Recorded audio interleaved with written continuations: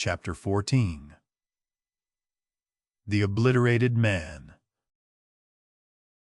You shall hear immediately why I am not now. Egbert Craddock Cummins. The name remains. I am still. Heaven help me. Dramatic Critic to the Fiery Cross. What I shall be in a little while I do not know. I write in great trouble and confusion of mind. I will do what I can to make myself clear in the face of terrible difficulties. You must bear with me a little. When a man is rapidly losing his own identity, he naturally finds a difficulty in expressing himself. I will make it perfectly plain in a minute, when once I get my grip upon the story. Let me see, where am I? I wish I knew. Ah, I have it. Dead Self. Egbert Craddock Cummins. In the past, I should have disliked writing anything quite so full of I as this story must be. It is full of eyes, before and behind, like the beast in Revelation, the one with a head like a calf, I am afraid. But my tastes have changed since I became a dramatic critic and studied the masters, GAS, GBS, GRS, and the others. Everything has changed since then. At least the story is about myself, so that there is some excuse for me. And it is really not egotism, because, as I say, since those days, my identity has undergone an entire alteration. That past, I was, in those days, rather a nice fellow, rather shy. Taste for gray in my clothes. Weedy little mustache. Face? Interesting. Slight stutter which I had caught in my early life from a schoolfellow. Engaged to a very nice girl named Delia. Fairly new she was. Cigarettes, liked me because I was human and original. Considered I was like Lamb, on the strength of the stutter, I believe. Father, an eminent authority on postage stamps. She read a great deal in the British Museum. A perfect pairing ground for literary people. That British Museum, you should read George Egerton and Justin Huntly McCarthy, and Gissing, and the rest of them.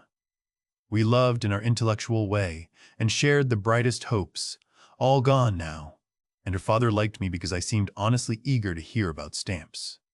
She had no mother. Indeed, I had the happiest prospects a young man could have. I never went to theaters in those days. My Aunt Charlotte, before she died, had told me not to.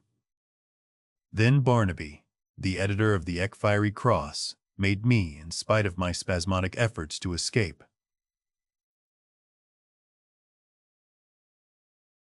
Dramatic Critic. He is a fine, healthy man, Barnaby, with an enormous head of frizzy black hair and a convincing manner, and he caught me on the staircase going to see Wembley. He had been dining and was more than usually buoyant.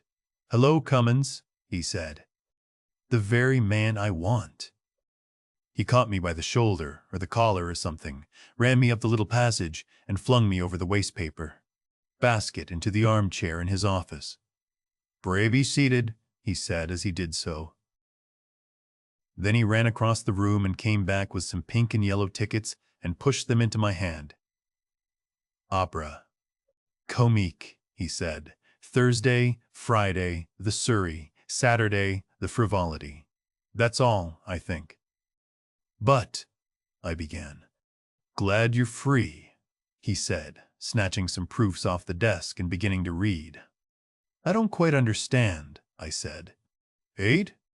he said at the top of his voice, as though he thought I had gone and was startled at my remark. "Do you want me to criticize these plays? Do something with them. Did you think it was a treat? But I can't. Did you call me a fool? Well, I've never been to a theater in my life. Virgin soil. But I don't know anything about it, you know. That's just it. New view, no habits, no cliches in stock. Ours is a live paper, not a bag of tricks. None of your clockwork professional journalism in this office. And I can rely on your integrity? peace. But I've conscientious scruples. He caught me up suddenly and put me outside his door. Go and talk to Wembley about that, he said. He'll explain. As I stood perplexed, he opened the door again, said, I forgot this, thrust a fourth ticket into my hand. It was for that night, in 20 minutes' time, and slammed the door upon me. His expression was quite calm, but I caught his eye. I hate arguments. I decided that I would take his hint and become, to my own destruction, a dramatic critic. I walked slowly down the passage to Wembley. That Barnaby has a remarkable, persuasive way. He has made few suggestions during our very pleasant intercourse of 4 years that he has not ultimately won me round to adopting. It may be, of course, that I am of a yielding disposition. Certainly I am too apt to take my color from my circumstances. It is, indeed, to my unfortunate susceptibility to vivid impressions that all my misfortunes are due. I have already alluded to the slight stammer I had acquired from a schoolfellow in my youth. However, this is a digression. I went home in a cab to dress. I will not trouble the reader with my thoughts about the first night audience, strange assembly as it is, those I reserve for my memoirs, nor the humiliating story of how I got lost during the entr'acte in a lot of red plush passages, and saw the third act from the gallery. The only point upon which I wished to lay stress was the remarkable effect of the acting upon me. You must remember, I had lived a quiet and retired life, and had never been to the theater before, and that I am extremely sensitive to vivid impressions. At the risk of repetition, I must insist upon these points. The first effect was a profound amazement, not untinctured by alarm. The phenomenal unnaturalness of acting is a thing discounted in the minds of most people by early visits to the theater. They get used to the fantastic gestures, the flamboyant emotions, the weird mouthings, melodious snortings, agonizing yelps, lip gnawings, glaring horrors, and other emotional symbolism of the stage. It becomes at last a mere deaf and dumb language to them, which they read intelligently, pari passu, with the hearing of the dialogue. But all this was new to me. The thing was called a modern comedy. The people were supposed to be English, and were dressed like fashionable Americans of the current epoch, and I fell into the natural error of supposing that the actors were trying to represent human beings. I looked round on my first night audience with a kind of wonder, discovered, as all new dramatic critics do, that it rested with me to reform the drama, and, after a supper choked with emotion, went off to the office to write a column, piebald with new paragraphs. As all my stuff is, it fills out so, and purple with indignation. Barnaby was delighted. But I could not sleep that night.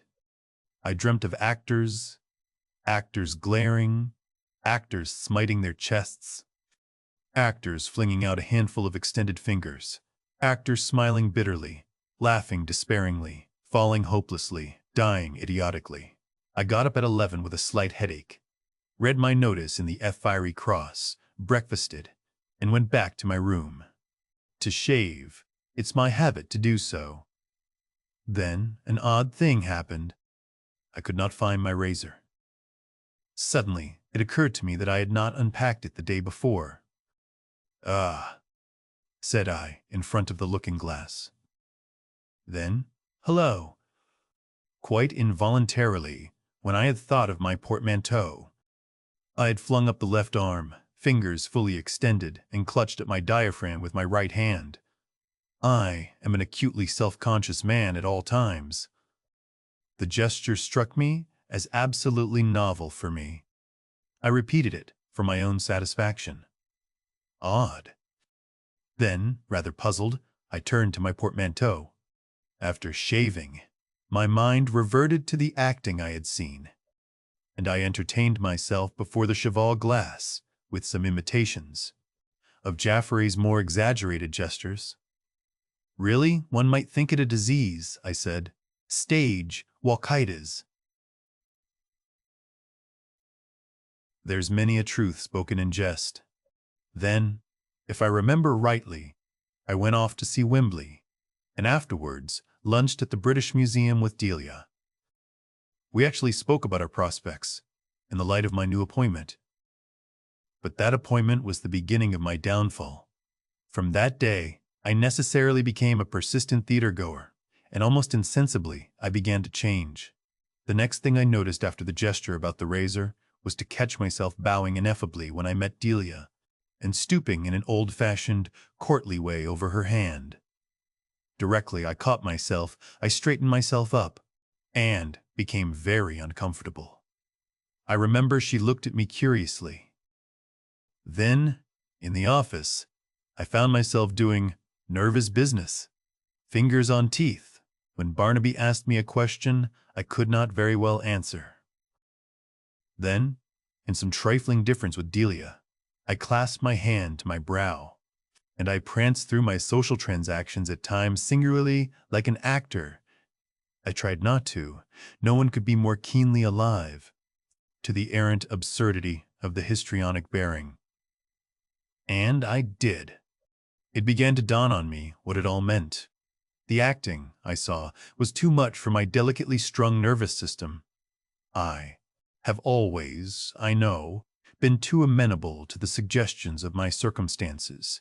Night after night of concentrated attention to the conventional attitudes and intonation of the English stage was gradually affecting my speech and carriage. I was giving way to the infection of sympathetic imitation.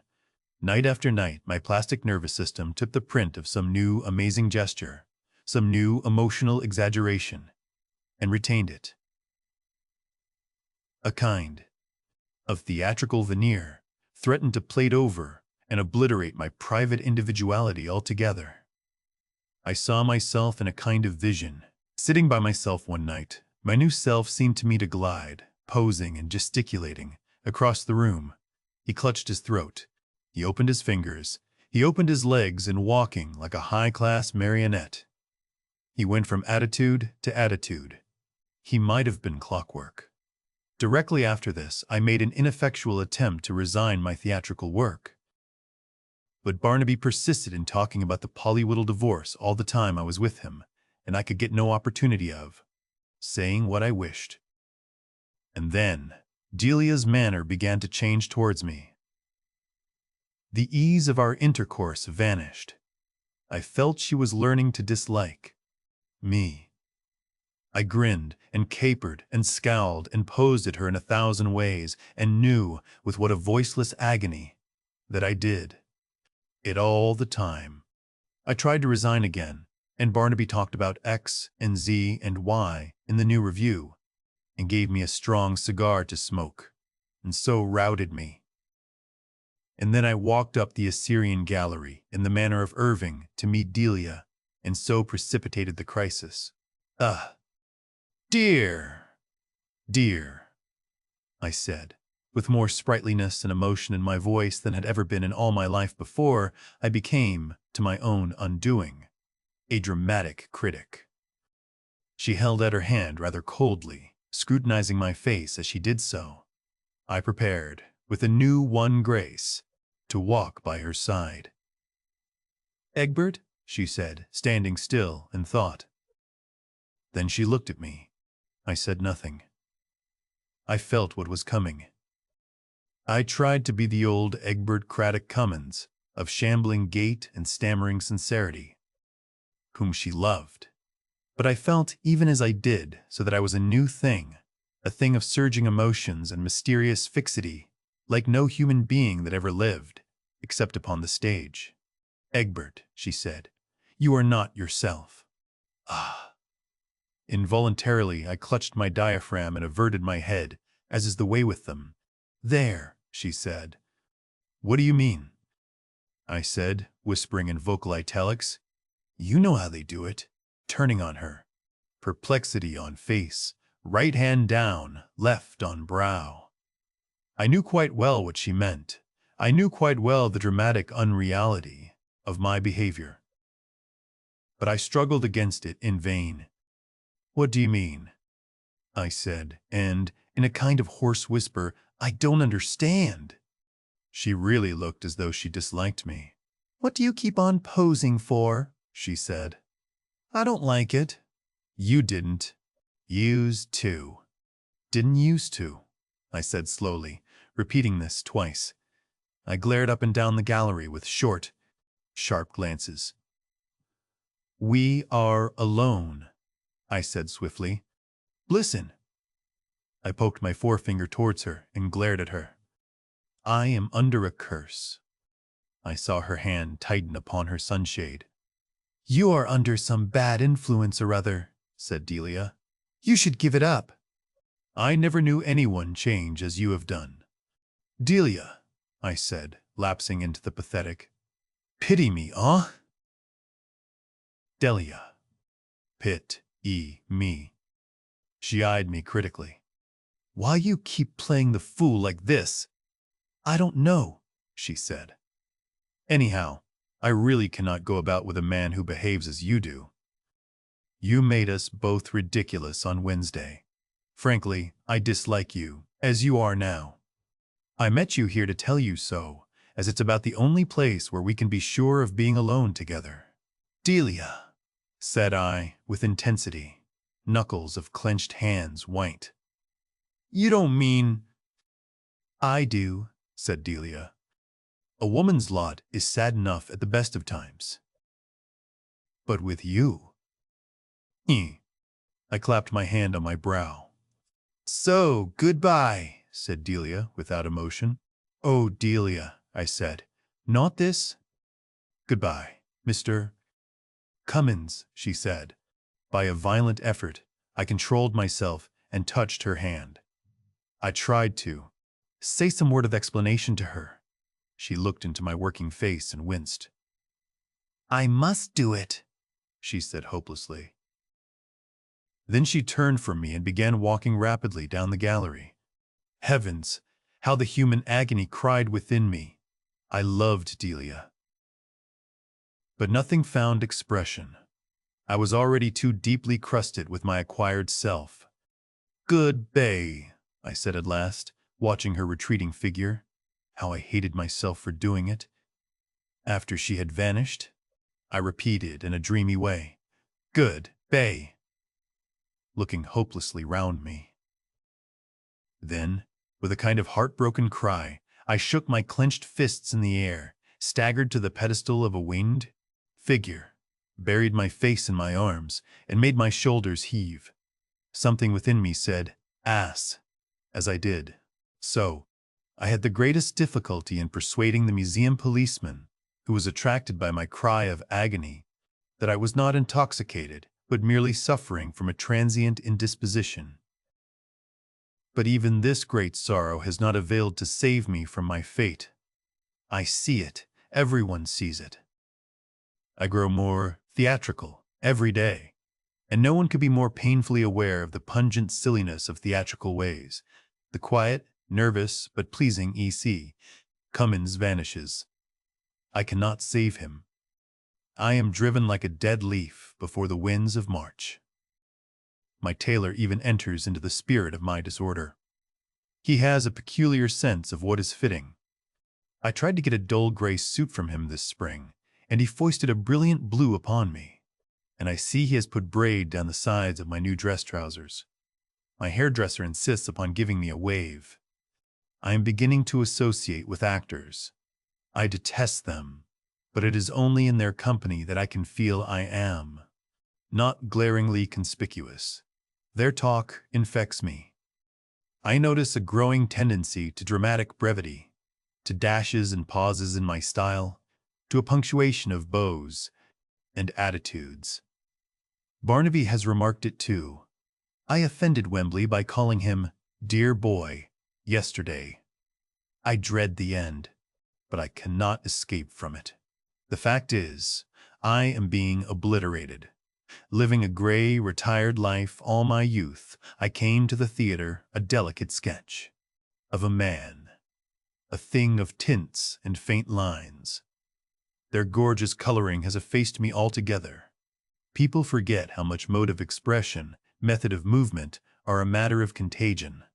I have heard of stage-struck people before, and thought it a figure of speech.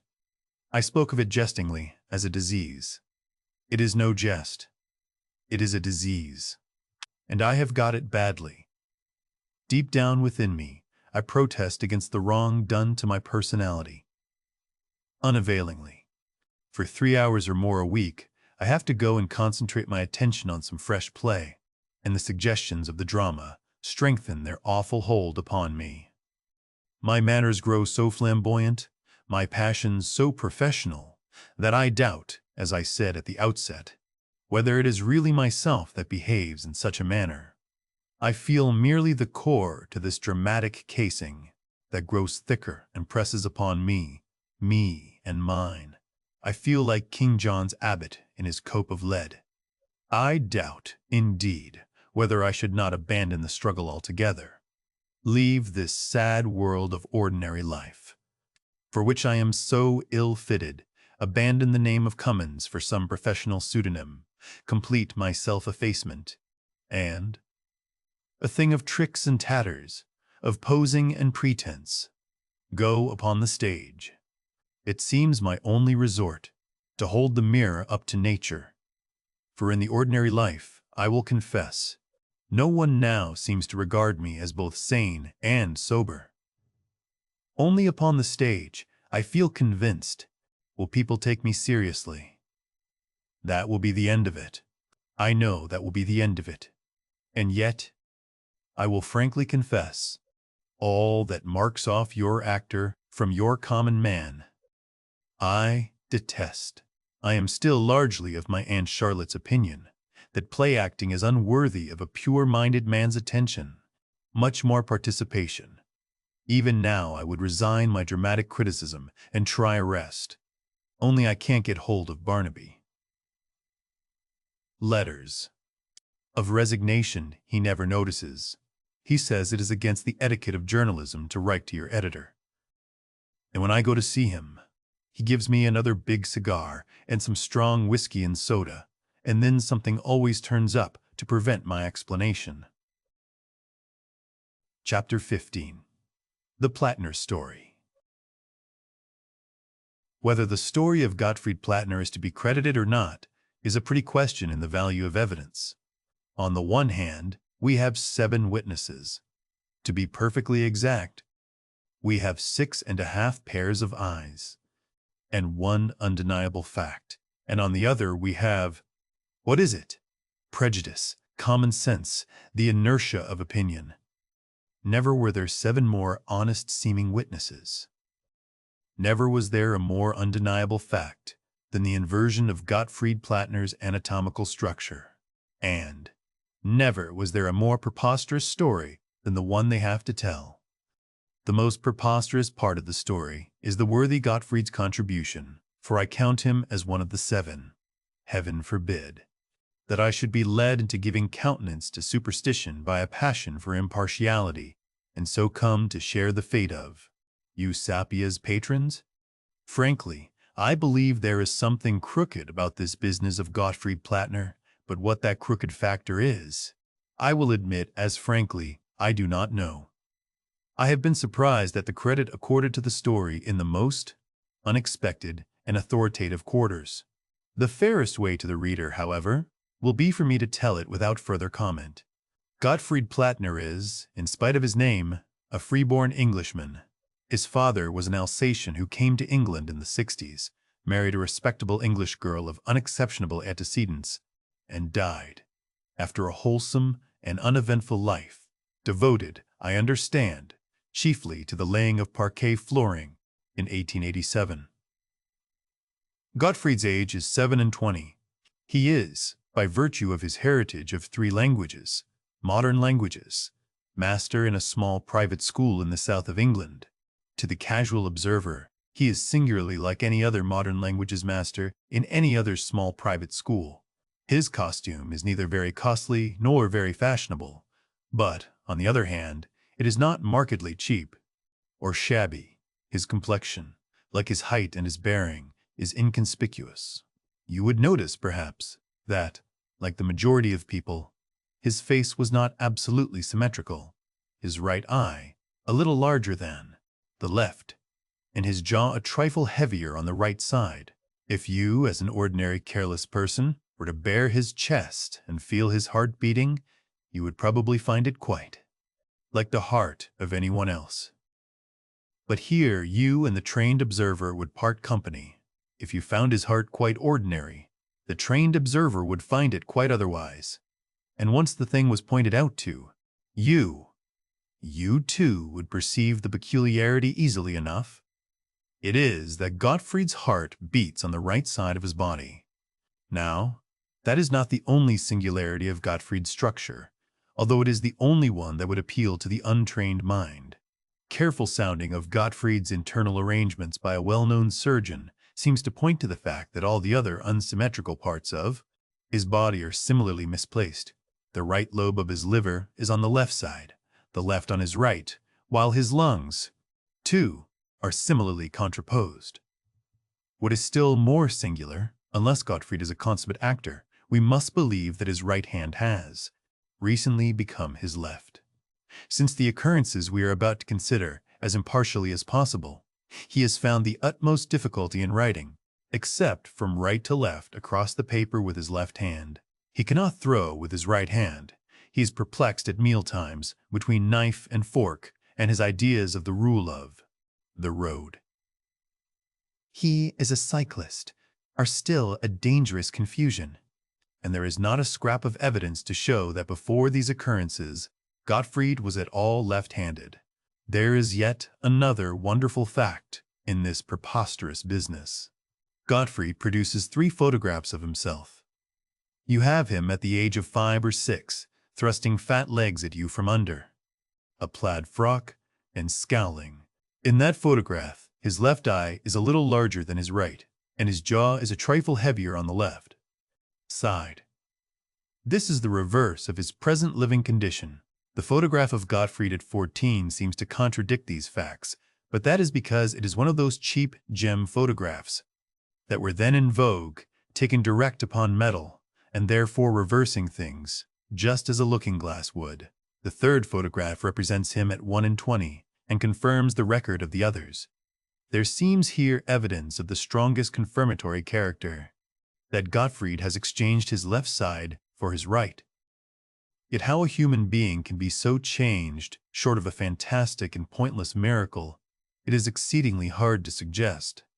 In one way, of course, these facts might be explicable on the supposition that Plattner has undertaken an elaborate mystification on the strength of his heart's displacement. Photographs may be faked and left-handedness imitated, but the character of the man does not lend itself to any such theory. He is quiet, practical, unobtrusive, and thoroughly sane from the Nordau standpoint. He likes beer and smokes moderately, takes walking exercise daily, and has a healthily high estimate of the value of his teaching.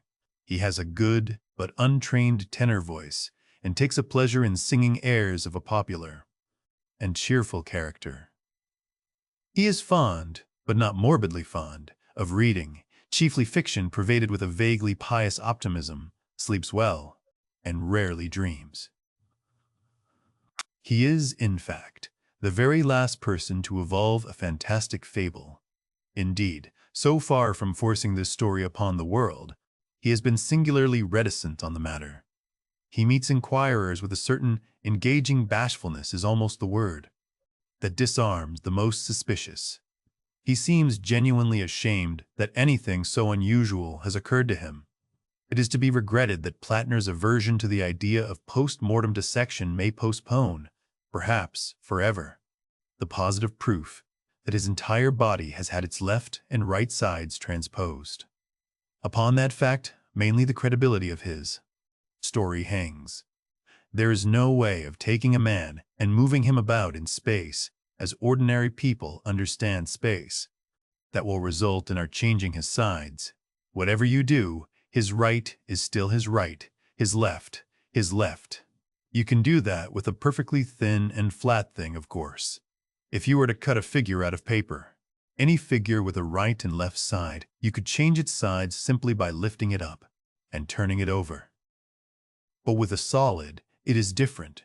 Mathematical theorists tell us that the only way in which the right and left sides of a solid body can be changed is by taking that body clean out of space as we know it, taking it out of ordinary existence, that is, and turning it somewhere outside space. This is a little abstruse, no doubt, but anyone with any knowledge of mathematical theory will assure the reader of its truth. To put the thing in technical language, the curious inversion of Plattner's right and left sides is proof that he has moved out of our space into what is called the fourth dimension, and that he has returned again to our world. Unless we choose to consider ourselves the victims of an elaborate and motiveless fabrication, we are almost bound to believe that this has occurred. So much for the tangible facts. We come now to the account of the phenomena that attended his temporary disappearance from the world. It appears that in the Sussexville Proprietary School, Plattner not only discharged the duties of modern languages master, but also taught chemistry, commercial geography, bookkeeping, shorthand, drawing, and any other additional subject to which the changing fancies of the boy's parents might direct attention.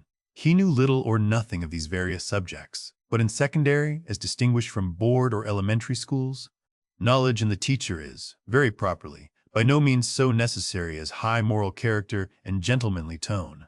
In chemistry he was particularly deficient, knowing, he says, nothing beyond the three gases, whatever the three gases may be. As, however, his pupils began by knowing nothing and derived all their information from him, this caused him, or anyone, but little inconvenience for several terms. Then a little boy named Wibble joined the school, who had been educated, it seems, by some mischievous relative into an inquiring habit of mind. This little boy followed Plattner's lessons with marked and sustained interest, and in order to exhibit his zeal on the subject, brought, at various times, substances for Plattner to analyze. Plattner, flattered by this evidence of his power of awakening interest, and trusting to the boy's ignorance, analyzed these, and even made general statements as to their composition. Indeed, he was so far stimulated by his pupil as to obtain a work upon analytical chemistry, and study it during his supervision of the evening's preparation. He was surprised to find chemistry quite an interesting subject. So far, the story is absolutely commonplace. But now the greenish powder comes upon the scene. The source of that greenish powder seems, unfortunately, lost. Master Wibble tells a tortuous story of finding it done up in a packet in a disused lime kiln near the Downs. It would have been an excellent thing for Plattner, and possibly for Master Wibble's family, if a match could have been applied to that powder there and then. The young gentleman certainly did not bring it to school in a packet, but in a common 8-ounce graduated medicine bottle, plugged with masticated newspaper. He gave it to Plattner at the end of the afternoon school. 4 boys had been detained after school prayers in order to complete some neglected tasks, and Plattner was supervising these in the small classroom in which the chemical teaching was conducted. The appliances for the practical teaching of chemistry in the Sussexville Proprietary School, as in most small schools in this country, are characterized by a severe simplicity. They are kept in a small cupboard standing in a recess and having about the same capacity as a common traveling trunk. Plattner, being bored with his passive superintendence, seems to have welcomed the intervention of Wibble with his green powder as an agreeable diversion, and, unlocking this cupboard, proceeded at once with his analytical experiments. Wibble sat, luckily for himself, at a safe distance, regarding him. The 4 malefactors, feigning a profound absorption in their work, watched him furtively with the keenest interest, for even within the limits of the 3 gases, Plattner's practical chemistry was, I understand, temerarious. They are practically unanimous in their account of Plattner's proceedings.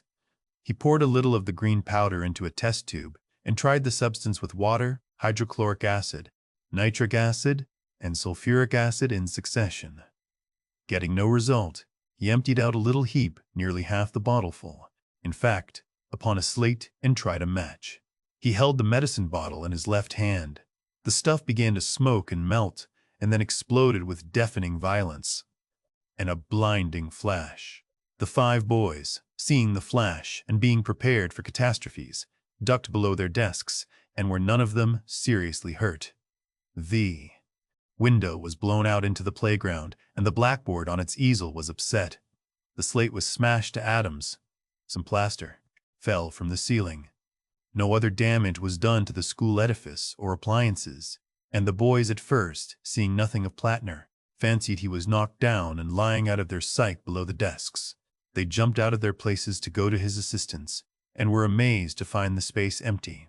Being still confused by the sudden violence of the report, they hurried to the open door, under the impression that he must have been hurt and have rushed out of the room.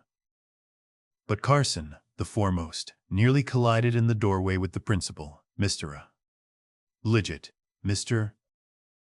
Lidgett is a corpulent, excitable man with one eye.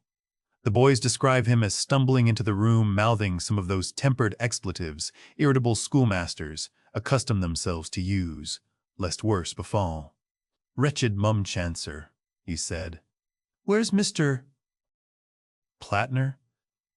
The boys are agreed on the very words.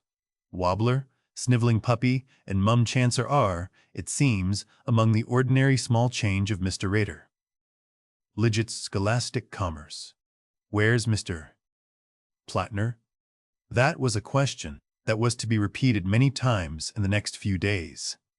It really seemed as though that frantic hyperbole, blown to atoms, had for once realized itself. There was not a visible particle of Plattner to be seen. Not a drop of blood nor a stitch of clothing to be found. Apparently, he had been blown clean out of existence and left not a rack behind. Not so much as would cover a 6-penny piece, to quote a proverbial expression. The evidence of his absolute disappearance as a consequence of that explosion is indubitable. It is not necessary to enlarge here upon the commotion excited in the Sussexville Proprietary School, and in Sussexville, and elsewhere, by this event. It is quite possible, indeed, that some of the readers of these pages may recall the hearing of some remote and dying version of that excitement during the last summer holidays. Lidgett, it would seem, did everything in his power to suppress and minimize the story.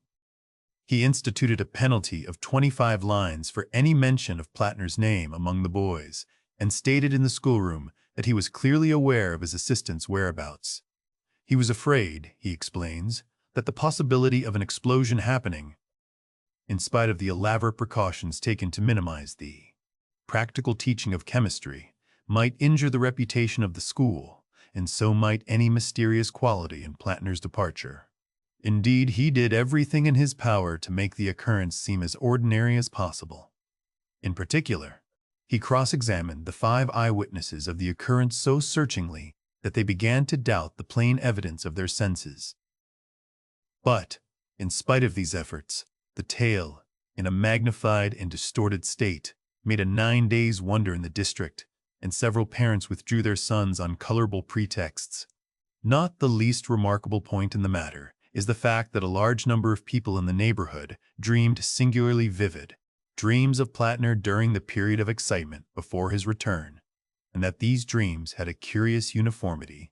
In almost all of them Plattner was seen, sometimes singly, sometimes in company, wandering about through a coruscating iridescence. In all cases his face was pale and distressed, and in some he gesticulated towards the dreamer. 1 or 2 of the boys, evidently under the influence of nightmare, fancied that Plattner approached them with remarkable swiftness, and seemed to look closely into their very eyes. Others fled with Plattner from the pursuit of vague and extraordinary creatures of a globular shape. But all these fancies were forgotten in inquiries and speculations when on the Wednesday next but one after the Monday of the explosion, Plattner returned. The circumstances of his return were as singular as those of his departure. So far as Mr.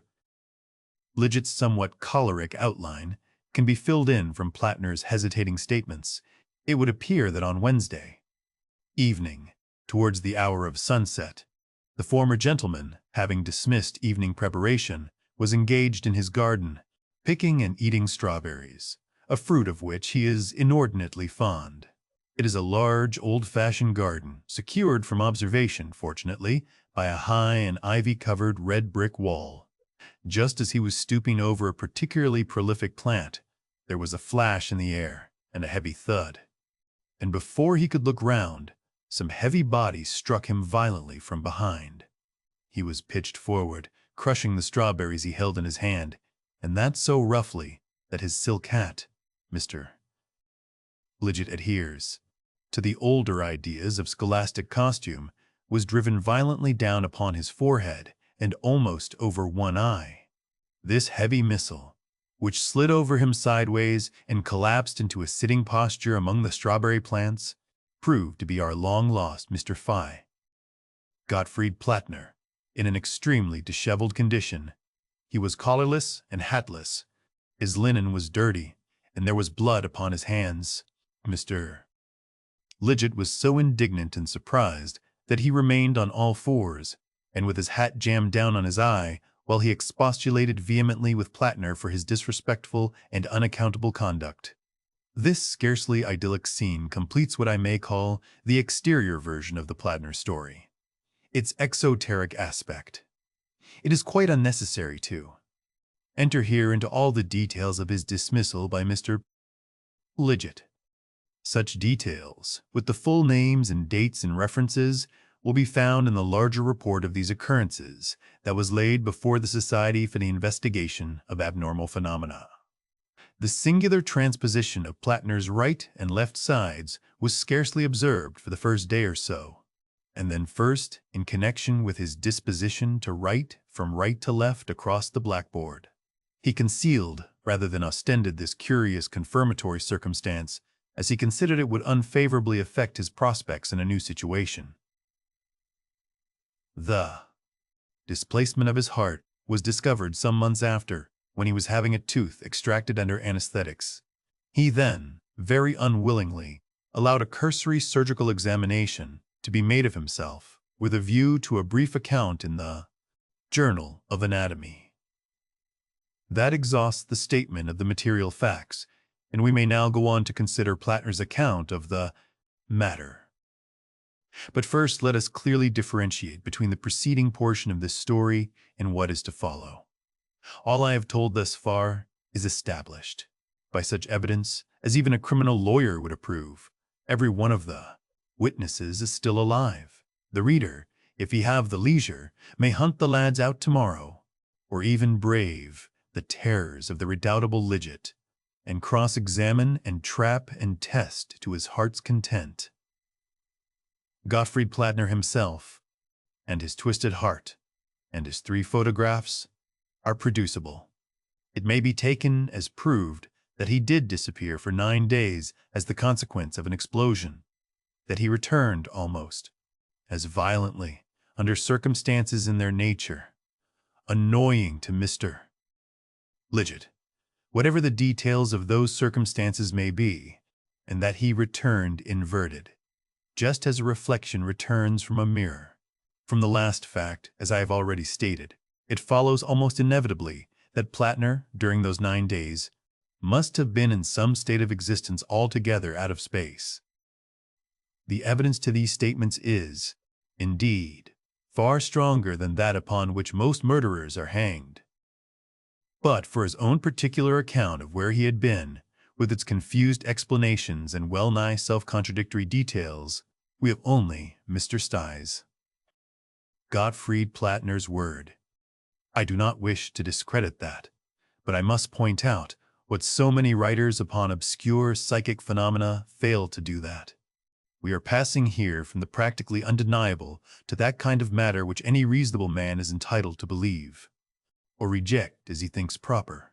The previous statements render it plausible. Its discordance with common experience tilts it towards the incredible.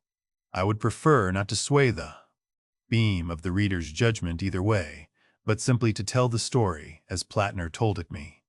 He gave me his narrative, I may state, at my house at Chislehurst, and so soon as he had left me that evening, I went into my study and wrote down everything as I remembered it. Subsequently, he was good enough to read over a typewritten copy so that its substantial correctness is undeniable. He states that at the moment of the explosion, he distinctly thought he was killed. He felt lifted off his feet and driven forcibly backward. It is a curious fact for psychologists that he thought clearly during his backward flight and wondered whether he should hit the chemistry cupboard or the blackboard easel. His heels struck ground, and he staggered and fell heavily into a sitting position on something soft and firm. For a moment, the concussion stunned him. He became aware at once of a vivid scent of singed hair, and he seemed to hear the voice of Lidget asking for him. You will understand that for a time his mind was greatly confused. At first he was under the impression that he was still standing in the classroom. He perceived quite distinctly the surprise of the boys and the entry of Mr. Crow. Lidget. He is quite positive upon that score. He did not hear their remarks, but that he ascribed to the deafening effect of the experiment. Things about him seemed curiously dark and faint. But his mind explained that on the obvious but mistaken idea that the explosion had engendered a huge volume of dark smoke. Through the dimness, the figures of Lidget and the boys moved, as faint and silent as ghosts. Plattner's face still tingled with the stinging heat of the flash. He was, he says, all muddled. His first definite thoughts seem to have been of his personal safety. He thought he was perhaps blinded and deafened. He felt his limbs and face in a gingerly manner. Then his perceptions grew clearer, and he was astonished to miss the old familiar desks and other schoolroom furniture about him. Only dim, uncertain, gray shapes stood in the place of these. Then came a thing that made him shout aloud and awoke his stunned faculties to instant activity. Two of the boys, gesticulating, walked one after the other clean through him. Neither manifested the slightest consciousness of his presence. It is difficult to imagine the sensation he felt. They came against him, he says, with no more force than a wisp of mist. Plattner's first thought after that was that he was dead, having been brought up with thoroughly sound views in these matters. However, he was a little surprised to find his body still about him. His second conclusion was that he was not dead, but that the others were. That the explosion had destroyed the Sussexville Proprietary School and every soul in it except himself. But that, too, was scarcely satisfactory. He was thrown back upon astonished observation. Everything about him was profoundly dark. At first it seemed to have an altogether ebony blackness. Overhead was a black firmament. The only touch of light in the scene was a faint greenish glow at the edge of the sky in one direction, which threw into prominence a horizon of undulating black hills. This, I say, was his impression at first. As his eye grew accustomed to the darkness, he began to distinguish a faint quality of differentiating greenish color in the circumambient night. Against this background, the furniture and occupants of the classroom, it seems, stood out like phosphorescent specters, faint and impalpable. He extended his hand and thrust it without an effort through the wall of the room by the fireplace. He describes himself as making a strenuous effort to attract attention. He shouted to Lidget and tried to seize the boys as they went to and fro. He only desisted from these attempts when Mrs. Banks, Lidget, whom he, as an assistant master, naturally disliked, entered the room. He says the sensation of being in the world, and yet not a part of it, was an extraordinarily disagreeable one. He compared his feelings, not inaptly, to those of a cat watching a mouse through a window. Whenever he made a motion to communicate with the dim, familiar world about him, he found an invisible, incomprehensible barrier preventing intercourse. He then turned his attention to his solid environment. He found the medicine bottle still unbroken in his hand, with the remainder of the green powder therein. He put this in his pocket and began to feel about him. Apparently, he was sitting on a boulder of rock covered with a velvety moss. The dark country about him he was unable to see, the faint, misty picture of the schoolroom blotting it out. But he had a feeling due perhaps to a cold wind, that he was near the crest of a hill, and that a steep valley fell away beneath his feet. The green glow along the edge of the sky seemed to be growing in extent and intensity. He stood up, rubbing his eyes. It would seem that he made a few steps, going steeply downhill, and then stumbled, nearly fell, and sat down again upon a jagged mass of rock to watch the dawn. He became aware that the world about him was absolutely silent. It was as still as it was dark, and though there was a cold wind blowing up the hill face, the rustle of grass, the soughing of the boughs that should have accompanied it, were absent. He could hear, therefore, if he could not see, that the hillside upon which he stood was rocky and desolate. The green grew brighter every moment, and as it did so, a faint, transparent blood red mingled with, but did not mitigate, the blackness of the sky overhead and the rocky desolations about him. Having regard to what follows, I am inclined to think that that redness may have been an optical effect due to contrast. Something black fluttered momentarily against the livid yellow-green of the lower sky, and then the thin and penetrating voice of a bell rose out of the black gulf below him. An oppressive expectation grew with the growing light. It is probable that an hour or more elapsed while he sat there, the strange green light growing brighter every moment, and spreading slowly, in flamboyant fingers, upward towards the zenith. As it grew, the spectral vision of our world became relatively, or absolutely, fainter. Probably both, for the time must have been about that of our earthly sunset.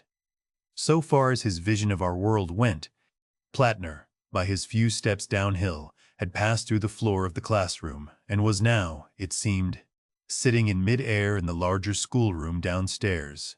He saw the boarders distinctly, but much more faintly than he had seen Lidget. They were preparing their evening tasks, and he noticed with interest that several were cheating with their Euclid writers by means of a crib, a compilation whose existence he had hitherto never suspected. As the time passed, they faded steadily as the light of the green dawn increased. Looking down into the valley, he saw that the light had crept far down its rocky sides, and that the profound blackness of the abyss was now broken by a minute green glow, like the light of a glowworm. And almost immediately, the limb of a huge heavenly body of blazing green rose over the basaltic undulations of the distant hills, and the monstrous hill masses about him came out gaunt and desolate, in green light and deep, ruddy black shadows. He became aware of a vast number of ball-shaped objects drifting as thistledown drifts over the high ground. There were none of these nearer to him than the opposite side of the gorge. The bell below twanged quicker and quicker, with something like impatient insistence, and several lights moved hither and thither. The boys at work at their desks were now almost imperceptibly faint. This extinction of our world, when the green sun of this other universe rose, is a curious point upon which Plattner insists. During the other-world night, it is difficult to move about, on account of the vividness with which the things of this world are visible. It becomes a riddle to explain why, if this is the case, we in this world catch no glimpse of the other world. It is due, perhaps, to the comparatively vivid illumination of this world of ours. Plattner describes the midday of the other world at its brightest as not being nearly so bright as this world at full moon, while its night is profoundly black. Consequently, the amount of light, even in an ordinary dark room, is sufficient to render the things of the other world invisible, on the same principle that faint phosphorescence is only visible in the profoundest darkness. I have tried, since he told me his story, to see something of the other world by sitting for a long space in a photographer's dark room at night. I have certainly seen indistinctly the form of greenish slopes and rocks, but only, I must admit, very indistinctly indeed. The reader may possibly be more successful. Plattner tells me that since his return he has dreamt and seen, and recognized places in the other world, but this is probably due to his memory of these scenes. It seems quite possible that people with unusually keen eyesight may occasionally catch a glimpse of this strange other world about us. However, this is a digression. As the green sun rose, a long street of black buildings became perceptible, though only darkly and indistinctly, in the gorge, and after some hesitation, Plattner began to clamber down the precipitous descent towards them. The descent was long and exceedingly tedious, being so not only by the extraordinary steepness, but also by reason of the looseness of the boulders with which the whole face of the hill was strewn. The noise of his descent. Now and then, his heels struck fire from the rocks, seemed now the only sound in the universe, for the beating of the bell had ceased. As he drew nearer, he perceived that the various edifices had a singular resemblance to tombs and mausoleums and monuments, saving only that they were all uniformly black instead of being white, as most sepulchres are. And then he saw, crowding out of the largest building, very much as people disperse from church, a number of pallid, rounded, pale green figures. These dispersed in several directions about the broad street of the place, some going through side alleys and reappearing upon the steepness of the hill, others entering some of the small black buildings which lined the way. At the sight of these things drifting up towards him, Plattner stopped, staring. They were not walking, they were indeed limbless, and they had the appearance of human heads, beneath which a tadpole-like body swung. He was too astonished at their strangeness, too full indeed of strangeness, to be seriously alarmed by them. They drove towards him, in front of the chill wind that was blowing uphill, much as soap bubbles drive before a draught. And as he looked at the nearest of those approaching, he saw it was indeed a human head, albeit with singularly large eyes, and wearing such an expression of distress and anguish as he had never seen before upon mortal countenance. He was surprised to find that it did not turn to regard him, but seemed to be watching, and following some unseen moving thing. For a moment he was puzzled, and then it occurred to him that this creature was watching with its enormous eyes something that was happening in the world he had just left. Nearer it came, and nearer, and he was too astonished to cry out. It made a very faint fretting sound as it came close to him. Then it struck his face with a gentle pat. Its touch was very cold, and drove past him and upward towards the crest of the hill. An extraordinary conviction flashed across Plattner's mind that this head had a strong likeness to Ligit. Then he turned his attention to the other heads that were now swarming thickly up the hillside. None made the slightest sign of recognition. One or two, indeed, came close to his head and almost followed the example of the first, but he dodged convulsively out of the way. Upon most of them, he saw the same expression of unavailing regret he had seen upon the first, and heard the same faint sounds of wretchedness from them. One or two wept, and one rolling swiftly uphill wore an expression of diabolical rage. But others were cold, and several had a look of gratified interest in their eyes. One, at least, was almost in an ecstasy of happiness. Plattner does not remember that he recognized any more likenesses in those he saw at this time. For several hours, perhaps, Plattner watched these strange things dispersing themselves over the hills, and not till long after they had ceased to issue from the clustering black buildings in the gorge did he resume his downward climb. The darkness about him increased so much that he had a difficulty in stepping true. Overhead, the sky was now a bright, pale green. He felt neither hunger nor thirst. Later, when he did, he found a chilly stream running down the center of the gorge and the rare moss upon the boulders. When he tried it at last in desperation, was good to eat. He groped about among the tombs that ran down the gorge, seeking vaguely for some clue to these inexplicable things. After a long time he came to the entrance of the big mausoleum-like building from which the heads had issued.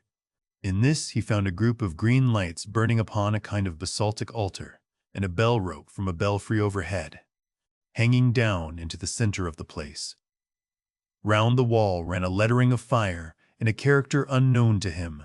While he was still wondering at the purport of these things, he heard the receding tramp of heavy feet echoing far down the street.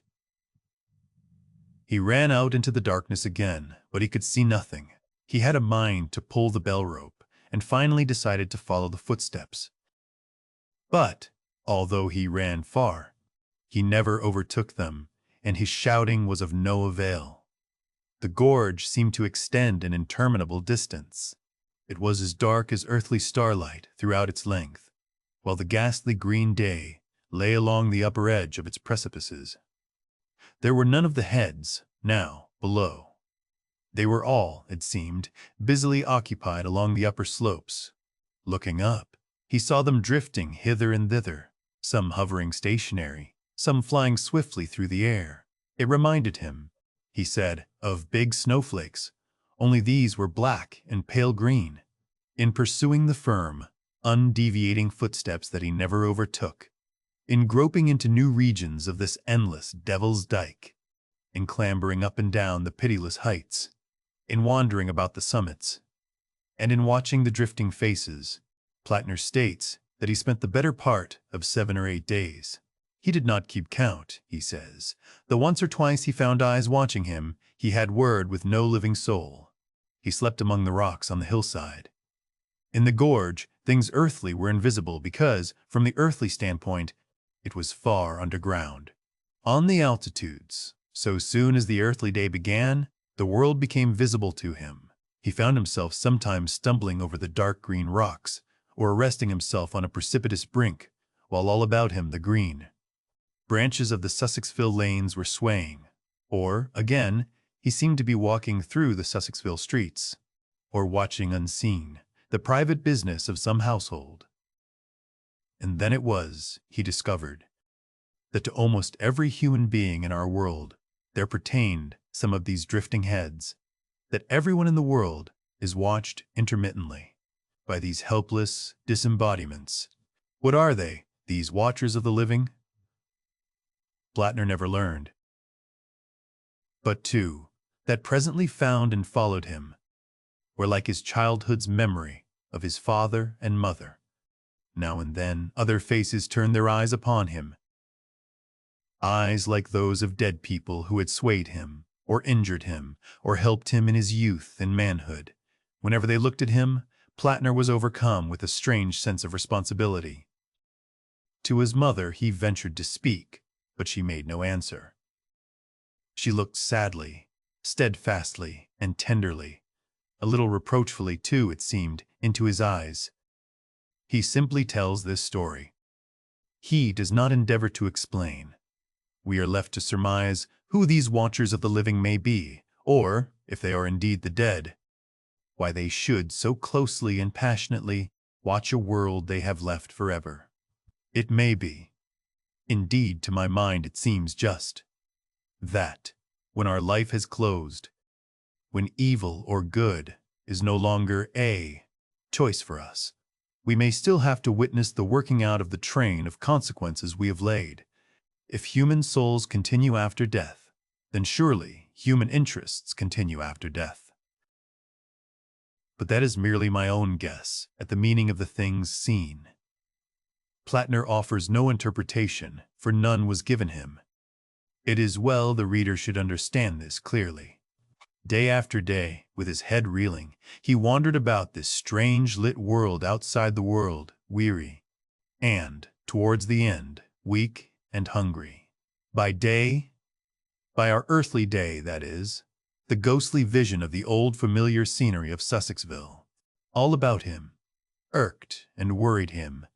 He could not see where to put his feet, and ever and again with a chilly touch one of these watching souls would come against his face. And after dark the multitude of these watchers about him and their intent distress confused his mind beyond describing. A great longing to return to the earthly life that was so near and yet so remote consumed him. The unearthliness of things about him produced a positively painful mental distress.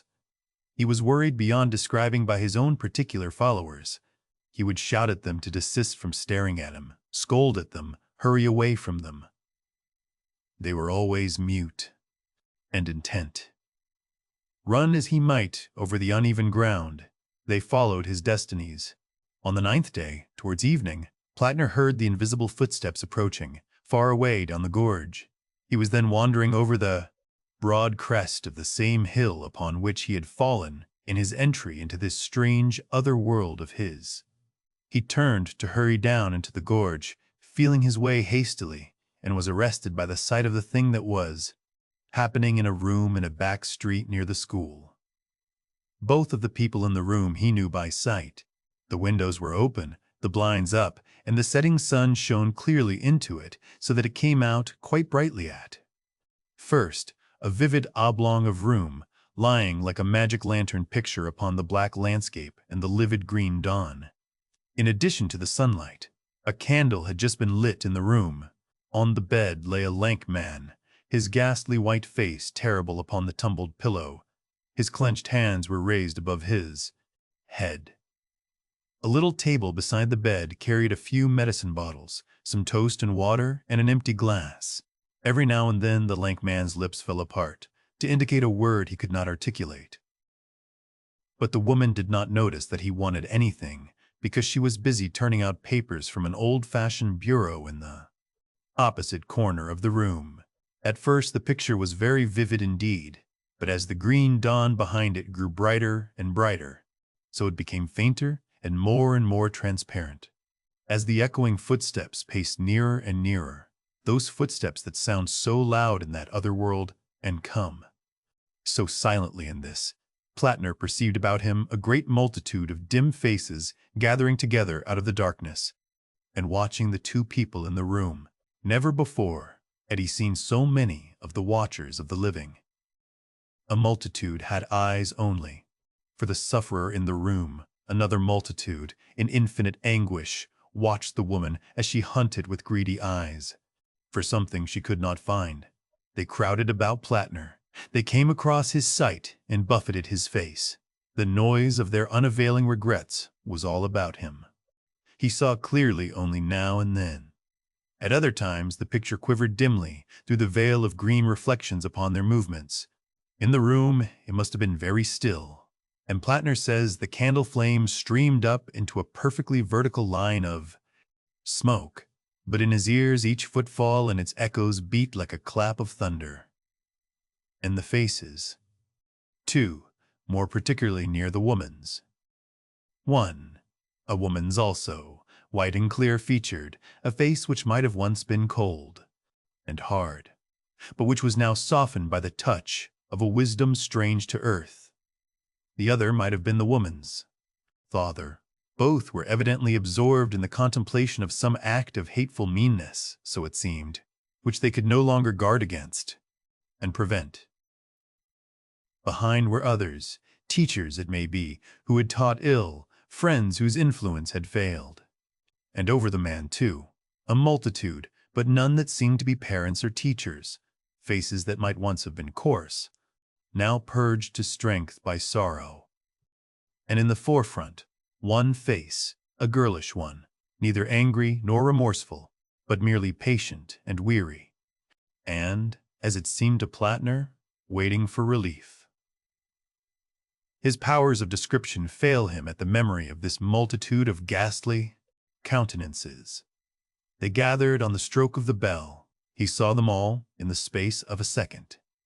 It would seem that he was so worked on by his excitement that, quite involuntarily, his restless fingers took the bottle of green powder out of his pocket and held it before him.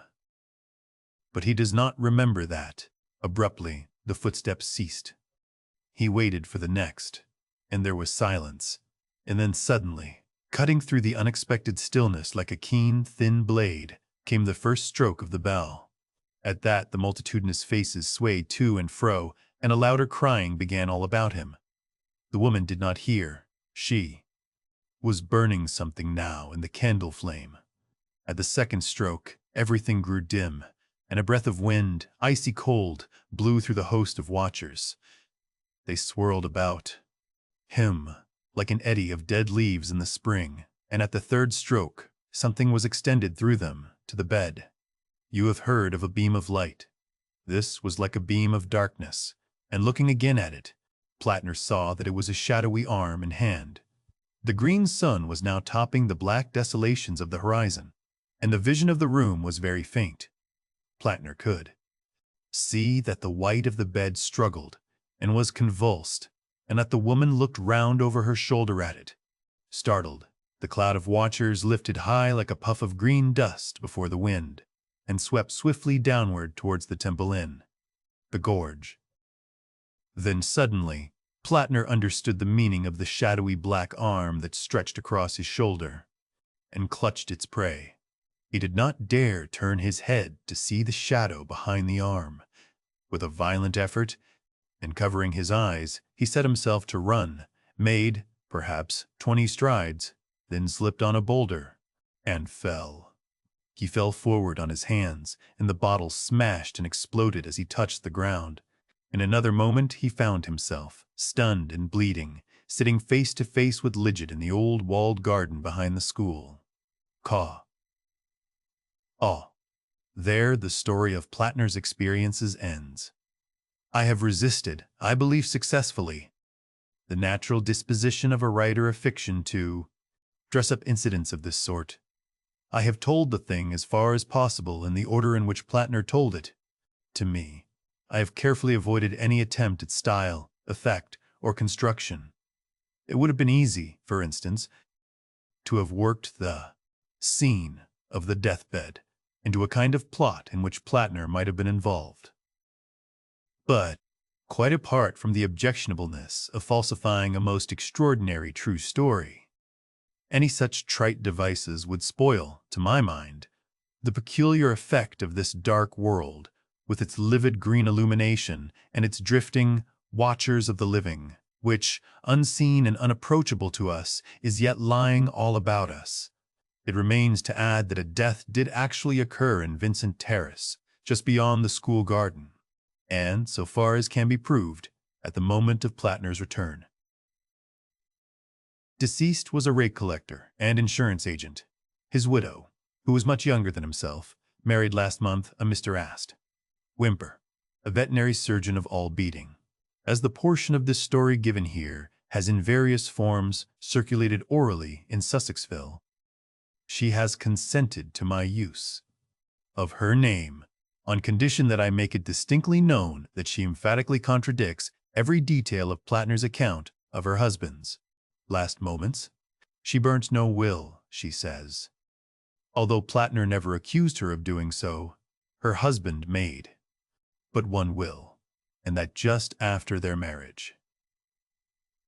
Certainly, from a man who had never seen it, Plattner's account of the furniture of the room was curiously accurate. One other thing, even at the risk of an irksome repetition, I must insist upon, lest I seem to favor the credulous, superstitious view. Plattner's absence from the world for 9 days is, I think, proved. But that does not prove his story. It is quite conceivable that even outside space hallucinations may be possible. That, at least, the reader must bear distinctly in mind. Chapter 16. The Red Room. I can assure you, said I, that it will take a very tangible ghost to frighten me. And I stood up before the fire with my glass in my hand. It is your own choosing, said the man with the withered arm, and glanced at me askance. 28 years, said I have lived, and never a ghost have I seen as yet. The old woman sat staring hard into the fire, her pale eyes wide open. Aye, she broke in, and 28 years you have lived and never seen the likes of this house. I reckon there's a many things to see when one's still but 28. She swayed her head slowly from side to side. Many things to see and sorrow for. I half suspected the old people were trying to enhance the spiritual terrors of their house by their droning insistence. I put down my empty glass on the table and looked about the room and caught a glimpse of myself, abbreviated and broadened to an impossible sturdiness, in the queer old mirror at the end of the room. "Well," I said, "if I see anything tonight, I shall be so much the wiser, for I come to the business with an open mind." "Ass, it's your own choosing," said the man with the withered arm once more. I heard the sound of a stick and a shambling step on the flags in the passage outside, and the door creaked on its hinges as a second old man entered, more bent, more wrinkled, more aged even than the first. He supported himself by a single crutch. His eyes were covered by a shade, and his lower lip, half averted, hung pale and pink from his decaying yellow teeth. He made straight for an armchair on the opposite side of the table, sat down clumsily, and began to cough. The man with the withered arm gave this newcomer a short glance of positive dislike. The old woman took no notice of his arrival, but remained with her eyes fixed steadily on the fire. I said, "It's your own choosing," said the man with the withered arm, when the coughing had ceased for a while. "It's my own choosing," I answered. The man with the shade became aware of my presence for the first time, and threw his head back, for a moment, and sideways, to see me. I caught a momentary glimpse of his eyes, small and bright, and inflamed. Then he began to cough and splutter again. "Why don't you drink?" said the man with the withered arm, pushing the beer towards him. The man with the shade poured out a glassful with a shaky hand that splashed half as much again on the deal table. A monstrous shadow of him crouched upon the wall and mocked his action as he poured and drank. I must confess I had scarce expected these grotesque custodians. There is, to my mind, something inhuman in senility, something crouching and atavistic. The human qualities seem to drop from old people insensibly, day by day. The three of them made me feel uncomfortable with their gaunt silences, their bent carriage, their evident unfriendliness to me and to one another. "If," said I, "you will show me to this haunted room of yours, I will make myself comfortable there."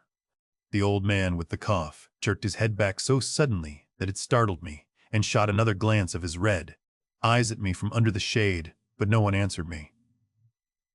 I waited a minute, glancing from one to the other.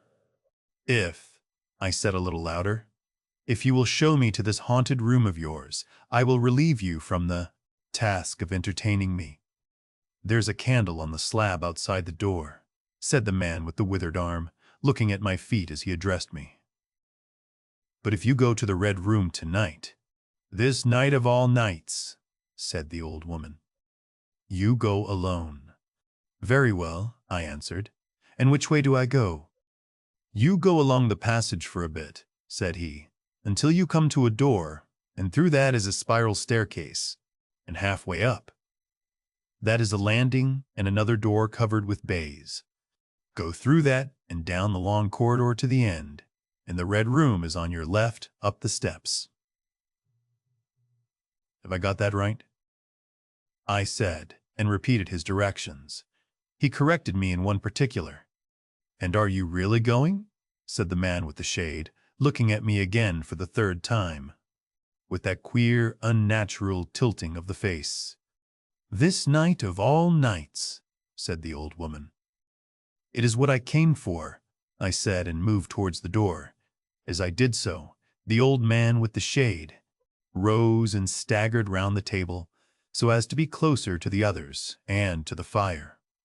At the door, I turned and looked at them, and saw they were all close together, dark against the firelight, staring at me over their shoulders with an intent expression on their ancient faces. "Good night," I said, setting the door open. "It's your own choosing," said the man with the withered arm. I left the door wide open until the candle was well alight, and then I shut them in and walked down the chilly, echoing passage. I must confess that the oddness of these three old pensioners in whose charge her ladyship had left the castle, and the deep-toned, old-fashioned furniture of the housekeeper's room in which they foregathered, affected me in spite of my efforts to keep myself at a matter-of-fact phase. They seemed to belong to another age, an older age, an age when things spiritual were different from this of ours. less certain, an age when omens and witches were credible, and ghosts beyond denying. Their very existence was spectral, the cut of their clothing, fashions born in dead brains. The ornaments and conveniences of the room about them were ghostly, the thoughts of vanished men, which still haunted rather than participated in the world of today. But with an effort, I sent such thoughts to the right about.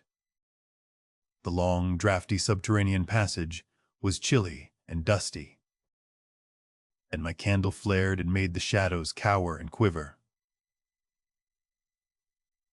The echoes rang up and down the spiral staircase, and a shadow came sweeping up after me, and one fled before me into the darkness overhead.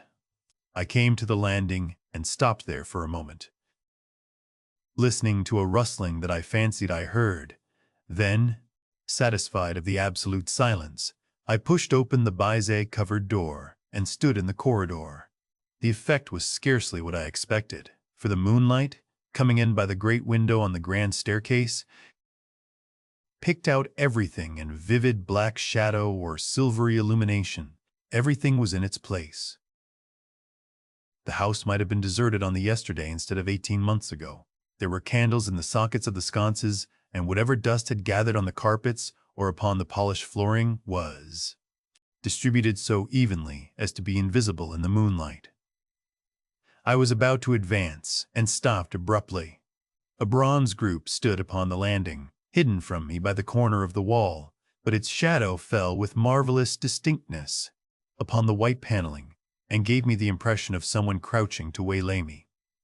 I stood rigid, for half a minute perhaps. Then, with my hand in the pocket that held my revolver, I advanced, only to discover a Ganymede and eagle glistening in the moonlight. That incident for a time restored my nerve, and a porcelain Chinaman on a buhl table, whose head rocked silently as I passed him, scarcely startled me. The door to the Red Room and the steps up to it were in a shadowy corner. I moved my candle from side to side, in order to see clearly the nature of the recess in which I stood before opening the door. Here it was, thought I, that my predecessor was found, and the memory of that story gave me a sudden twinge of apprehension. I glanced over my shoulder at the Ganymede in the moonlight, and opened the door of the Red Room rather hastily, with my face half turned to the pallid silence of the landing.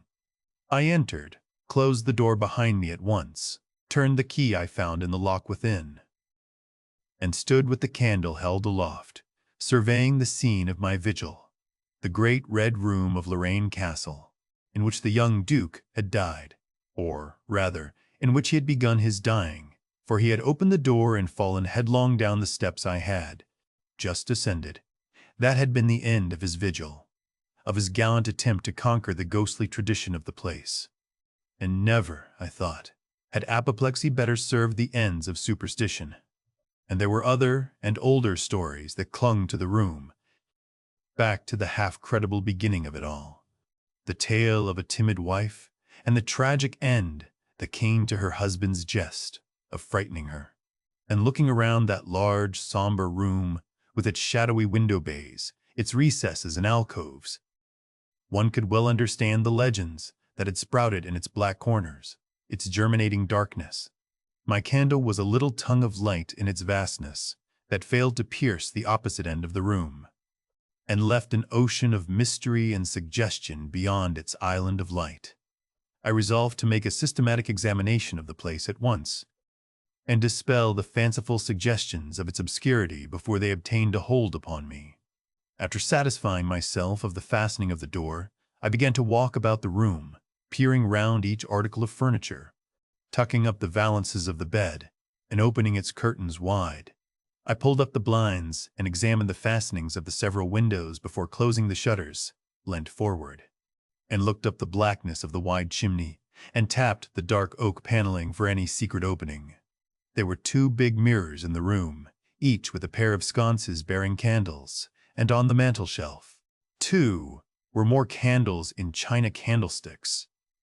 All these I lit one after the other. The fire was laid, an unexpected consideration from the old housekeeper, and I lit it. to keep down any disposition to shiver, and when it was burning well, I stood round with my back to it and regarded the room again. I had pulled up a chintz-covered armchair and a table to form a kind of barricade before me, and on this lay my revolver ready to hand. My precise examination had done me good, but I still found the remoter darkness of the place and its perfect stillness too stimulating for the imagination. The echoing of the stir and crackling of the fire was no sort of comfort to me. The shadow in the alcove at the end in particular had that undefinable quality of a presence, that odd suggestion of a lurking living thing that comes so easily in silence and solitude. At last, to reassure myself, I walked with a candle into it and satisfied myself that there was nothing tangible there. I stood that candle upon the floor of the alcove and left it in that position. By this time, I was in a state of considerable nervous tension, although to my reason there was no adequate cause for the condition. My mind, however, was perfectly clear. I postulated quite unreservedly that nothing supernatural could happen, and to pass the time I began to string some rhymes together, Ingoldsby fashion, of the original legend of the place. A few, I spoke aloud, but the echoes were not pleasant. For the same reason I also abandoned, after a time, a conversation with myself upon the impossibility of ghosts and haunting. My mind reverted to the 3 old and distorted people downstairs, and I tried to keep it upon that topic. The somber reds and blacks of the room troubled me. Even with 7 candles, the place was merely dim. The one in the alcove flared in a draught, and the fire flickering kept the shadows and penumbra perpetually shifting and stirring. Casting about for a remedy, I recalled the candles I had seen in the passage, and, with a slight effort, walked out into the moonlight, carrying a candle and leaving the door open, and presently returned with as many as 10. These I put in various knickknacks of china, with which the room was sparsely adorned, lit and placed where the shadows had lain deepest, some on the floor, some in the window recesses, until at last my 17 candles were so arranged that not an inch of the room but had the direct light of at least one of them. It occurred to me that when the ghost came, I could warn him not to trip over them. The room was now quite brightly illuminated. There was something very cheery and reassuring in these little streaming flames, and snuffing them gave me an occupation and afforded a helpful sense of the passage of time. Even with that, however, the brooding expectation of the vigil weighed heavily upon me. It was after midnight that the candle in the alcove suddenly went out, and the black shadow sprang back to its place there. I did not see the candle go out. I simply turned and saw that the darkness was there, as one might start and see the unexpected presence of a stranger. "By Jove," said I aloud, "that draft's a strong one." And, taking the matches from the table, I walked across the room in a leisurely manner to relight the corner again. My first match would not strike, and as I succeeded with the second, something seemed to blink on the wall before me. I turned my head involuntarily, and saw that the 2 candles on the little table by the fireplace were extinguished. I rose at once to my feet. "Odd," I said. "Did I do that myself in a flash of absent-mindedness?" I walked back, relit one, and as I did so, I saw the candle in the right sconce of one of the mirrors wink and go right out, and almost immediately its companion followed it. There was no mistake about it. The flame vanished, as if the wicks had been suddenly nipped between a finger and a thumb, leaving the wick neither glowing nor smoking, but black. While I stood gaping, the candle at the foot of the bed went out, and the shadows seemed to take another step towards me. "This won't do," said I, and first one and then another candle on the mantelshelf followed.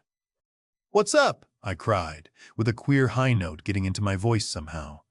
At that, the candle on the wardrobe went out, and the one I had relit in the alcove followed. "Steady on," I said. "These candles are wanted." Speaking with a half-hysterical facetiousness, and scratching away at a match the while for the mantel candlesticks. My hands trembled so much that twice I missed the rough paper of the matchbox.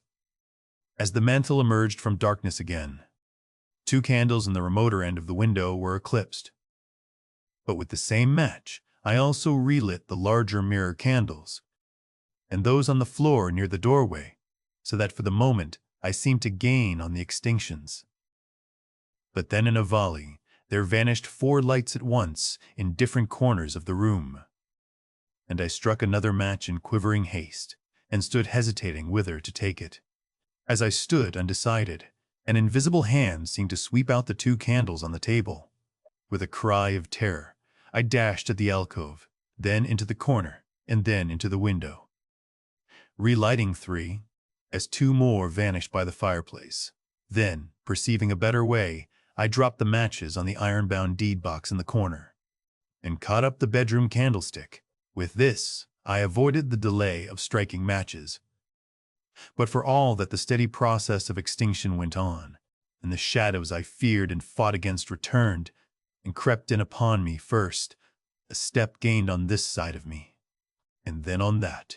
It was like a ragged storm cloud sweeping out the stars. Now and then one returned for a minute, and was lost again.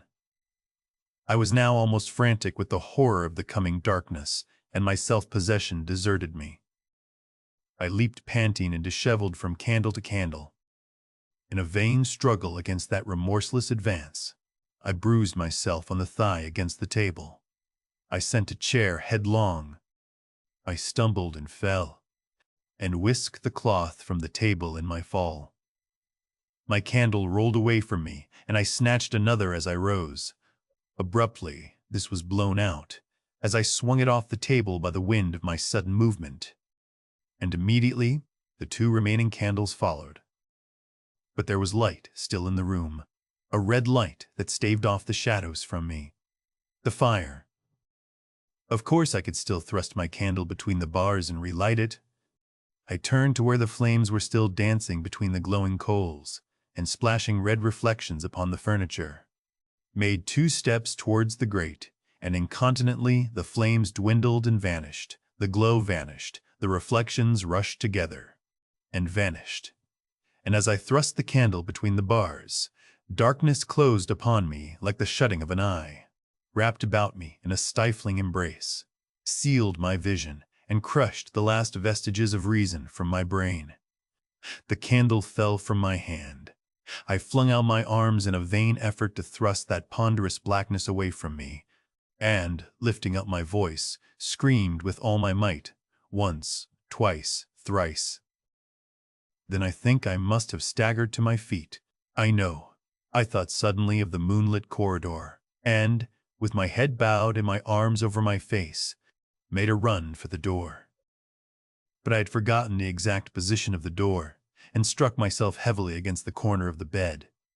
I staggered back, turned, and was either struck or struck myself against some other bulky furniture. I have a vague memory of battering myself thus to and fro in the darkness, of a cramped struggle, and of my own wild crying as I darted to and fro, of a heavy blow at last upon my forehead, a horrible sensation of falling that lasted an age, of my last frantic effort to keep my footing, and then I remember no more. I opened my eyes in daylight. My head was roughly bandaged, and the man with the withered arm was watching my face. I looked about me, trying to remember what had happened, and, for a space I could not recollect. I rolled my eyes into the corner, and saw the old woman, no longer abstracted, pouring out some drops of medicine from a little blue phial into a glass. "Where am I?" I asked. "I seem to remember you, and yet I cannot remember who you are." They told me then, and I heard of the haunted Red Room as one who hears a tale. "We found you at dawn," said he, "and there was blood on your forehead and lips." It was very slowly I recovered my memory of my experience. "You believe now," said the old man, "that the room is haunted?" He spoke no longer as one who greets an intruder, but as one who grieves for a broken friend. "Yes," said I, "the room is haunted. And you have seen it. And we, who have lived here all our lives, have never set eyes upon it, because we have never dared. Tell us, is it truly the old Earl who—" "No," said I, "it is not." "I told you so," said the old lady with the glass in her hand. "It is his poor young countess who was frightened." "It is not," I said. "There is neither ghost of Earl nor ghost of countess in that room. There is no ghost there at all, but worse, far worse." "Well?" they said. "The worst of all the things that haunt poor mortal man," said I, "and that is, in all its nakedness, fear that will not have light nor sound, that will not bear with reason, that deafens and darkens and overwhelms. It followed me through the corridor. It fought against me in the room." I stopped abruptly. There was an interval of silence. My hand went up to my bandages. Then the man with the shade sighed and spoke. "That is it," said he. I knew that was it. A power of darkness. To put such a curse upon a woman? It lurks there always. You can feel it even in the daytime. Even of a bright summer's day, in the hangings, in the curtains, keeping behind you however you face about. In the dusk it creeps along the corridor and follows you, so that you dare not turn. There is fear in that room of hers. Black fear. And there will be, so long as this house of sin endures. Chapter 17. The Purple Pileus.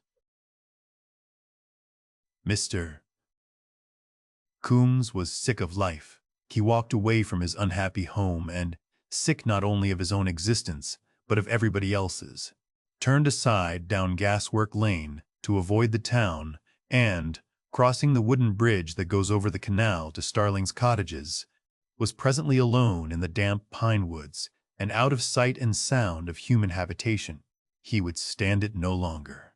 He repeated aloud with blasphemies unusual to him that he would stand it no longer. He was a pale-faced little man, with dark eyes and a fine and very black mustache.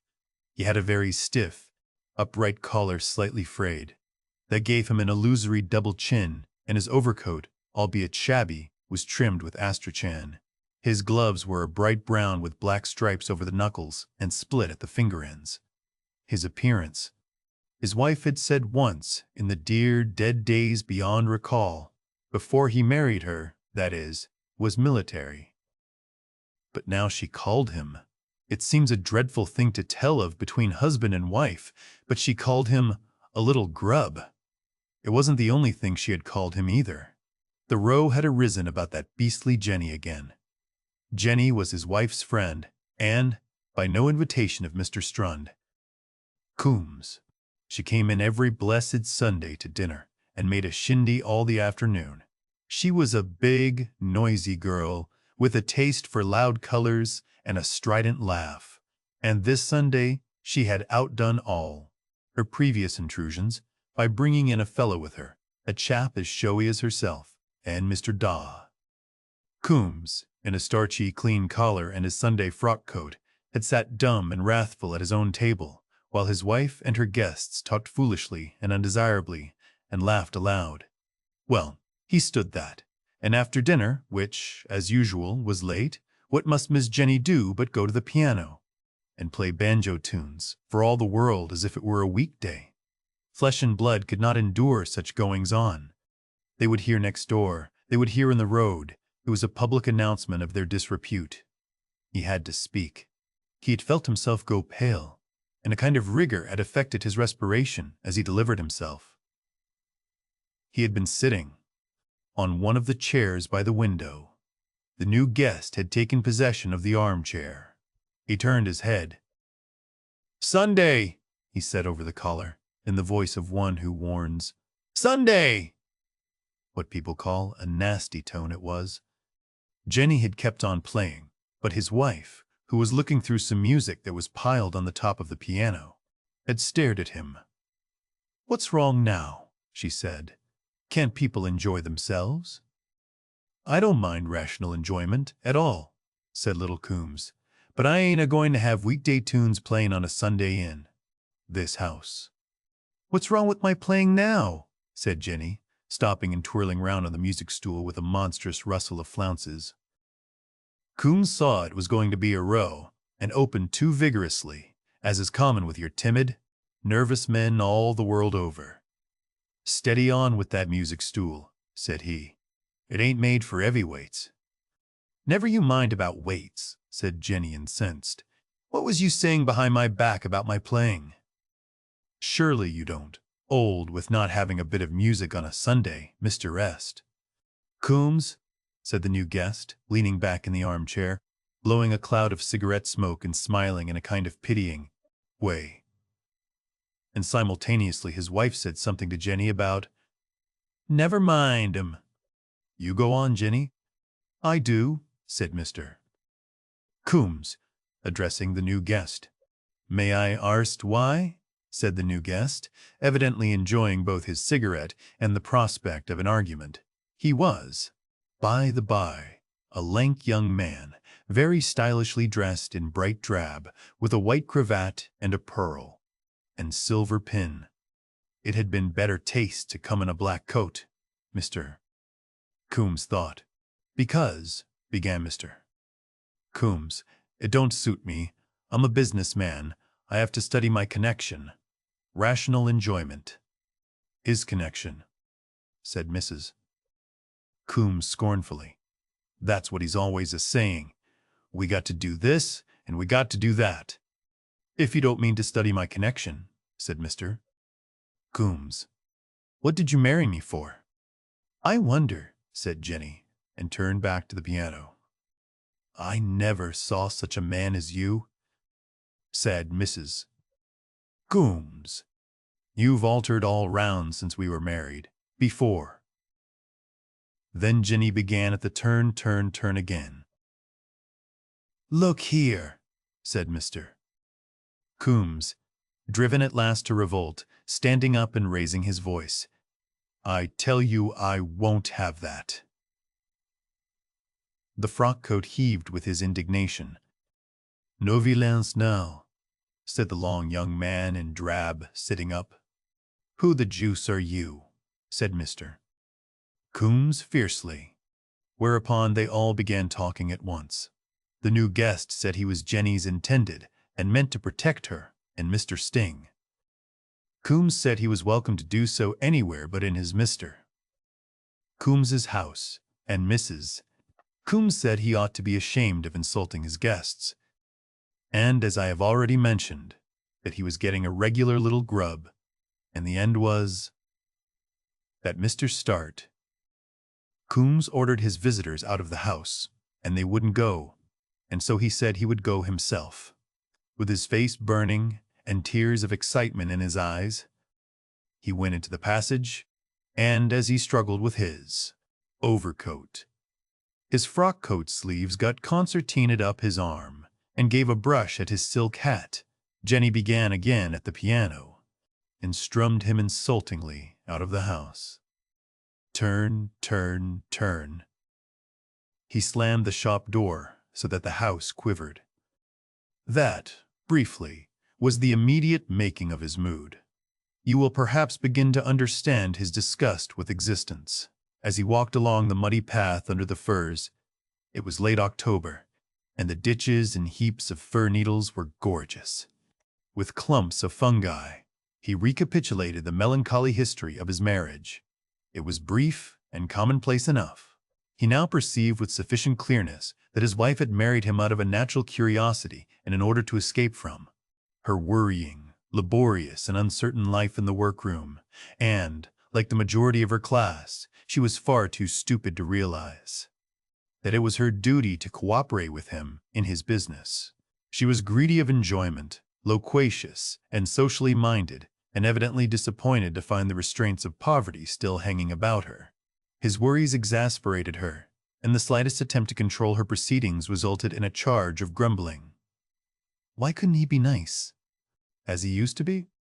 And Coombs was such a harmless little man too, nourished mentally on self-help and with a meager ambition of self-denial and competition. That was to end in a sufficiency.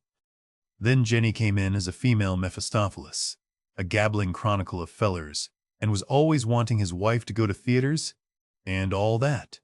And in addition were aunts of his wife and cousins, male and female, to eat up capital, insult him personally, upset business arrangements, annoy good customers, and generally blight his life. It was not the first occasion by many that Mr. Coombs had fled his home in wrath and indignation, and something like fear, vowing furiously and even aloud that he wouldn't stand it, and so frothing away his energy along the line of least resistance. But never before had he been quite so sick of life as on this particular Sunday afternoon. The Sunday dinner may have had its share in his despair and the grayness of the sky. Perhaps, too, he was beginning to realize his unendurable frustration as a businessman as the consequence of his marriage, presently bankruptcy, and after that, perhaps she might have reason to repent when it was too late, and destiny, as I have already intimated, had planted the path through the wood with evil-smelling fungi, thickly, and variously planted it, not only on the right side, but on the left. A small shopman is in such a melancholy position if his wife turns out a disloyal partner. His capital is all tied up in his business, and to leave her means to join the unemployed in some strange part of the earth. The luxuries of divorce are beyond him altogether, so that the good old tradition of marriage for better or worse holds inexorably for him, and things work up to tragic culminations.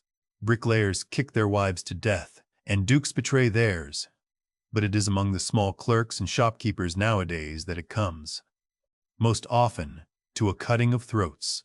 Under the circumstances, it is not so very remarkable, and you must take it as charitably as you can, that the mind of Mr. Mang Coombs ran for a while on some such glorious close to his disappointed hopes, and that he thought of razors, pistols, bread knives, and touching letters to the coroner, denouncing his enemies by name, and praying piously for forgiveness.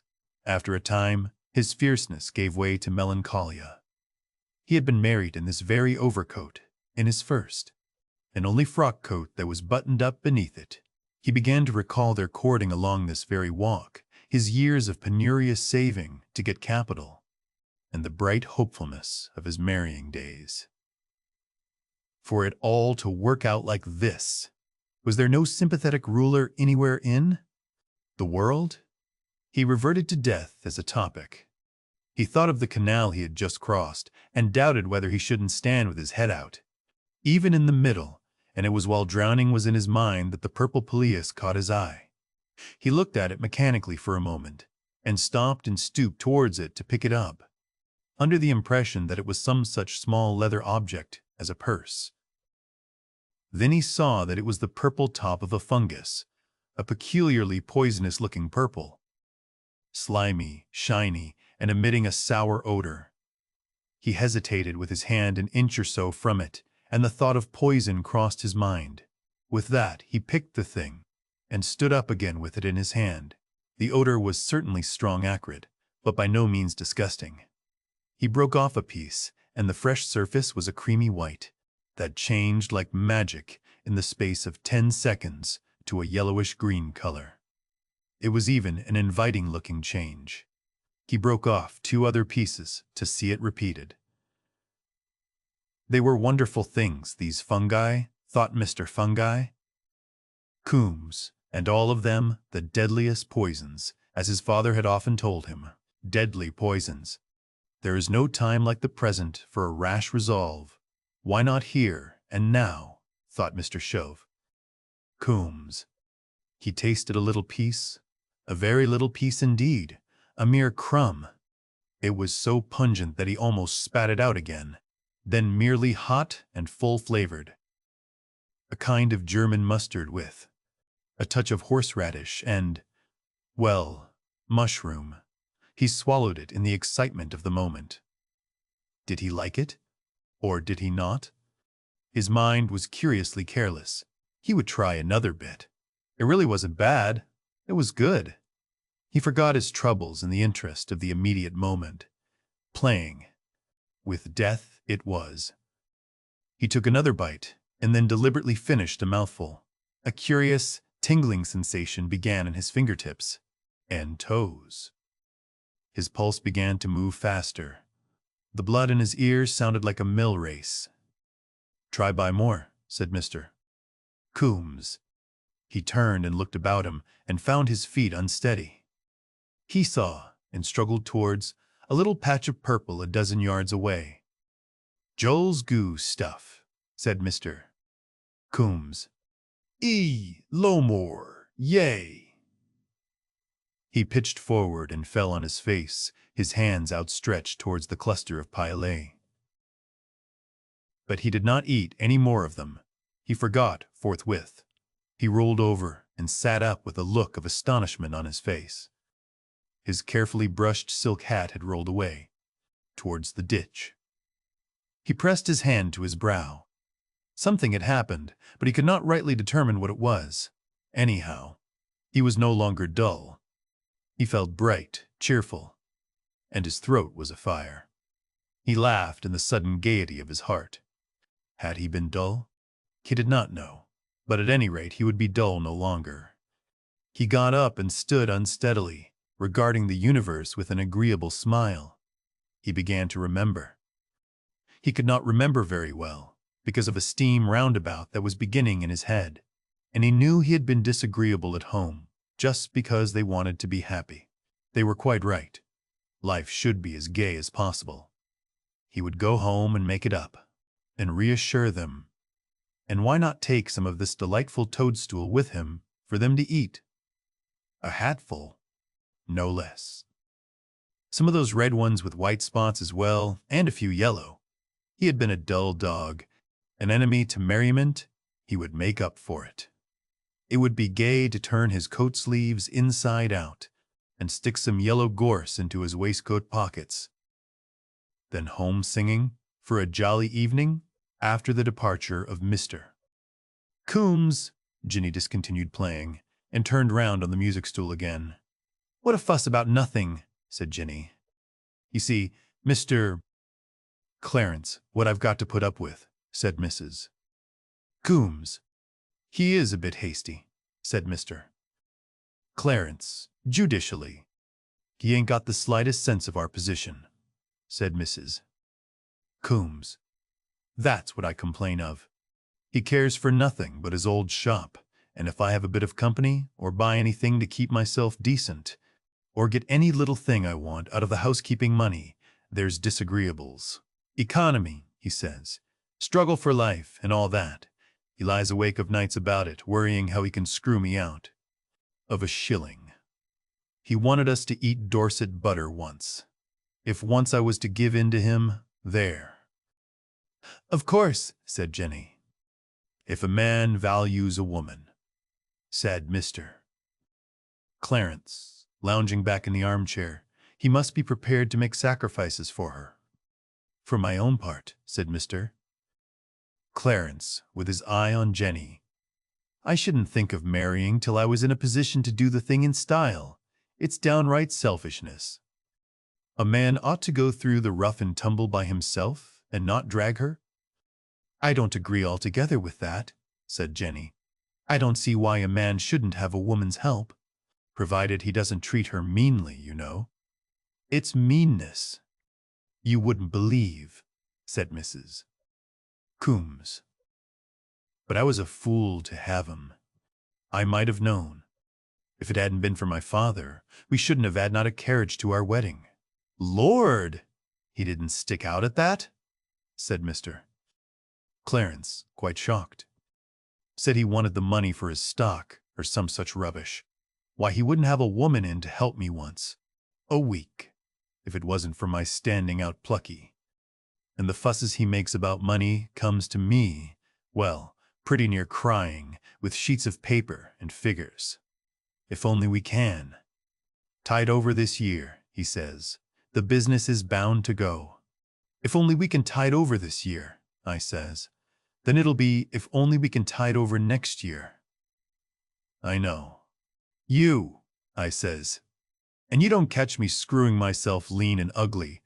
Why didn't you marry a slavey?" I says, "If you wanted one instead of a respectable girl," I says. So Mrs. Coombs. But we will not follow this unedifying conversation further. Suffice it that Mr. Coombs was very satisfactorily disposed of, and they had a snug little time round the fire. Then Mrs. Coombs went to get the tea, and Jenny sat coquettishly on the arm of Mr.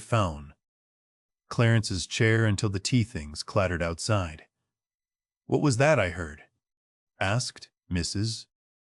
Coombs playfully as she entered, and there was badinage about kissing.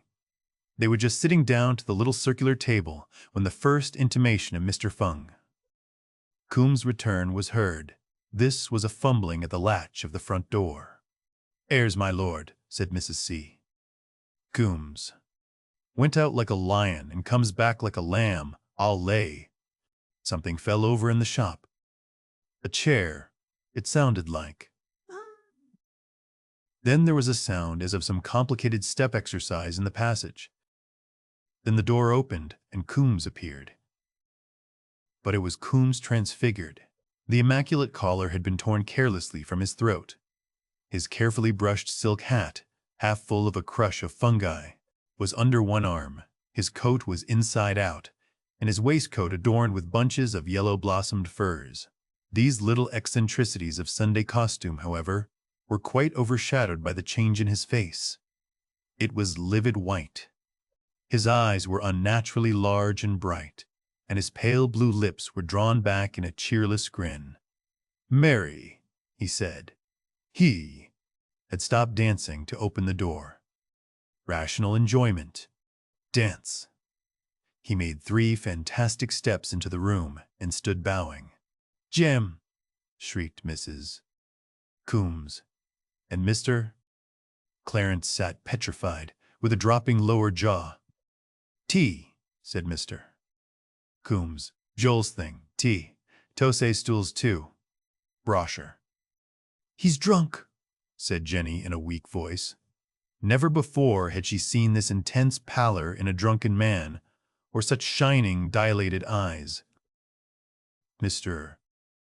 Coombs held out a handful of scarlet agaric to Mr. Clarence. "Joe's stuff," said he. "Ta some." At that moment he was genial. Then, at the sight of their startled faces, he changed, with the swift transition of insanity, into overbearing fury, and it seemed as if he had suddenly recalled the quarrel of his departure. In such a huge voice as Mrs. B's. Coombs had never heard before, he shouted, "My house, I'm master 'ere. Eat what I give yer." He bawled this, as it seemed, without an effort, without a violent gesture. Standing there as motionless as one who whispers, holding out a handful of fungus, Clarence approved himself a coward. He could not meet the mad fury in Coombs's eyes. He rose to his feet, pushing back his chair, and turned, stooping. At that, Coombs rushed at him. Jenny saw her opportunity, and, with the ghost of a shriek, made for the door. Mrs. Coombs followed her. Clarence tried to dodge.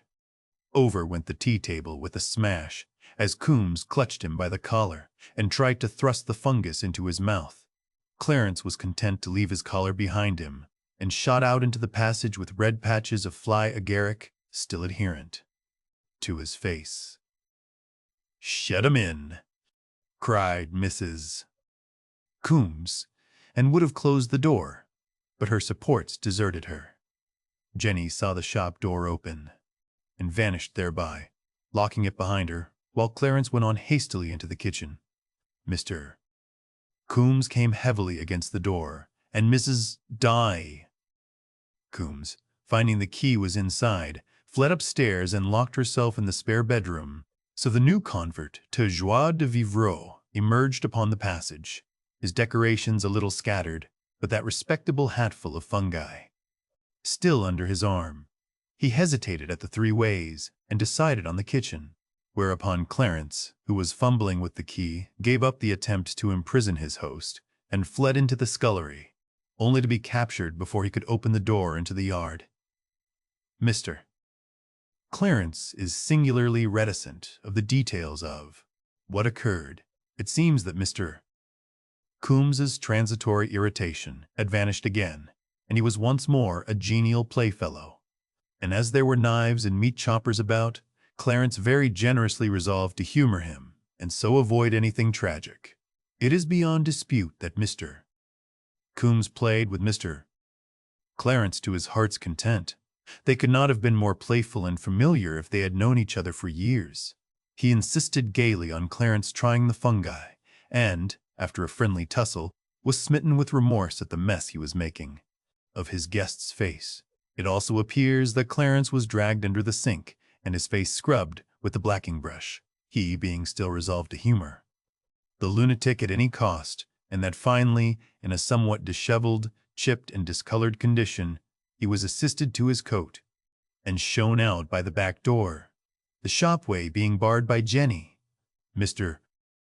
Coombs's wandering thoughts then turned to Jenny. Jenny had been unable to unfasten the shop door, but she shot the bolts against Mr. Coombs's latchkey and remained in possession of the shop for the rest of the evening. It would appear that Mr. Coombs then returned to the kitchen, still in pursuit of gaiety, and, albeit a strict Good Templar, drank or spilt down the front of the first and only frock coat no less than 5 bottles of the stout Mrs. Bresk's. Coombs insisted upon having for her health's sake.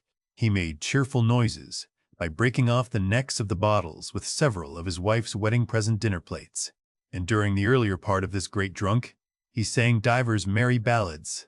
He cut his finger rather badly with one of the bottles, the only bloodshed in this story, and what with that, and the systematic convulsion of his inexperienced physiology by the licorice brand of Mrs.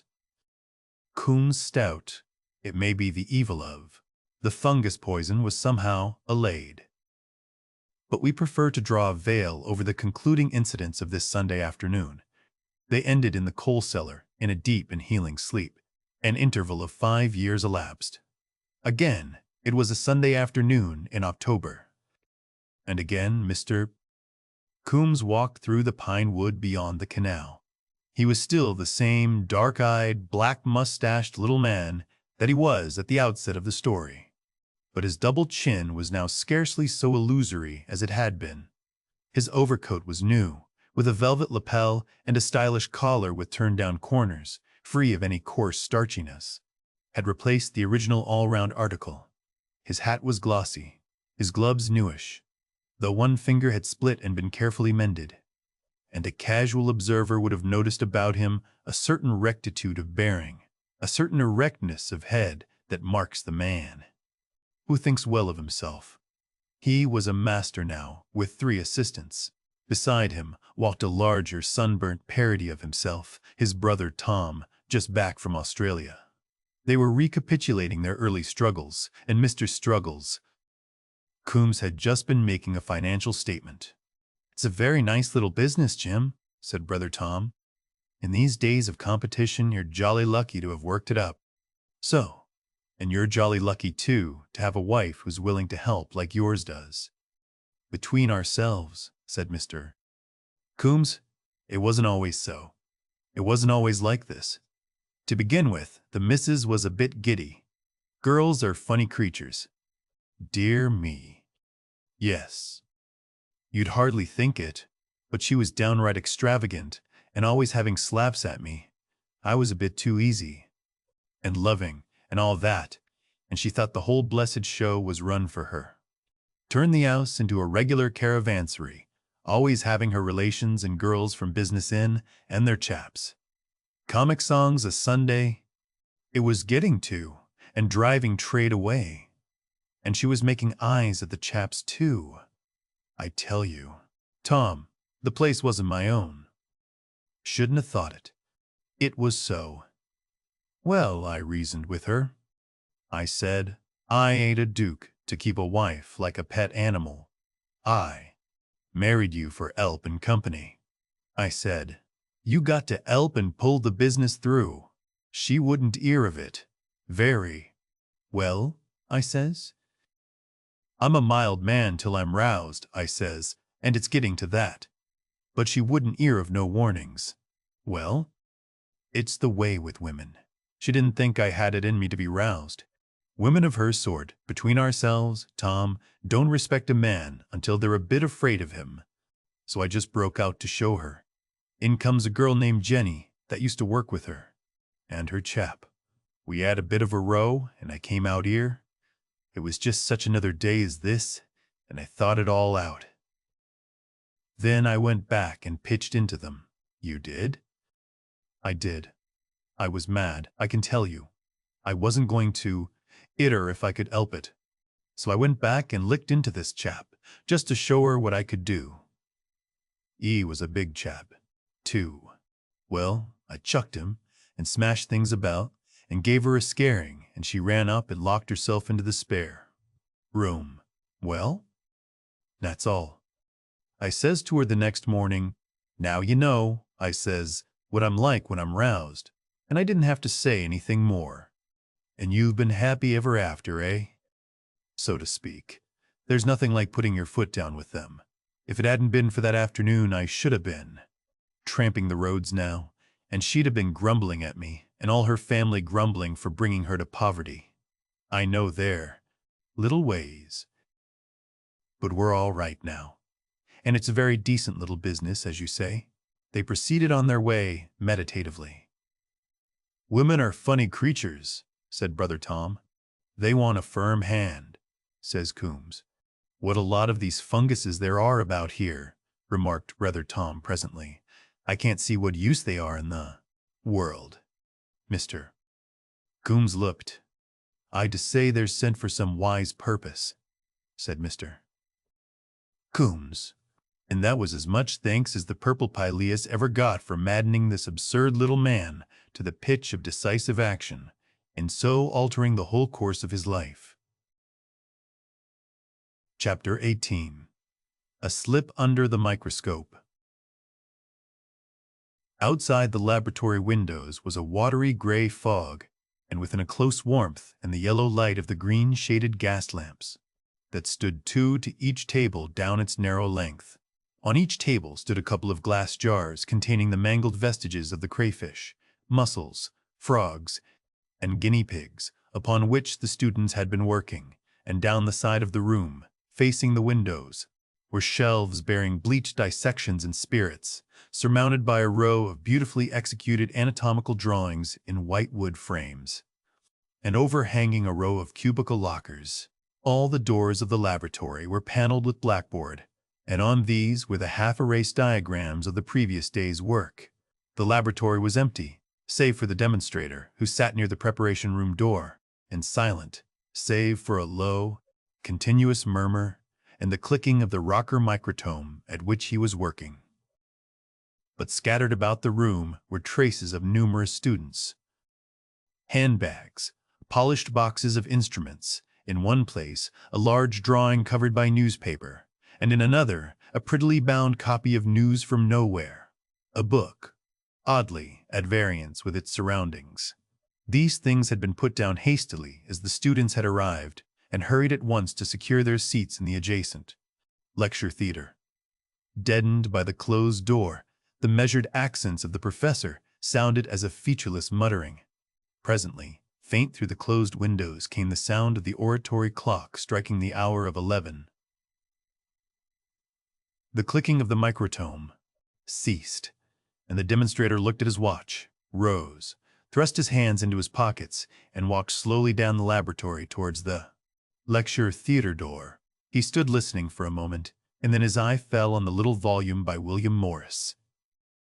He picked it up, glanced at the title, smiled, opened it, looked at the name on the flyleaf, ran the leaves through with his hand, and put it down. Almost immediately, the even murmur of the lecturer ceased.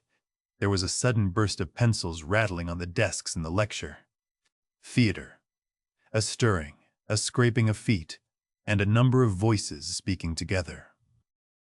Then a firm footfall approached the door, which began to open, and stood ajar as some indistinctly heard question arrested the newcomer. The demonstrator turned, walked slowly back past the microtome, and left the laboratory by the preparation room door.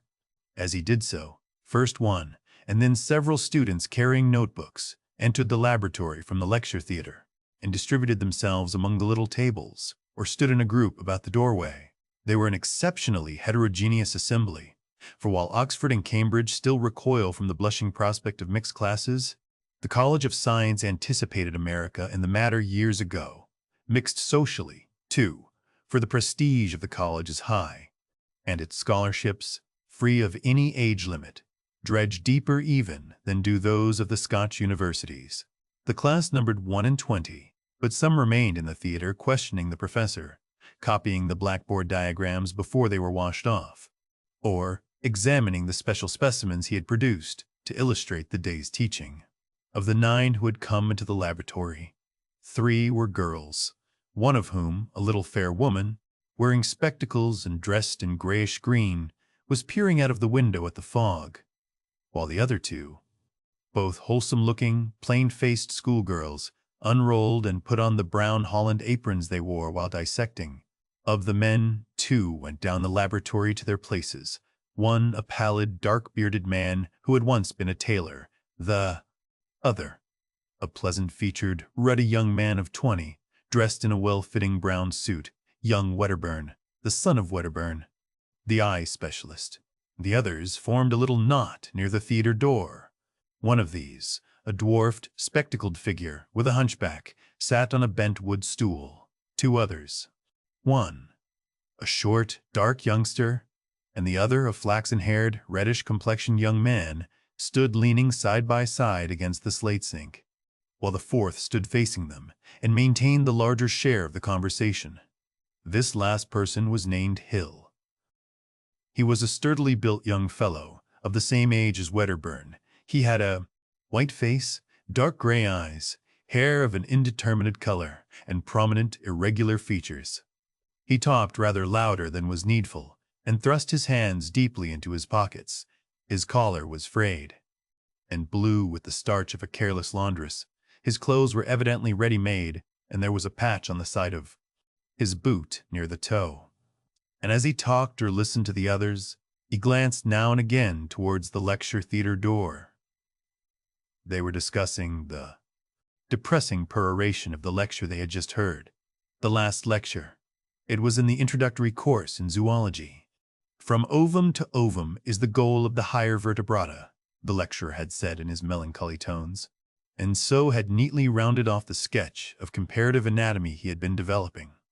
The spectacled hunchback had repeated it with noisy appreciation, had tossed it towards the fair-haired student with an evident provocation, and had started one of these vague, rambling discussions on generalities, so unaccountably dear to the student mind, all the world over. "That is our goal, perhaps. I admit it, as far as science goes," said the fair-haired student, rising to the challenge. "But there are things above science." "Science," said Hill confidently, "is systematic knowledge. Ideas that don't come into the system must, anyhow, be loose ideas." He was not quite sure whether that was a clever saying or a fatuity until his hearers took it seriously. "The thing I cannot understand," said the hunchback at large, "is whether Hill is a materialist or not." "There is one thing above matter," said Hill promptly, feeling he had a better thing this time, aware, too, of someone in the doorway behind him, and raising his voice a trifle for her benefit. "And that is?" "The delusion that there is something above matter." "So we have your gospel at last," said the fair student. "It's all a delusion, is it? All our aspirations to lead something more than dogs' lives, all our work for anything beyond ourselves. But see how inconsistent you are. Your socialism, for instance. Why do you trouble about the interests of the race? Why do you concern yourself about the beggar in the gutter? Why? Are you bothering yourself to lend that book?" He indicated William Morris by a movement of the head to everyone in the lab. "Girl," said the hunchback indistinctly. and glanced guiltily over his shoulder. The girl in brown, with the brown eyes, had come into the laboratory and stood on the other side of the table behind him, with her rolled-up apron in one hand, looking over her shoulder, listening to the discussion. She did not notice the hunchback because she was glancing from Hill to his interlocutor. Hill's consciousness of her presence betrayed itself to her only in his studious ignorance of the fact, but she understood that, and it pleased her. "I see no reason," said he, "why a man should live like a brute because he knows of nothing beyond matter, and does not expect to exist 100 years hence." "Why shouldn't he?" said the fair-haired student. "Why should he?" said Hill. "What inducement has he?" That's the way with all you religious people. It's all a business of inducements. Cannot a man seek after righteousness for righteousness' sake? There was a pause. The fair man answered, with a kind of vocal padding, "But, you see, inducement? When I said inducement, to gain time." And then the hunchback came to his rescue and inserted a question. He was a terrible person in the debating society with his questions, and they invariably took one form, a demand for a definition. "What's your definition of righteousness?" said the hunchback at this stage. Hill experienced a sudden loss of complacency at this question, but even as it was asked, relief came in the person of Brooks, the laboratory attendant, who entered by the preparation room door, carrying a number of freshly killed guinea pigs by their hind legs. "This is the last batch of material this session," said the youngster who had not previously spoken. Brooks advanced up the laboratory, smacking down a couple of guinea pigs at each table. The rest of the class, scenting the prey from afar, came crowding in by the lecture theater door, and the discussion perished abruptly, as the students who were not already in their places hurried to them to secure the choice of a specimen. There was a noise of keys rattling on split rings as lockers were opened and dissecting instruments taken out. Hill was already standing by his table, and his box of scalpels was sticking out of his pocket. The girl in brown came a step towards him and, leaning over his table, said softly, "Did you see that I returned your book, Mr. Hill?" During the whole scene, she and the book had been vividly present in his consciousness, but he made a clumsy pretense of looking at the book and seeing it for the first time. "Oh yes," he said, taking it up. "I see. Did you like it? I want to ask you some questions about it, sometime." "Certainly," said Hill. "I shall be glad." He stopped awkwardly. "You liked it?" he said. "It's a wonderful book, only some things I don't understand." Then suddenly, the laboratory was hushed by a curious, braying noise. It was the demonstrator. He was at the blackboard, ready to begin the day's instruction, and it was his custom to demand silence by a sound. Midway between the ear of common intercourse and the blast of a trumpet, the girl in brown slipped back to her place. It was immediately in front of Hill's, and Hill, forgetting her forthwith, took a notebook out of the drawer of his table, turned over its leaves hastily, drew a stumpy pencil from his pocket, and prepared to make a copious note of the coming demonstration. For demonstrations and lectures are the sacred text of the college students. Books, saving only the professor's own, it is even expedient to ignore. Hill was the son of a Landport cobbler, and had been hooked by a chance blue paper the authorities had thrown out to the Landport Technical College. He kept himself in London on his allowance of £1 a week, and found that, with proper care, this also covered his clothing allowance, an occasional waterproof collar, that is, and ink, and needles and cotton, and such like necessaries for a man about town. This was his first year and his first session, but the brown old man in Landport had already got himself detested in many public houses by boasting of his son, the professor. Hill was a vigorous youngster, with a serene contempt for the clergy of all denominations, and a fine ambition to reconstruct the world. He regarded his scholarship as a brilliant opportunity. He had begun to read at 7, and had read steadily whatever came in his way, good or bad. Since then, his worldly experience had been limited to the island of Portsea, and acquired chiefly in the wholesale boot factory in which he had worked by day. After passing the 7th standard of the board school, he had a considerable gift of speech. As the college debating society, which met amidst the crushing machines and mine models in the metallurgical theater downstairs, already recognized by a violent battering of desks whenever he rose. And he was just at that fine emotional age when life opens at the end of a narrow pass, like a broad valley, at one's feet, full of the promise of wonderful discoveries and tremendous achievements, and his own limitations, save that he knew neither Latin nor French, were all unknown to him. At first, his interest had been divided pretty equally between his biological work at the college and social and theological theorizing, an employment which he took in deadly earnest. Of a night, when the big museum library was not open, he would sit on the bed of his room in Chelsea with his coat and a muffler on, and write out the lecture notes and revise his dissection memoranda until Thorpe called him out by a whistle.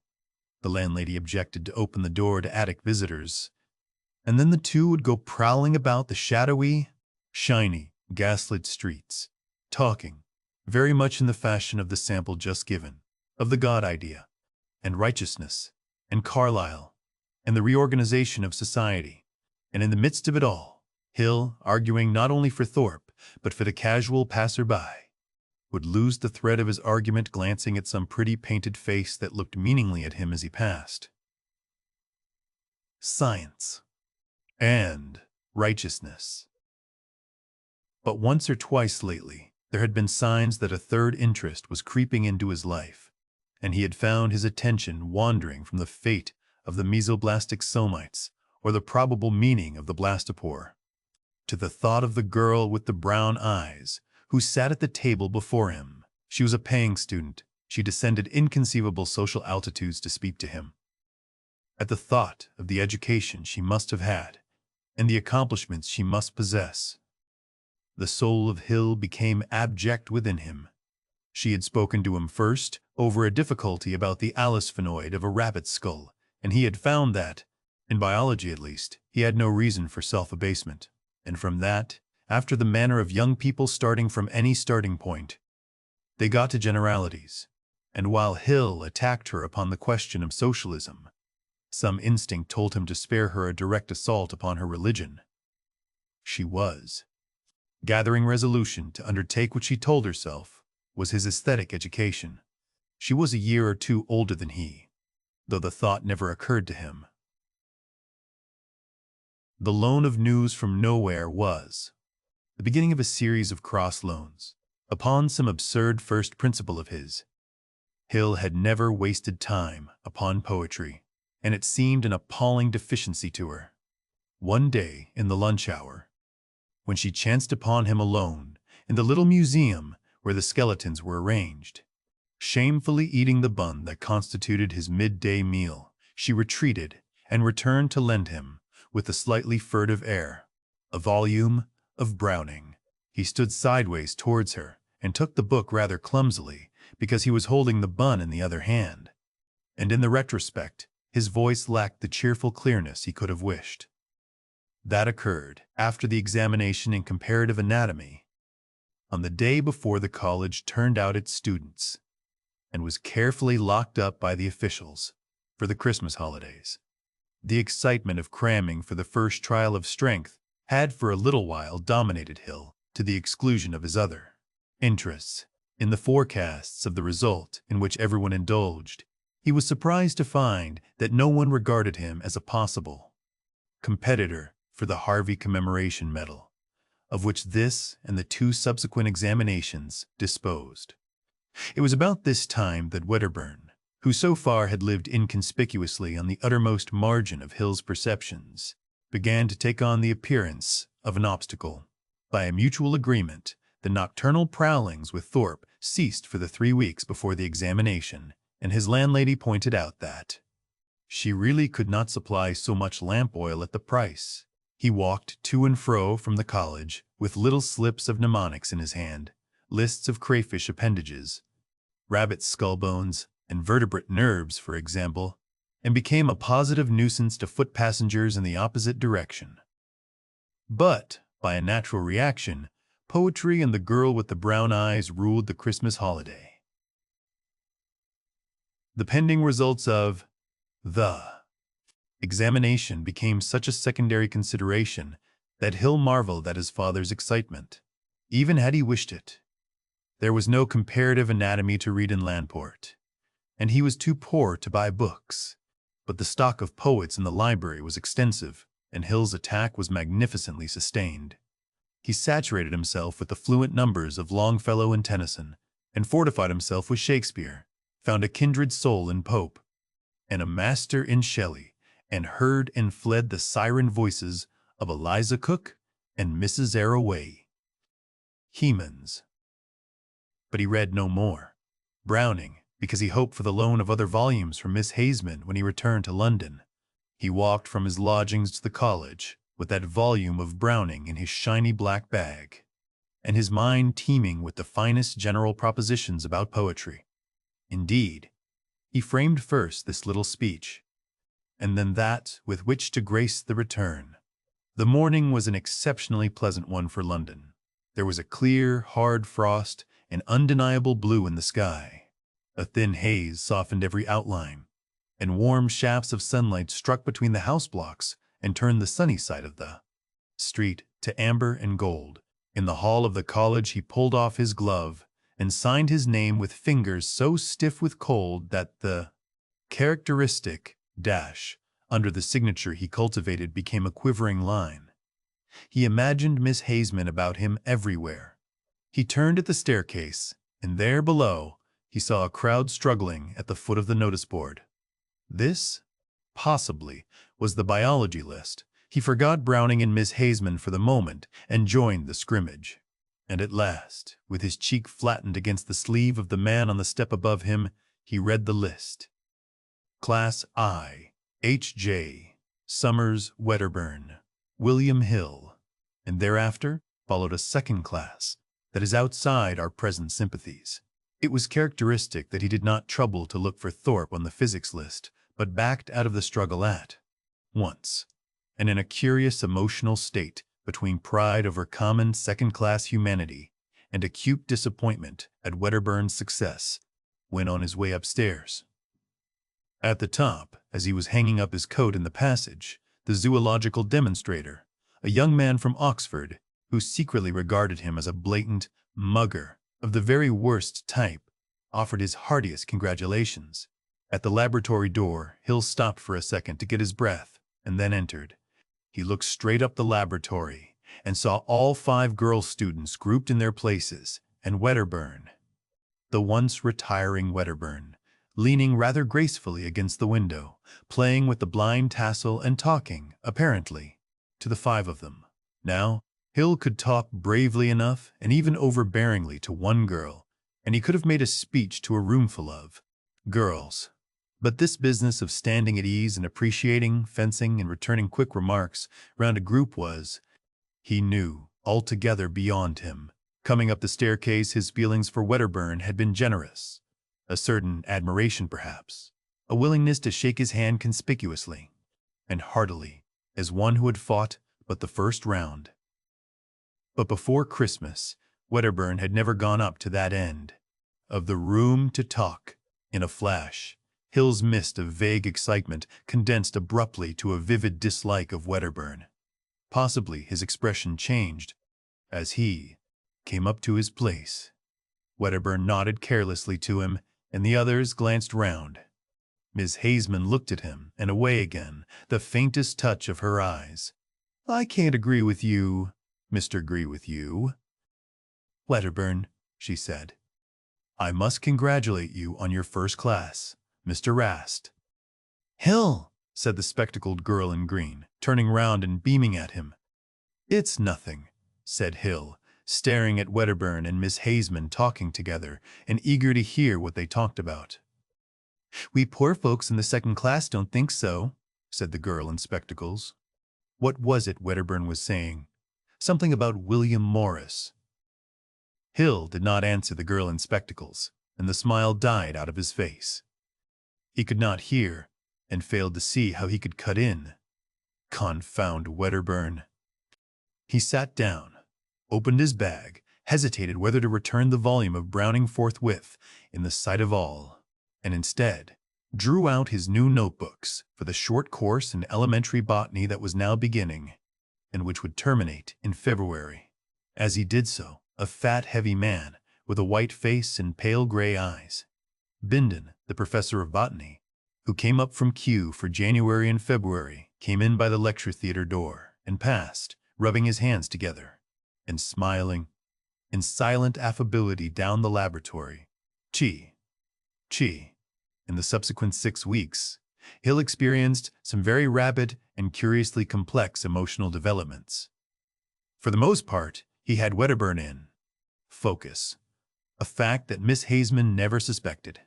She told Hill, for in the comparative privacy of the museum she talked a good deal to him of socialism and Browning and general propositions, that she had met Wedderburn at the house of some people she knew, and he's inherited his cleverness, for his father, you know, is the great eye specialist.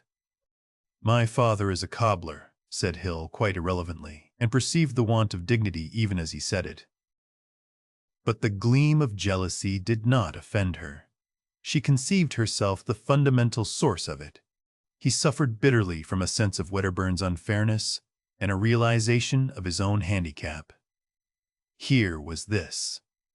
Wedderburn had picked up a prominent man for a father, and instead of his losing so many marks on the score of that advantage, it was counted to him for righteousness. And while Hill had to introduce himself and talk to Miss Haseman clumsily over mangled guinea pigs in the laboratory, this Wedderburn, in some backstairs way, had access to her social altitudes and could converse in a polished argot that Hill understood perhaps, but felt incapable of speaking. Not, of course, that he wanted to. Then it seemed to Hill that for Wedderburn to come there day after day with cuffs unfrayed, neatly tailored, precisely barbered, quietly perfect, was in itself an ill-bred, sneering sort of proceeding. Moreover, it was a stealthy thing for Wedderburn to behave insignificantly for a space, to mock modesty, to lead Hill to fancy that he himself was beyond dispute, the man of the year, and then suddenly to dart in front of him, and incontinently to swell up in this fashion. In addition to these things, Wedderburn displayed an increasing disposition to join in any conversational grouping that included Miss Haseman, and would venture, and indeed seek occasion, to pass opinions derogatory to socialism and atheism. He goaded Hill to incivilities by neat, shallow, and exceedingly effective personalities about the socialist leaders, until Hill hated Bernard Shaw's graceful egotisms, William Morris's limited editions and luxurious wallpapers, and Walter Crane's charmingly absurd ideal working men, about as much as he hated Wedderburn. The dissertations in the laboratory, that had been his glory in the previous term, became a danger, degenerated into inglorious tussles with Wedderburn, and Hill kept to them only out of an obscure perception that his honor was involved. In the debating society, Hill knew quite clearly that, to a thunderous accompaniment of banged desks, he could have pulverized Wedderburn. Only Wedderburn never attended the debating society to be pulverized because, nauseous affectation, he dined late. You must not imagine that these things presented themselves in quite such a crude form to Hill's perception. Hill was a born generalizer. Wedderburn to him was not so much an individual obstacle as a type, the salient angle of a class. The economic theories that, after infinite ferment, had shaped themselves in Hill's mind became abruptly concrete at the contact.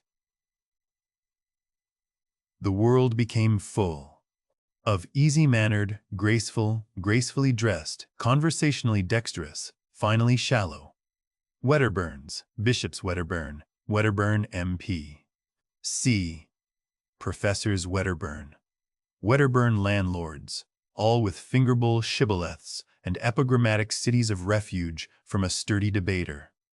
And everyone ill-clothed or ill-dressed, from the cobbler to the cab-runner, was a man and a brother, a fellow sufferer, to Hill's imagination, so that he became, as it were, a champion of the fallen and oppressed, albeit to outward seeming only a self-assertive, ill-mannered young man, and an unsuccessful champion at that.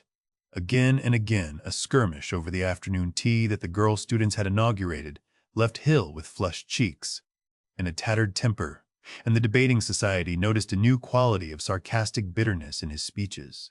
You will understand now how it was necessary, if only in the interests of humanity, that Hill should demolish Wedderburn in the forthcoming examination and outshine him in the eyes of Miss Haseman.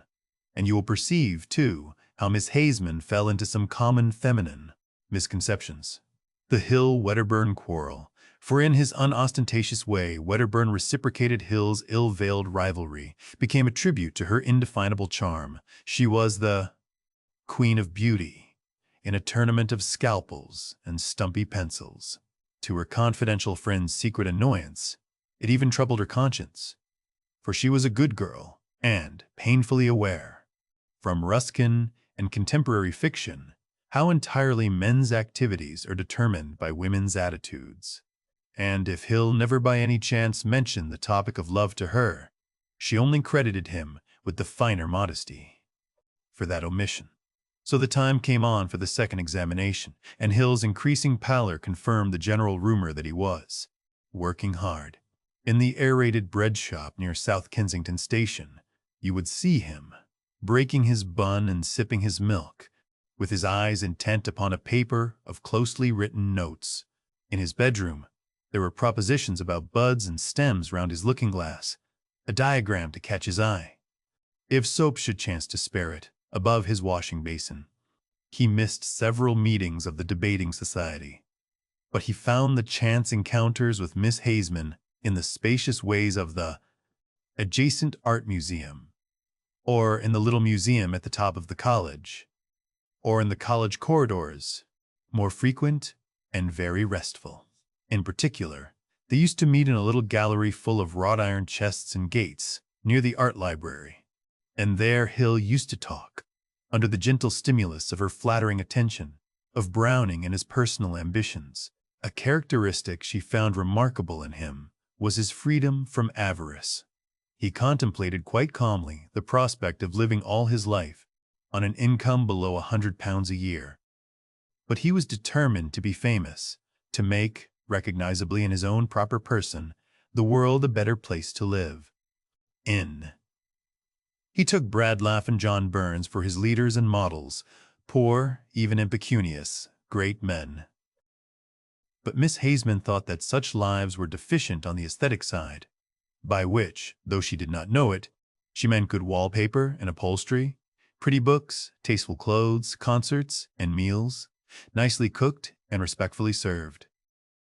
At last came the day of the second examination, and the professor of botany, a fussy, conscientious man, rearranged all the tables in a long, narrow laboratory to prevent copying, and put his demonstrator on a chair and a table, where he felt, he said, like a Hindu god, to see all the cheating, and stuck a notice outside the door closed, for no earthly reason that any human being could discover.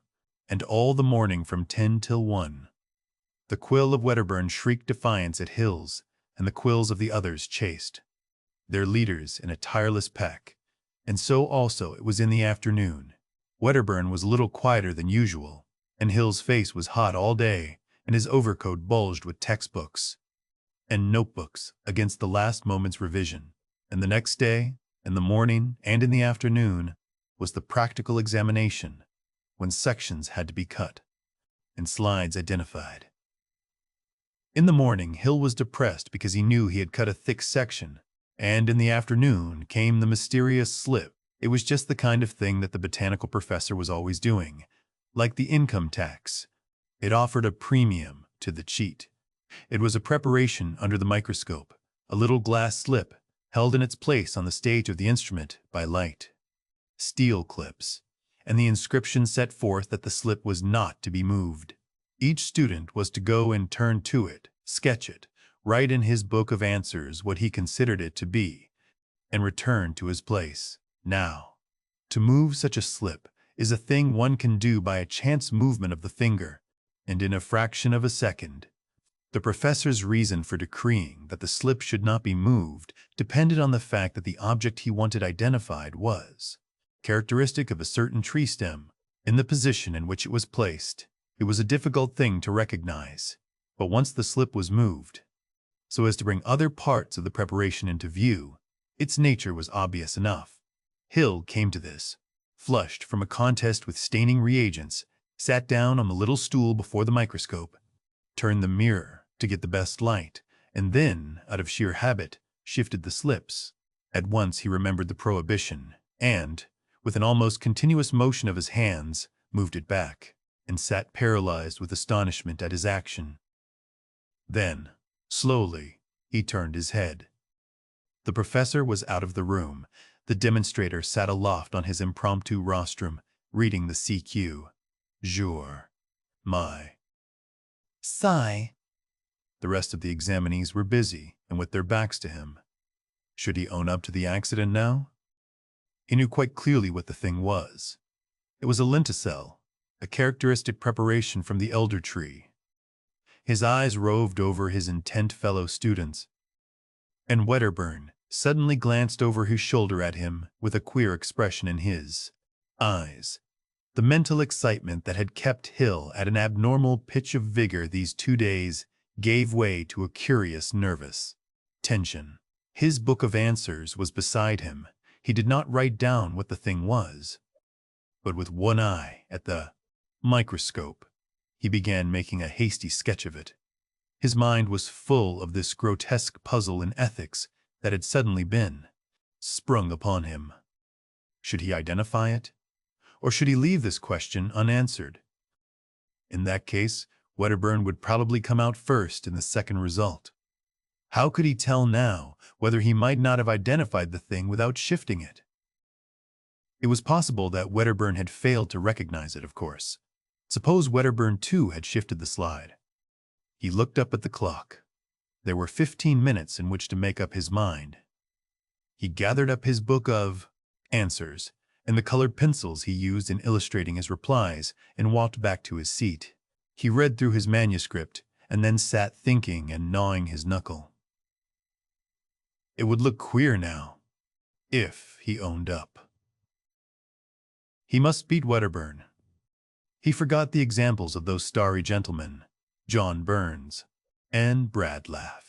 Besides, he reflected, the glimpse of the rest of the slip he had had was, after all, quite accidental, forced upon him by chance, a kind of providential revelation rather than an unfair advantage. It was not nearly so dishonest to avail himself of that as it was of Broom, who believed in the efficacy of prayer, to pray daily for a first class. 5 minutes more, said the demonstrator, folding up his paper and becoming observant. Hill watched the clock hands until 2 minutes remained. Then he opened the book of answers and, with hot ears and an affectation of ease, gave his drawing of the lenticel its name. When the second pass list appeared, the previous positions of Wedderburn and Hill were reversed, and the spectacled girl in green, who knew the demonstrator in private life, where he was practically human, said that in the result of the 2 examinations taken together, Hill had the advantage of a mark 167 to 66 out of a possible 200. Everyone admired Hill in a way, though the suspicion of mugging clung to him.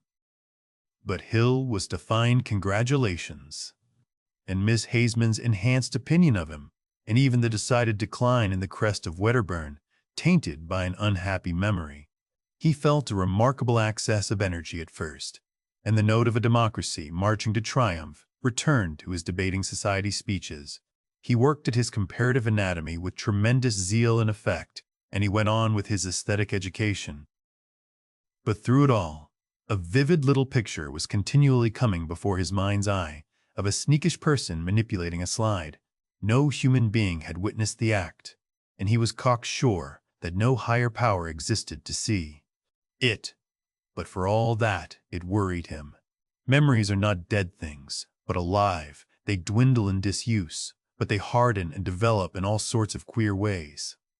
If they are being continually fretted, curiously enough, though at the time he perceived clearly that the shifting was accidental, as the days wore on, his memory became confused about it, until at last he was not sure, although he assured himself that he was sure whether the movement had been absolutely involuntary. Then it is possible that Hill's dietary was conducive to morbid conscientiousness, a breakfast frequently eaten in a hurry, a midday bun, and, at such hours after 5 as chanced to be convenient, such meat as his means determined, usually in a chop-house in a back street off the Brompton Road. Occasionally, he treated himself to 3-penny or 9-penny classics, and they usually represented a suppression of potatoes or chops. It is indisputable that outbreaks of self-abasement and emotional revival have a distinct relation to periods of scarcity. But apart from this influence on the feelings, there was in Hill a distinct aversion to falsity that the blasphemous Landport cobbler had inculcated by strap and tongue from his earliest years. Of one fact about professed atheists, I am convinced they may be, they usually are, fools, void of subtlety, revilers of holy institutions, brutal speakers, and mischievous knaves, but they lie with difficulty. If it were not so, if they had the faintest grasp of the idea of compromise, they would simply be liberal churchmen. And, moreover, this memory poisoned his regard for Miss Haseman, for she now so evidently preferred him to Wedderburn that he felt sure he cared for her, and began reciprocating her attentions by timid marks of personal regard. At one time he even bought a bunch of violets, carried it about in his pocket, and produced it, with a stumbling explanation, withered and dead, in the gallery of old iron. It poisoned, too, the denunciation of capitalist dishonesty that had been one of his life's pleasures. And, lastly, it poisoned his triumph in Wedderburn. Previously, he had been Wedderburn's superior in his own eyes and had raged simply at a want of recognition. Now he began to fret at the darker suspicion of positive inferiority. He fancied he found justifications for his position in Browning, but they vanished on analysis. At last, moved, curiously enough, by exactly the same motive forces that had resulted in his dishonesty, he went to Professor Bindon and made a clean breast of the whole affair. As Hill was a paid student, Professor Bindon did not ask him to sit down, and he stood before the professor's desk as he made his confession. "It's a curious story," said Professor Bindon, slowly realizing how the thing reflected on himself, and then letting his anger rise. "A most remarkable story. I can't understand your doing it, and I can't understand this avowal. You're a type of student Cambridge men would never dream. I suppose I ought to have thought, why did you cheat?"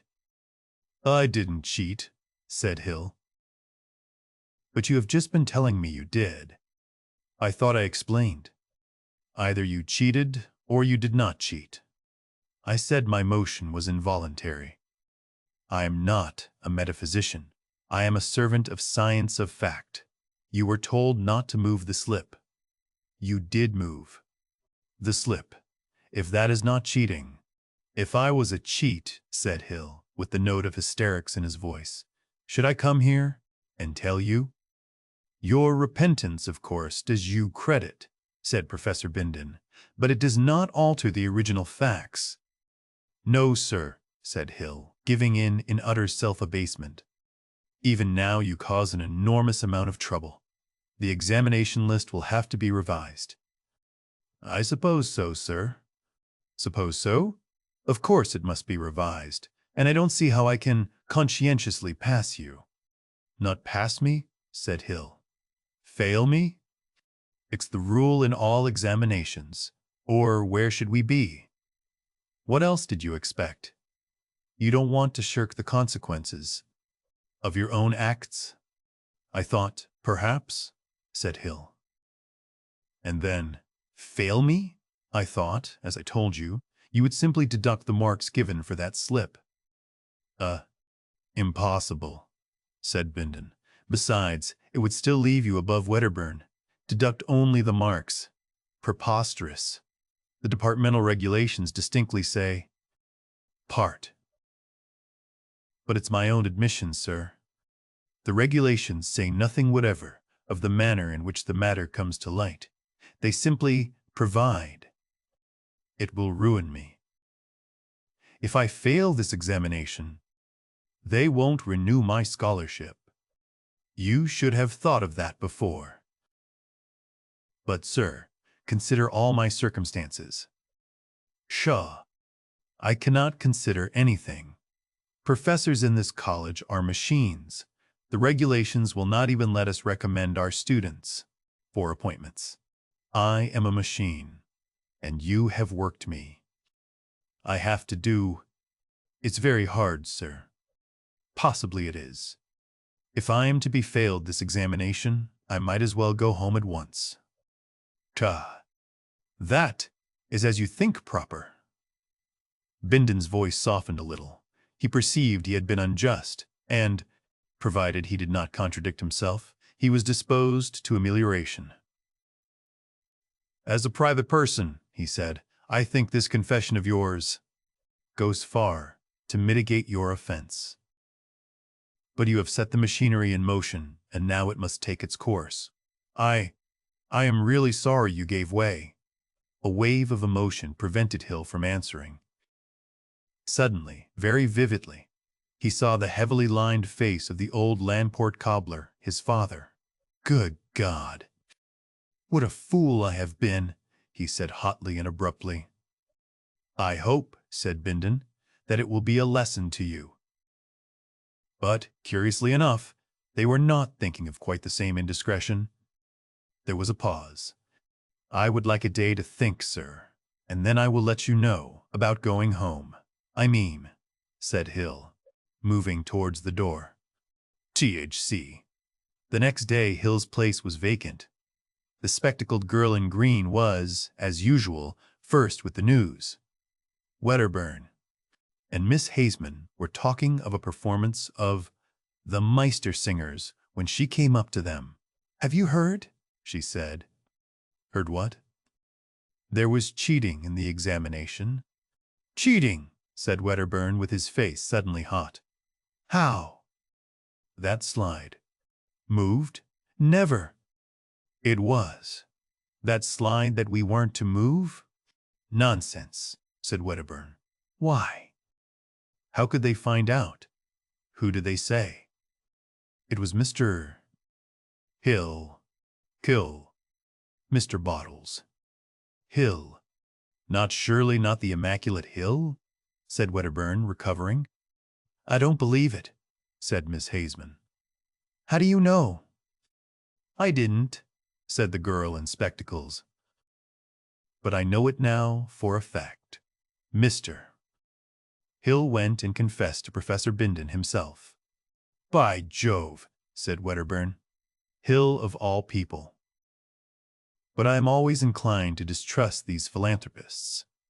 On principle. Are you quite sure? Said Miss Haseman, with a catch in her breath. Quite. It's dreadful, isn't it? But, you know, what can you expect? His father is a cobbler. Then Miss Haseman astonished the girl in spectacles. I don't care. I will not believe it, she said, flushing darkly under her warm-tinted skin. I will not believe it until he has told me so himself, face to face. I would scarcely believe it then. And abruptly she turned her back on the girl in spectacles and walked to her own place.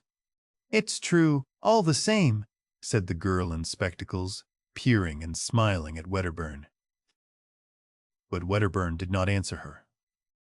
She was indeed one of those people who seemed destined to make unanswered remarks. Chapter 19. The Crystal Egg. There was, until a year ago, a little and very grimy-looking shop near 7 Dials, over which, in weather-worn yellow lettering, The name of C. Cave, naturalist and dealer in antiquities, was inscribed. The contents of its window were curiously variegated.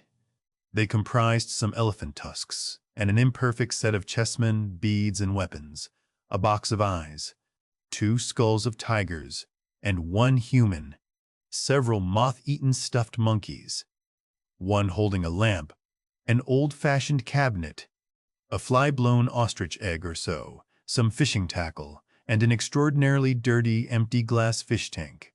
There was also, at the moment the story begins, a mass of crystal, worked into the shape of an egg, and brilliantly polished. And at that, 2 people who stood outside the window were looking. One of them, a tall, thin clergyman. The other, a black-bearded young man of dusky complexion and unobtrusive costume. The dusky young man spoke with eager gesticulation and seemed anxious for his companion to purchase the article.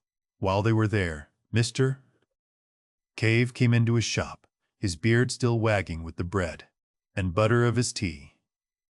When he saw these men and the object of their regard, his countenance fell.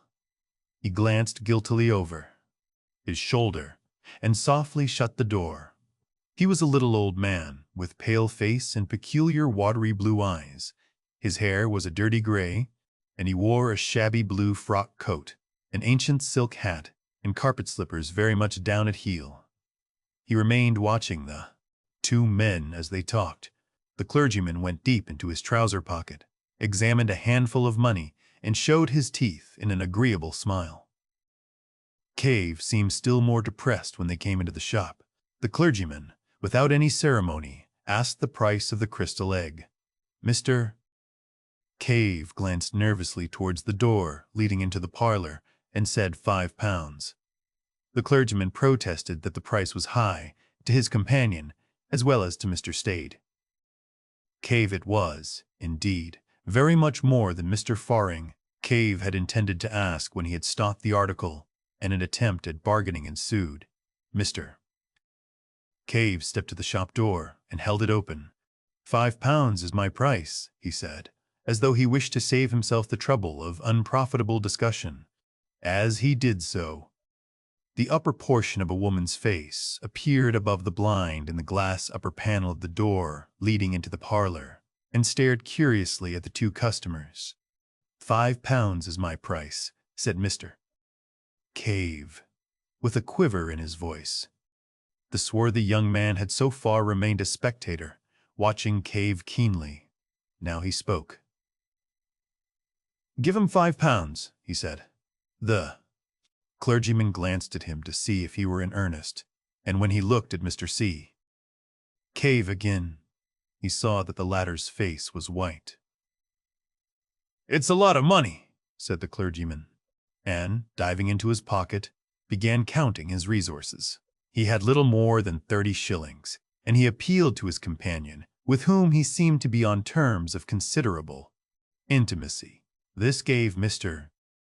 Cave an opportunity of collecting his thoughts, and he began to explain in an agitated manner that the crystal was not, as a matter of fact, entirely free for sale. His 2 customers were naturally surprised at this, and inquired why he had not thought of that before he began to bargain. Mr. Cave became confused, but he stuck to his story, that the crystal was not on the market that afternoon, that a probable purchaser of it had already appeared. The 2, treating this as an attempt to raise the price still further, made as if they would leave the shop. But at this point, the parlor door opened, and the owner of the dark fringe and the little eyes appeared. She was a coarse-featured, corpulent woman, younger and very much larger than Mr. Bain. Cave. She walked heavily, and her face was flushed. "That crystal is for sale," she said, "and £5 is a good enough price for it. I can't think what you're about, Cave, not to take the gentleman's offer." Mr. Cave, greatly perturbed by the eruption, looked angrily at her over the rims of his spectacles, and, with that excessive assurance, asserted his right to manage his business in his own way. An altercation began. The two customers watched the scene with interest and some amusement, occasionally assisting Mrs. Boder. Cave with suggestions. Mr. Farr. Cave, hard-driven, persisted in a confused and impossible story of an inquiry for the crystal that morning, and his agitation became painful. But he stuck to his point with extraordinary persistence. It was the young Oriental who ended this curious controversy. He proposed that they should call again in the course of 2 days, so as to give the alleged inquirer a fair chance. "And then we must insist," said the clergyman. £5. Mrs. Cave took it on herself to apologize for her husband, explaining that he was sometimes a little odd. And as the two customers left, the couple prepared for a free discussion of the incident in all its bearings. Mrs. Cave talked to her husband with singular directness. The poor little man, quivering with emotion, muddled himself between his stories, maintaining on the one hand that he had another customer in view, and on the other asserting that the crystal was honestly worth 10 guineas. "Why did you ask £5?" said his wife. "Do let me manage my business my own way," said Mr. Cave. Mr. Find. Cave had living with him a step-daughter and a step-son, and at supper that night the transaction was rediscussed. None of them had a high opinion of Mr. Fist, Cave's business methods, and this action seemed a culminating folly. "It's my opinion he's refused that crystal before," said the stepson, a loose-limbed lout of 18. "But £5," said the stepdaughter, an argumentative young woman of 26. Mr. Cave's answers were wretched. He could only mumble weak assertions that he knew his own business best. They drove him from his half-eaten supper into the shop, to close it for the night, his ears aflame and tears of vexation behind his spectacles. Why had he left the crystal in the window so long? The folly of it. That was the trouble closest in his mind. For a time he could see no way of evading sale. After supper his stepdaughter and stepson smartened themselves up and went out, and his wife retired upstairs to reflect upon the business aspects of the crystal, over a little sugar and lemon, and so forth in hot water. Mr. Cave went into the shop and stayed there until late, ostensibly to make ornamental rockeries for goldfish cases, but really for a private purpose that will be better explained later. The next day, Mrs. Cave found that the crystal had been removed from the window and was lying behind some second-hand books on angling. She replaced it in a conspicuous position. But she did not argue further about it, as a nervous headache disinclined her from debate. Mr. Cave was always disinclined. The day passed disagreeably. Mr. Fibed. Cave was, if anything, more absent-minded than usual, and uncommonly irritable withal. In the afternoon, when his wife was taking her customary sleep, he removed the crystal from the window again. The next day, Mr. Cave had to deliver a consignment of dogfish at one of the hospital schools, where they were needed for dissection. In his absence, Mrs. Cave's mind reverted to the topic of the crystal and the methods of expenditure suitable to a windfall of £5. She had already devised some very agreeable expedients. Among others, a dress of green silk for herself and a trip to Richmond, when a jangling of the front door bell summoned her into the shop. The customer was an examination coach who came to complain of the non-delivery of certain frogs asked for the previous day. Mrs. Cave did not approve of this particular branch of Mr. Cave's business, and the gentleman, who had called in a somewhat aggressive mood, retired after a brief exchange of words, entirely civil so far as he was concerned. Mrs. Cave's eye then naturally turned to the window, for the sight of the crystal was an assurance of the £5 and of her dreams. What was her surprise to find it gone? She went to the place behind the locker on the counter, where she had discovered it the day before. It was not there, and she immediately began an eager search about the shop, when Mr. Cave returned from his business with the dogfish about 1:45 in the afternoon. He found the shop in some confusion, and his wife, extremely exasperated and on her knees behind the counter, routing among his taxidermic material. Her face came up hot and angry over the counter as the jangling bell announced his return, and she forthwith accused him of hiding it. "Hid what?" asked Mr. Cave. "The crystal." At that, Mr.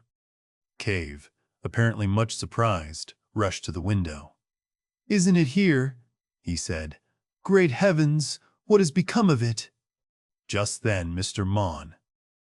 Cave's stepson re-entered the shop from the inner room. He had come home a minute or so before Mr.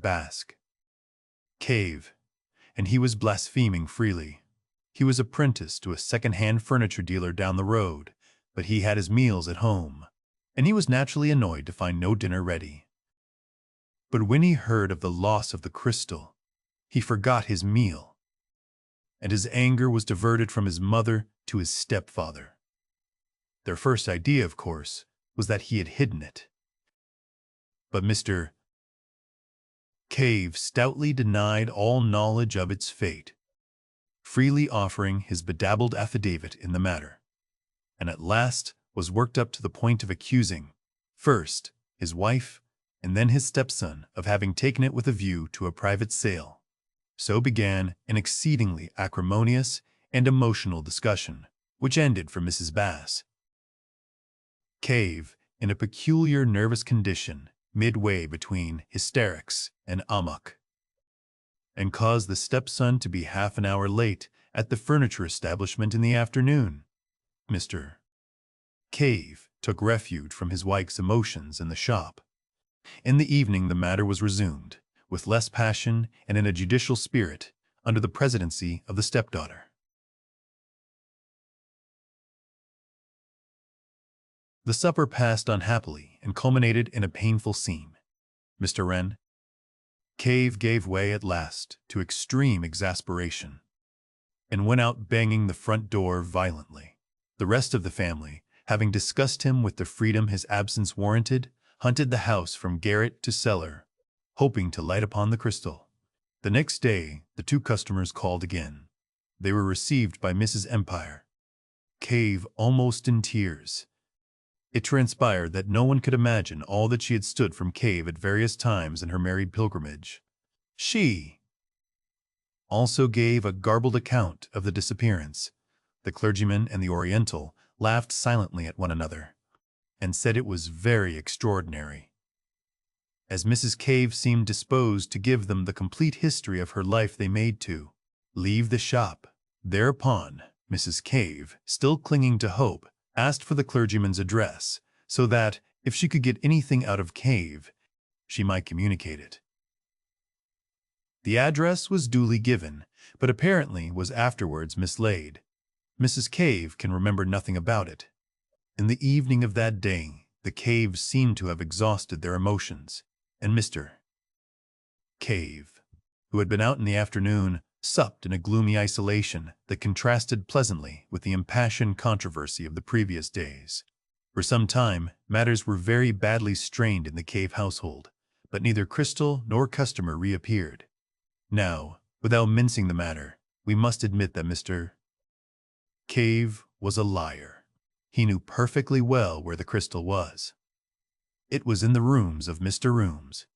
Jacoby Wace, assistant demonstrator at St. Demonstrator, Catherine's Hospital, Westbourne Street. It stood on the sideboard, partially covered by a black velvet cloth, and beside a decanter of American whiskey. It is from Mr.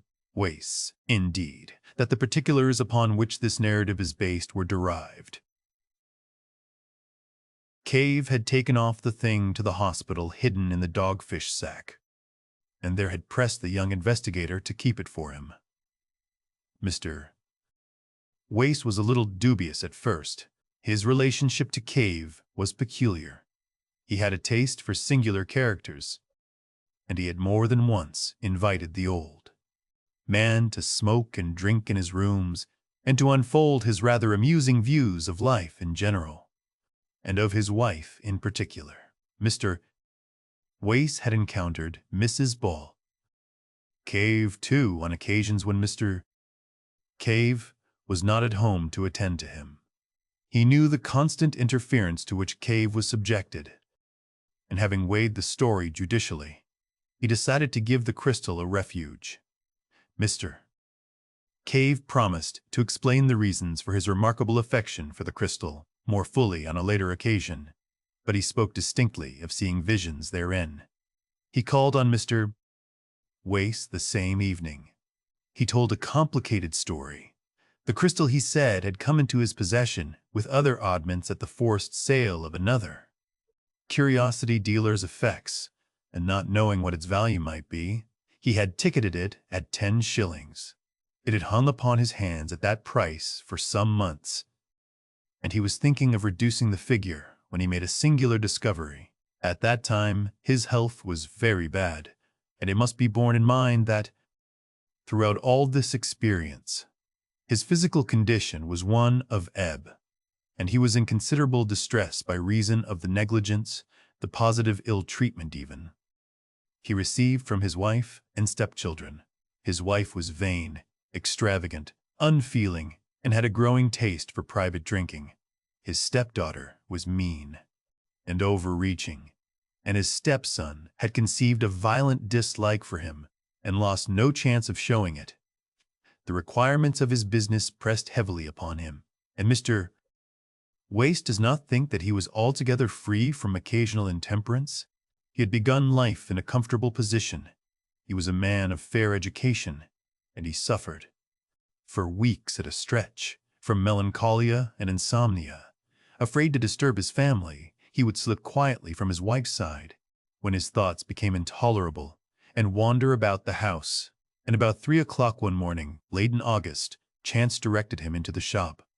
The dirty little place was impenetrably black, except in one spot, where he perceived an unusual glow of light. Approaching this, he discovered it to be the crystal egg, which was standing on the corner of the counter towards the window.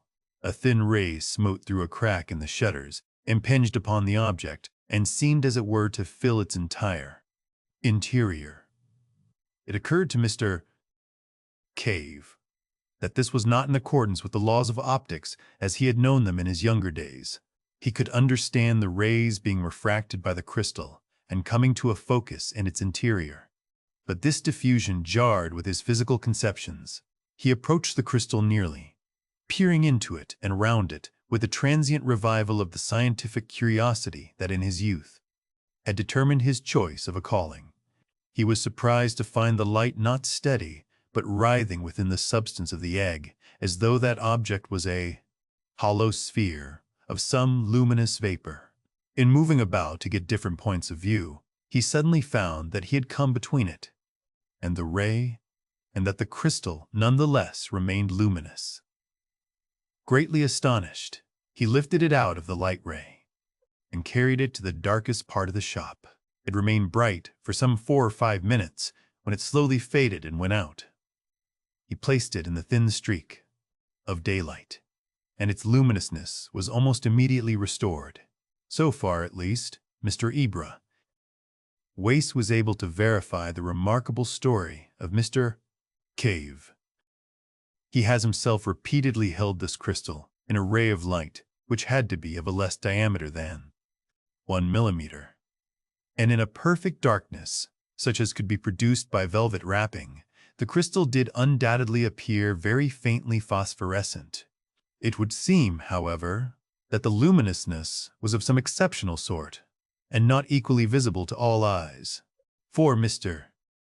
Harbinger, whose name will be familiar to the scientific reader in connection with the Pasteur Institute, was quite unable to see any light whatever, and Mr.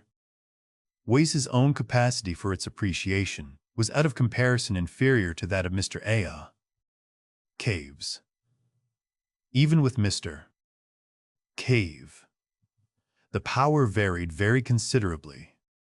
His vision was most vivid during states of extreme weakness and fatigue. Now, from the outset, this light in the crystal exercised a curious fascination upon Mr. cave.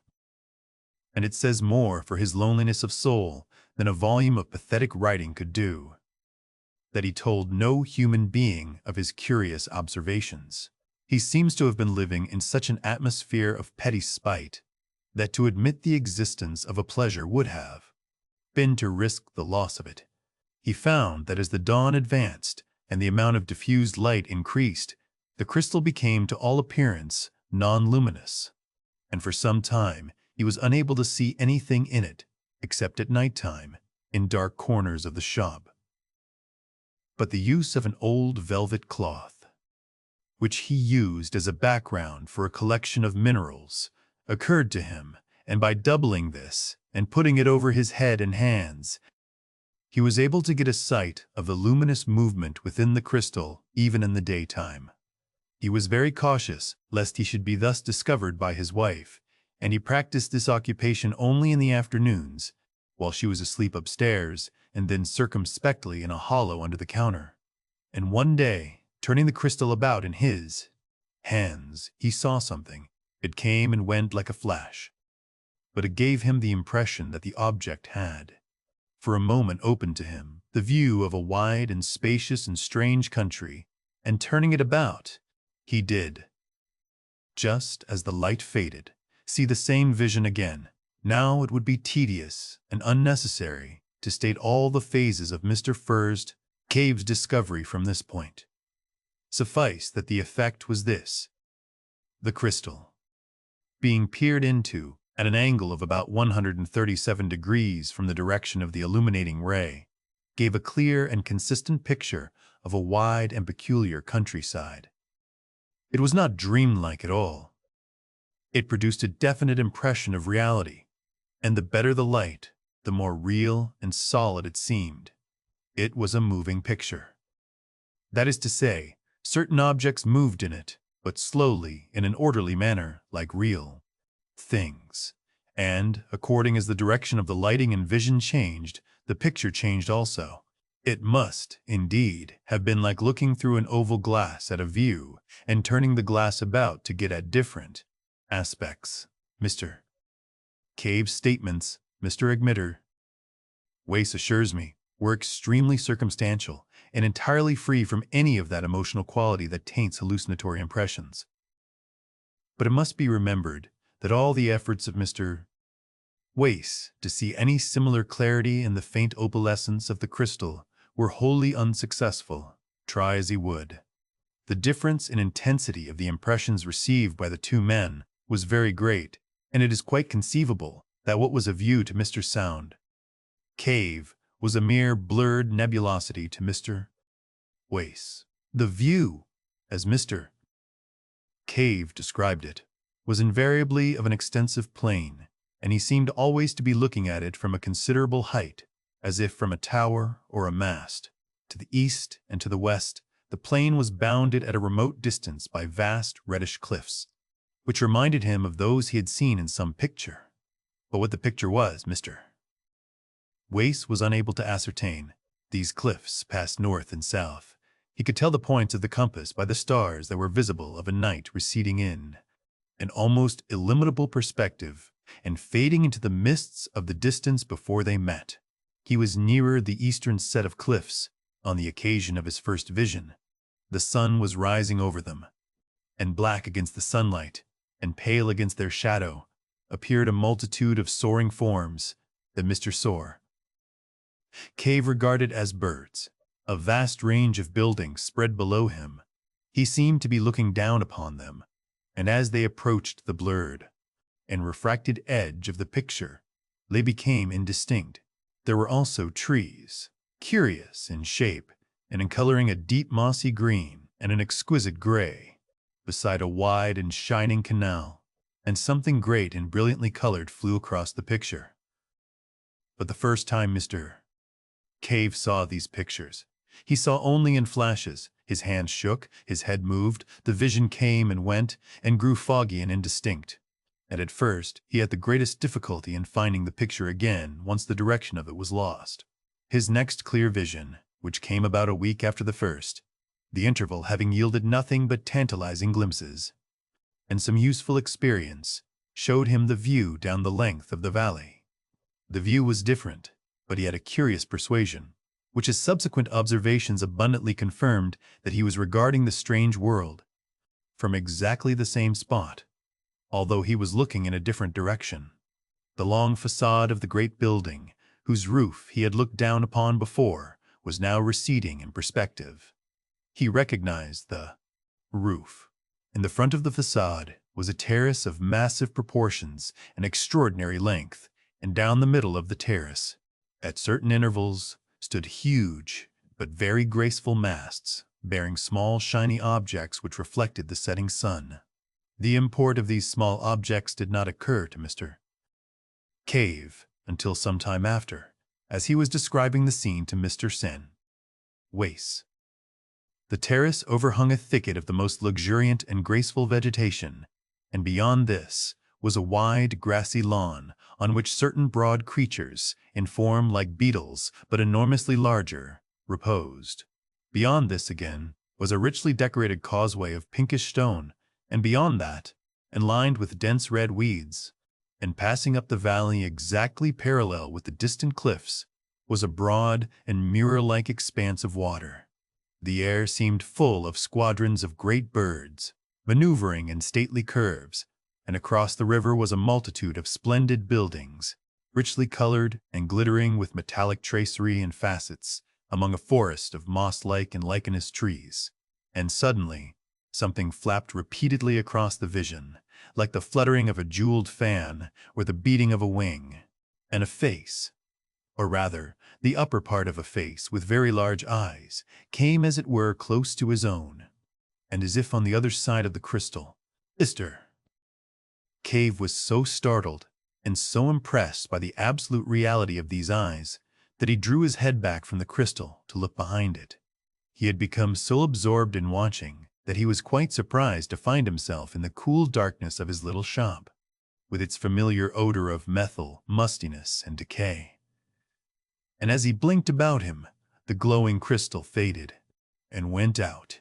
Such were the first general impressions of Mr. Cave. The story is curiously direct and circumstantial.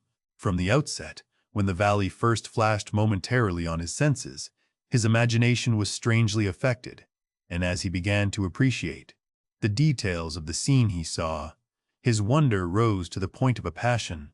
He went about his business, listless and distraught, thinking only of the time when he should be able to return to his watching.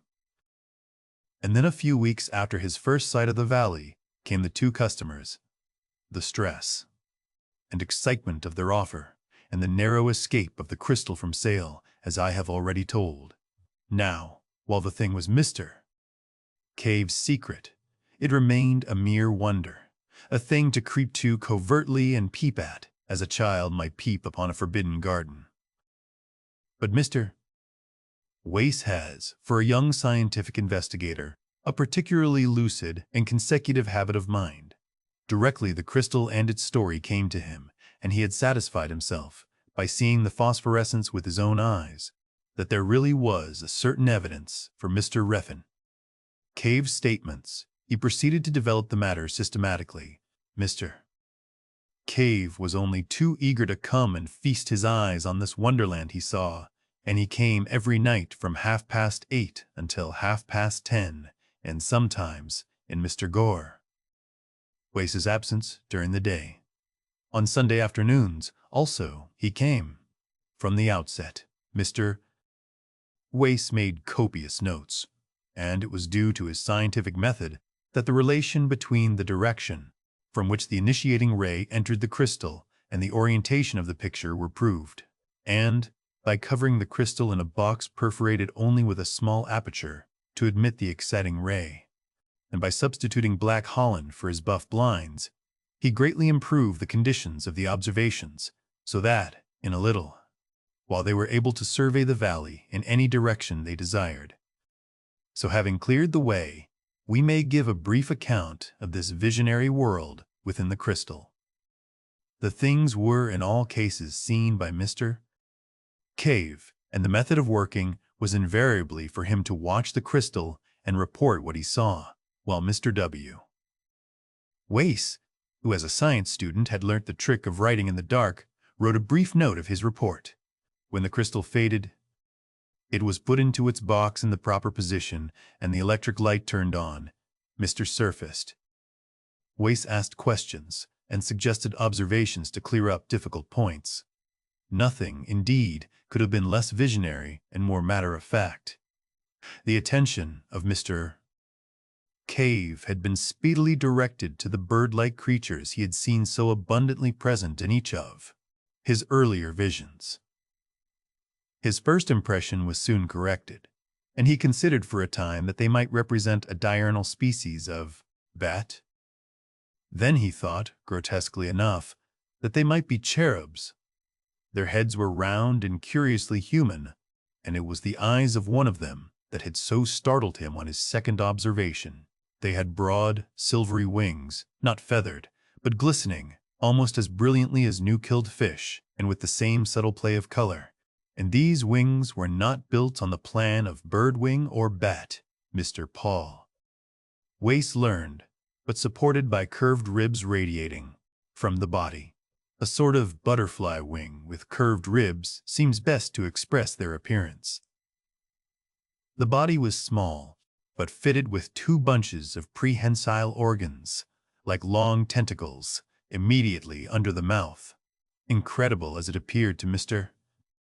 Wace, the persuasion at last became irresistible that it was these creatures which owned the great, quasi-human buildings, and the magnificent garden that made the broad valley so splendid.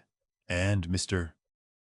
Cave perceived that the buildings, with other peculiarities, had no doors, but that the great circular windows, which opened freely, gave the creatures egress and entrance. They would alight upon their tentacles, fold their wings to a smallness, almost rod-like, and hop into the interior. But among them was a multitude of smaller winged creatures, like great dragonflies and moths and flying beetles, and across the greensward brilliantly colored gigantic ground beetles crawled lazily to and fro. Moreover, on the causeways and terraces, large-headed creatures similar to the greater winged flies, but wingless, were visible, hopping busily upon their hand-like tangle of tentacles. Allusion has already been made to the glittering objects upon masts that stood upon the terrace of the nearer building. It dawned upon Mr. Cave, after regarding one of these masts very fixedly, on one particularly vivid day, that the glittering object there was a crystal, exactly like that into which he peered, and a still more careful scrutiny convinced him that each one in a vista of nearly 20 carried a similar object. Occasionally, one of the large flying creatures would flutter up to one, and folding its wings and coiling a number of its tentacles about the mast, would regard the crystal fixedly for a space, sometimes for as long as 15 minutes, and a series of observations, made at the suggestion of Mr. Wace, convinced both watchers that, so far as this visionary world was concerned, the crystal into which they peered actually stood at the summit of the endmost mast on the terrace, and that on one occasion, at least one of these inhabitants of this other world had looked into Mr. Cave's face while he was making these observations. So much for the essential facts of this very singular story. Unless we dismiss it all as the ingenious fabrication of Mr. Abercation Wace, we have to believe one of two things. Either that Mr. Cave's crystal was in two worlds at once, and that while it was carried about in one, it remained stationary in the other, which seems altogether absurd.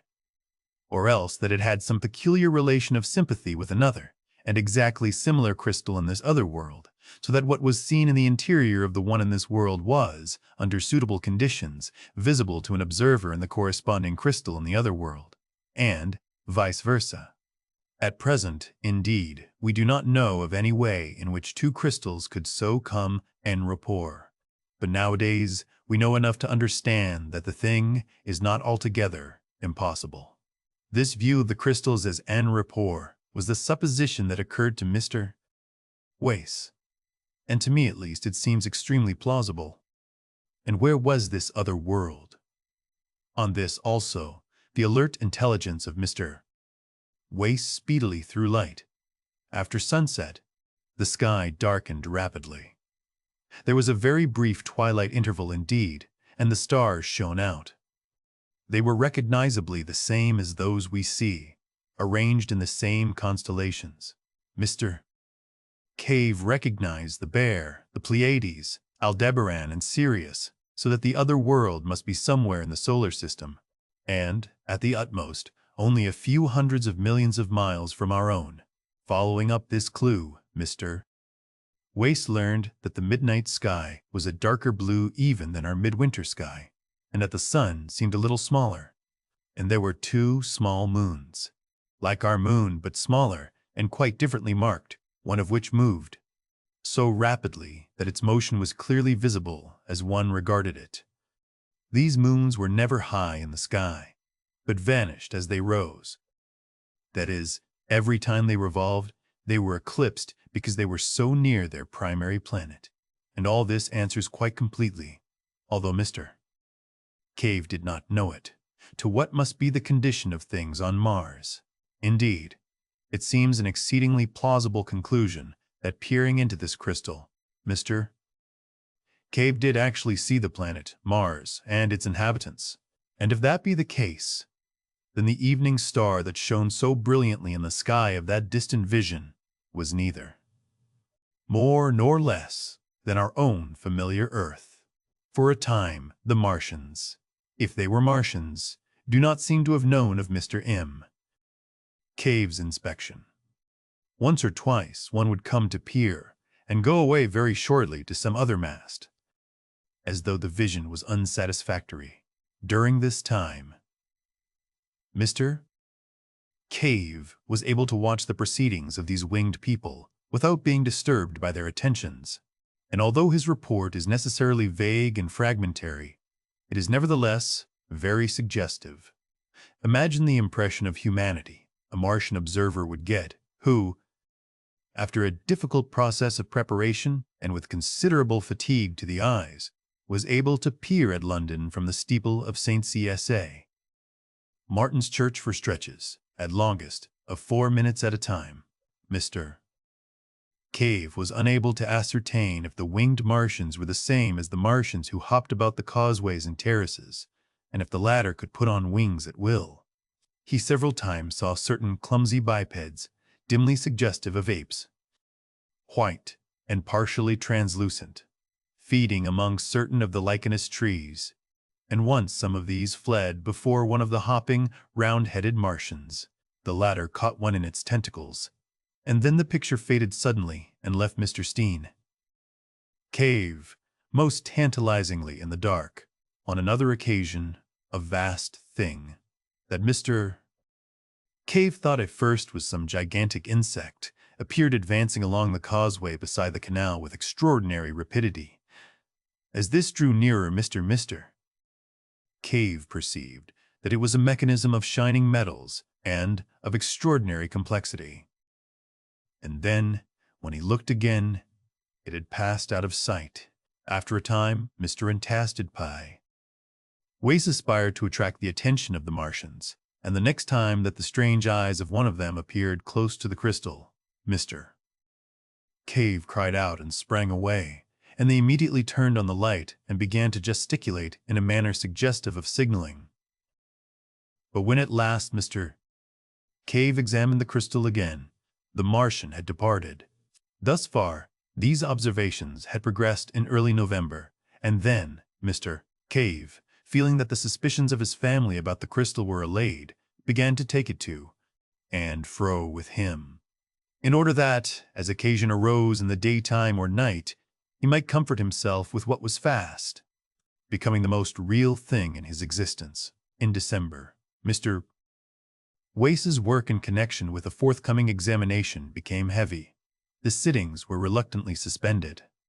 For a week, and for 10 or 11 days, he is not quite sure which, he saw nothing of Cave. He then grew anxious to resume these investigations, and, the stress of his seasonal labors being abated, he went down to 7 Dials.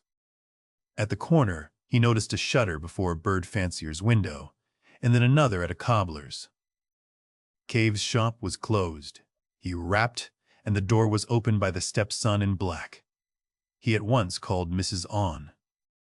Cave, who was Mr. Wace, could not but observe, in cheap but ample widow's weeds of the most imposing pattern, without any very great surprise, Mr. Fye's. Wace learnt that Cave was dead and already buried. She was in tears, and her voice was a little thick. She had just returned from Highgate.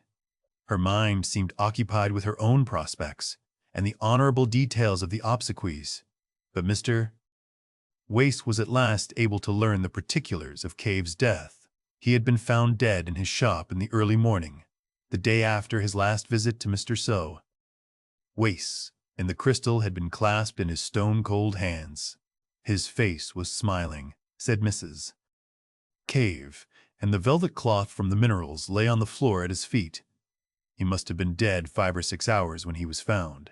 This came as a great shock to Wace, and he began to reproach himself bitterly for having neglected the plain symptoms of the old man's ill health. But his chief thought was of the crystal. He approached that topic in a gingerly manner, because he knew Mrs. Bass Cave's peculiarities. He was dumbfounded to learn that it was sold. Mrs. Cave's first impulse, directly Cave's body had been taken upstairs, had been to write to the mad clergyman who had offered £5 for the crystal, informing him of its recovery. But after a violent hunt, in which her daughter joined her, they were convinced of the loss of his address. As they were without the means required to mourn and bury Cave in the elaborate style, the dignity of an old Seven Dials inhabitant demands, they had appealed to a friendly fellow tradesman in Great Portland Street. He had very kindly taken over a portion of the stock at a valuation. The valuation was his own, and the crystal egg was included in one of the lots. Mr. Wace, after a few suitable condolences, a little offhandedly proffered perhaps, hurried at once to Great Portland Street. But there he learned that the crystal egg had already been sold to a tall, dark man in gray. And there the material facts in this curious, and to me at least very suggestive story, come abruptly to an end. The Great Portland Street dealer did not know who the tall, dark man in gray was, nor had he observed him with sufficient attention to describe him minutely. He did not even know which way this person had gone after leaving the shop. For a time, Mr. Wace remained in the shop, trying the dealer's patience with hopeless questions, venting his own exasperation, and at last, realizing abruptly that the whole thing had passed out of his hands, had vanished like a vision of the night. He returned to his own rooms, a little astonished to find the notes he had made still tangible and visible upon his untidy table. His annoyance and disappointment were naturally very great. He made a second call, equally ineffectual, upon the Great Portland Street dealer, and he resorted to advertisements in such periodicals as were lively to come into the hands of a bric-a-brac collector. He also wrote letters to the Daily Chronicle and Nature, but both those periodicals, suspecting a hoax, asked him to reconsider his action before they printed, and he was advised that such a strange story, unfortunately so bare of supporting evidence, might imperil his reputation as an investigator. Moreover, the calls of his proper work were urgent, so that after a month or so, save for an occasional reminder to certain dealers, he had reluctantly to abandon the quest for the crystal egg, and from that day to this it remains undiscovered.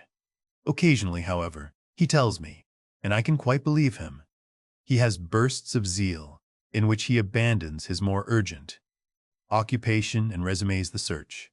Whether or not it will remain lost forever, with the material and origin of it, are things equally speculative at the present time. If the present purchaser is a collector, one would have expected the enquiries of Mr. Wace to have reached him through the dealers. He has been able to discover Mr. Cave's clergyman and Oriental, no other than the Rev. James Parker and the young Prince of Bosso, Cooney, in Java. I am obliged to them for certain particulars. The object of the prince was simply curiosity and extravagance. He was so eager to buy because Cave was so oddly reluctant to sell. It is just as possible that the buyer in the second instance was simply a casual purchaser and not a collector at all. And the crystal egg, for all I know, may at the present moment be within a mile of me, decorating a drawing room or serving as a paperweight. Its remarkable functions all unknown. Indeed, it is partly with the idea of such a possibility that I have thrown this narrative into a form that will give it a chance of being read by the ordinary consumer of fiction. My own ideas in the matter are practically identical with those of Mr. Wace. I believe the crystal on the mast in Mars and the crystal egg of Mr. Caves to be in some physical, but at present quite inexplicable, way en rapport, and we both believe further that the terrestrial crystal must have been, possibly at some remote date, sent hither from that planet, in order to give the Martians a near view of our affairs. Possibly the fellows to the crystals on the other masts are also on our globe. No theory of hallucination suffices for the facts. Chapter 20. The Star. It was on the first day of the new year that the announcement was made, almost simultaneously from 3 observatories, that the motion of the planet Neptune, the outermost of all the planets that wheel about the sun, had become very erratic. Ogilvy had already called attention to a suspected retardation in its velocity in December. Such a piece of news was scarcely calculated to interest a world the greater portion of whose inhabitants were unaware of the existence of the planet Neptune, nor outside the astronomical profession did the subsequent discovery of a faint remote speck of light in the region of the perturbed planet cause any very great excitement. Scientific people, however, found the intelligence remarkable enough, even before it became known that the new body was rapidly growing larger and brighter, that its motion was quite different from the orderly progress of the planets, and that the deflection of Neptune and its satellite was becoming now of an unprecedented kind. Few people without a training in science can realize the huge isolation of the solar system. The sun, with its specks of planets, its dust of planetoids, and its impalpable comets, swims in a vacant immensity that almost defeats the imagination. Beyond the orbit of Neptune, there is space, vacant so far as human observation has penetrated, without warmth, or light, or sound, blank emptiness for 20 million times a million miles. That is the smallest estimate of the distance to be traversed before the very nearest of the stars is attained. And, saving a few comets more unsubstantial than the thinnest flame, no matter had ever to human knowledge crossed this gulf of space.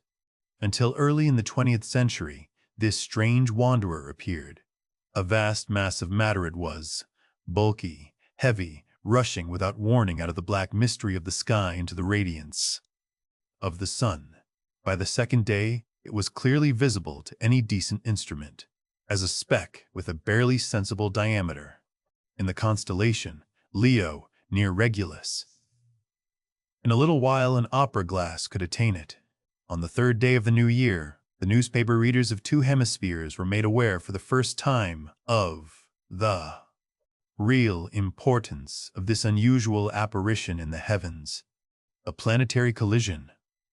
One London paper headed the news and proclaimed Duchesne's opinion that this strange new planet would probably collide with Neptune. The leader writers enlarged upon the topic, so that in most of the capitals of the world, on January 3rd, there was an expectation, however vague, of some imminent phenomenon in the sky. And as the night followed the sunset round the globe, thousands of men turned their eyes skyward to see the old familiar stars just as they had always been, until it was dawn in London and Pollux setting, and the stars overhead grown pale.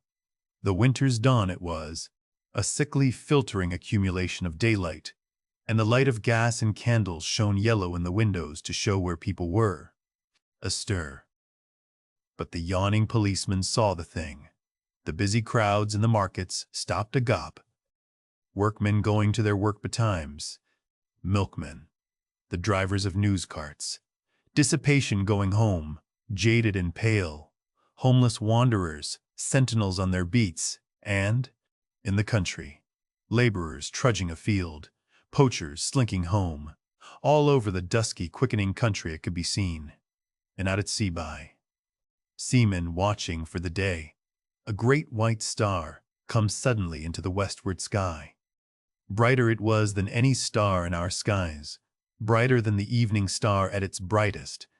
It still glowed out white and large, no mere twinkling spot of light, but a small, round, clear-shining disk.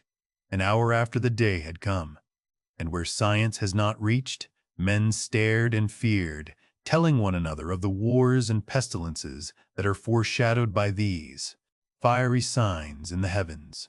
Sturdy Boers, dusky Hottentots, Gold Coast Negroes, Frenchmen, Spaniards, Portuguese stood in the warmth of the sunrise watching the setting of this strange, new star.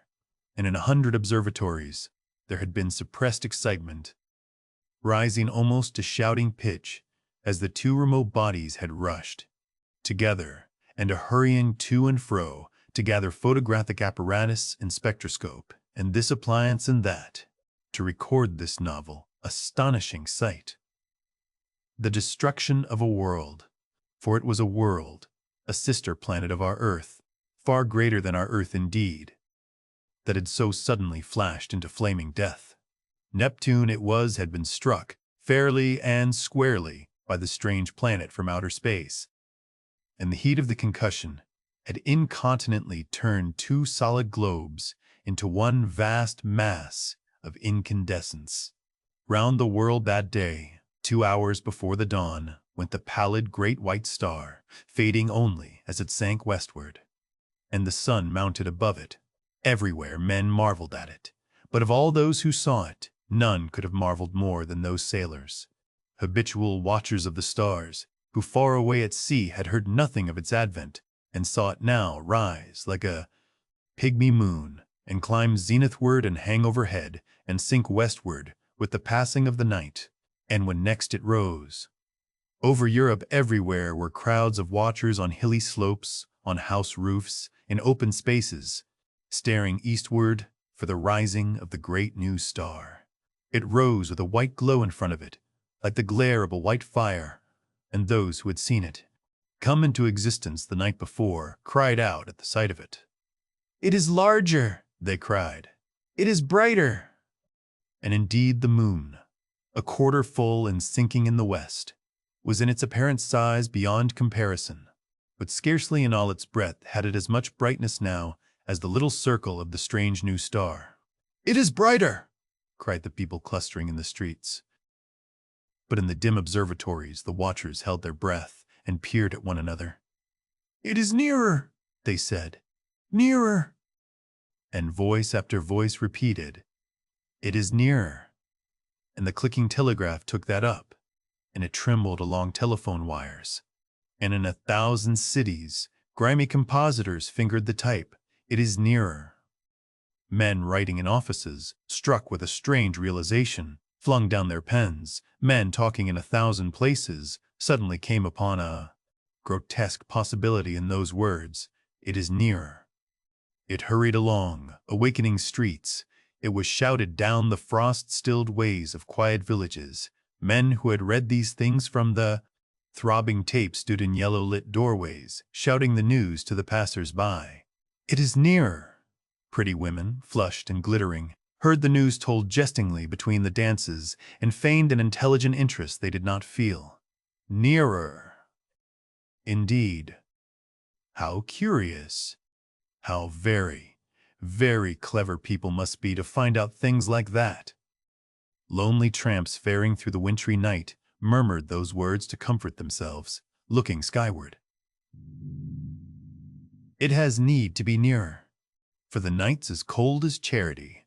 Don't seem much warmth from it if it is nearer, all the same. "What is a new star to me?" cried the weeping woman, kneeling beside her dead. The schoolboy, rising early for his examination work, puzzled it out for himself. with the great white star shining broad and bright through the frost flowers of his window. Centrifugal, centripetal, he said, with his chin on his fist. Stop a planet in its flight, rob it of its centrifugal force, what then? Centripetal has it, and down it falls into the sun. And this? Do we come in the way? I wonder? The light of that day went the way of its brethren, and with the later watches of the frosty darkness rose the strange star again. And it was now so bright that the waxing moon seemed but a pale yellow ghost of itself, hanging huge in the sunset. In a South African city, a great man had married, and the streets were alight to welcome his return with his bride. Even the skies have illuminated, said the flatterer. Under Capricorn, two Negro lovers, daring the wild beasts and evil spirits, for love of one another, crouched together in a canebrake where the fireflies hovered. That is our star, they whispered, and felt strangely comforted by the sweet brilliance of its light. The master mathematician sat in his private room and pushed the papers from him. His calculations were already finished. In a small white file there still remained a little of the drug that had kept him awake and active for 4 long nights. Each day, serene, explicit, patient as ever, he had given his lecture to his students, and then had come back at once to this momentous calculation.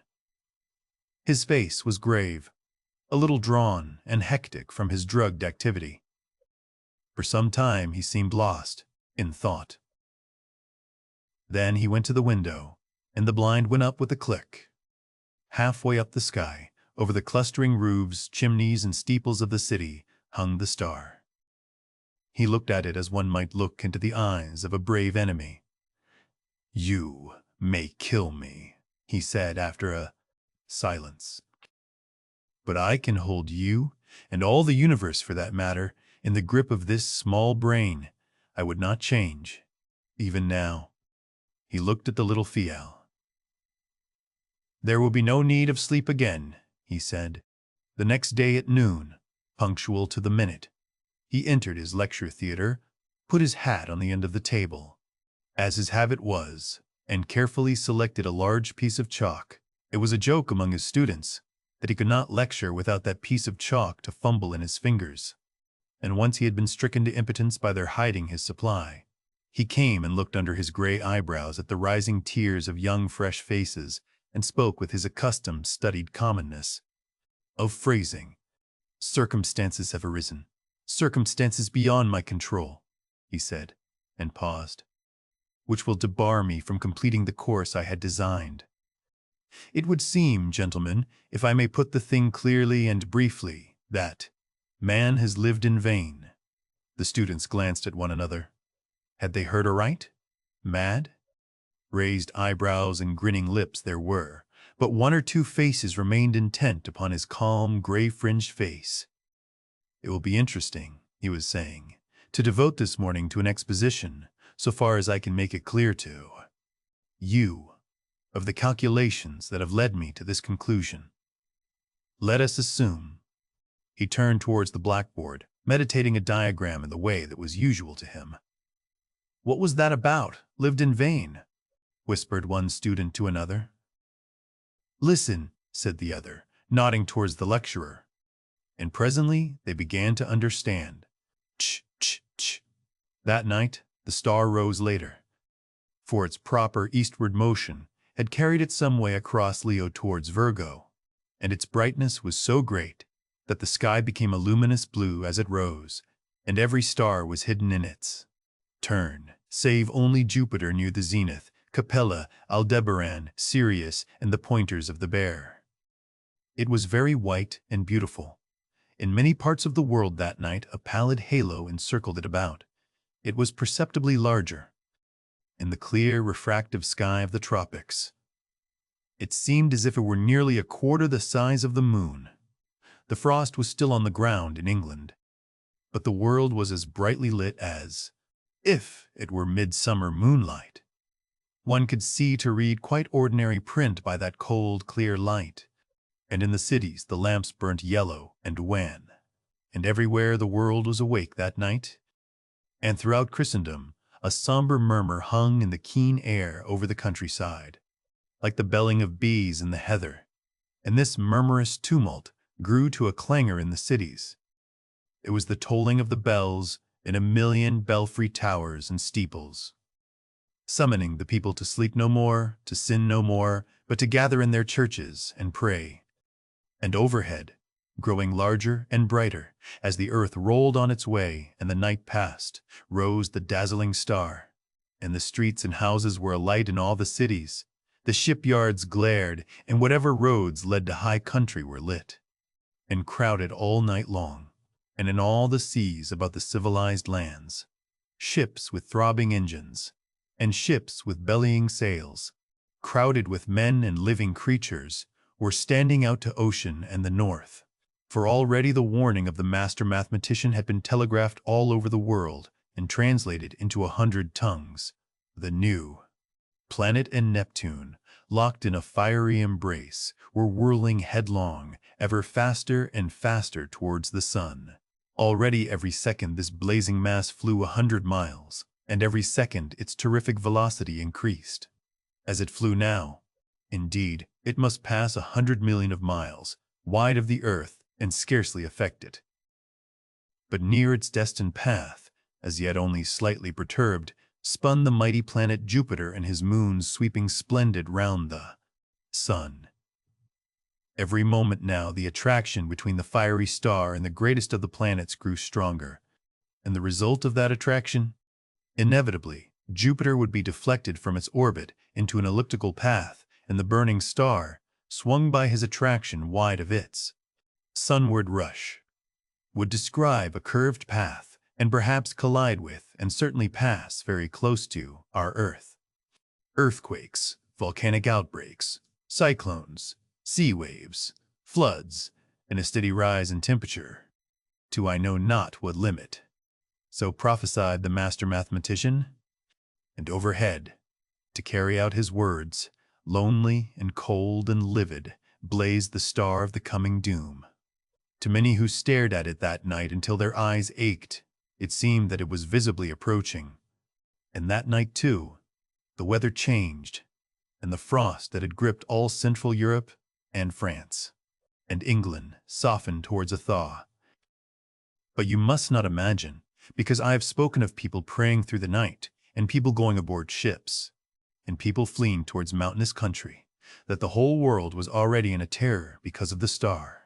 As a matter of fact, use and want still ruled the world, and save for the talk of idle moments and the splendor of the night, 9 human beings out of 10 were still busy at their common occupations.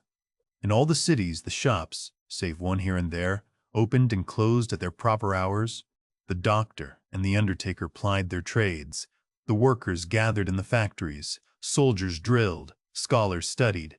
Lovers sought one another. Thieves lurked and fled. Politicians planned their schemes. The presses of the newspapers roared through the nights, and many a priest of this church and that would not open his holy building to further what he considered a foolish panic. The newspapers insisted on the lesson of the year 1000, for then, too, people had anticipated the end. The star was no star, mere gas, a comet, and were it a star, it could not possibly strike the earth. There was no precedent for such a thing. Common sense was sturdy everywhere, scornful, jesting, a little inclined to persecute the obdurate fearful. That night, at 7:15 by Greenwich time, the star would be at its nearest to Jupiter. Then the world would see the turn things would take. The master mathematician's grim warnings were treated by many as so much mere elaborate self-advertisement. Common sense at last, a little heated by argument, signified its unalterable convictions by going to bed. So, too, barbarism and savagery, already tired of the novelty, went about their nightly business, and, save for a howling dog here and there, the beast world left the star unheeded. And yet, when at last the watchers in the European states saw the star rise, an hour later, it is true, but no larger than it had been the night before, there were still plenty awake to laugh at the master. Mathematician, to take the danger as if it had passed. But hereafter the laughter ceased. The star grew. It grew with a terrible steadiness hour after hour, a little larger each hour, a little nearer, the midnight zenith, and brighter, until it had turned night into a second day. Had it come straight to the earth instead of in a curved path?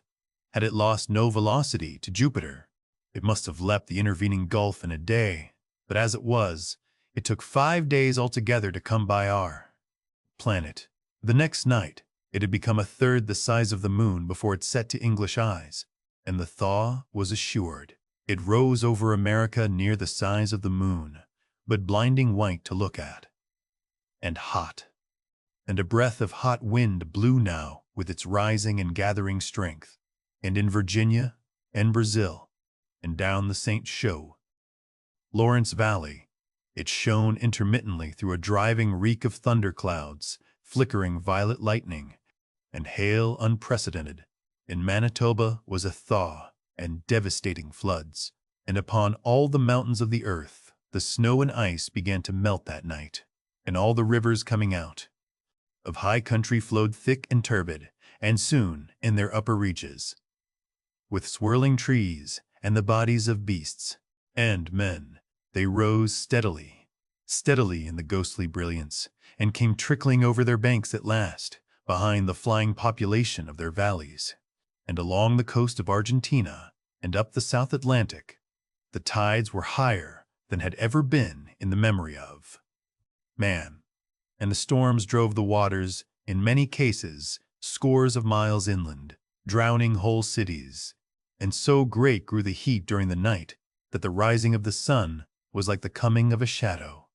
The earthquakes began and grew until all down America, from the Arctic Circle to Cape Horn, hillsides were sliding, fissures were opening, and houses and walls crumbling to destruction. The whole side of Cotopaxi slipped out in one vast convulsion, and a tumult of lava poured out so high and broad and swift and liquid that in one day it reached the sea.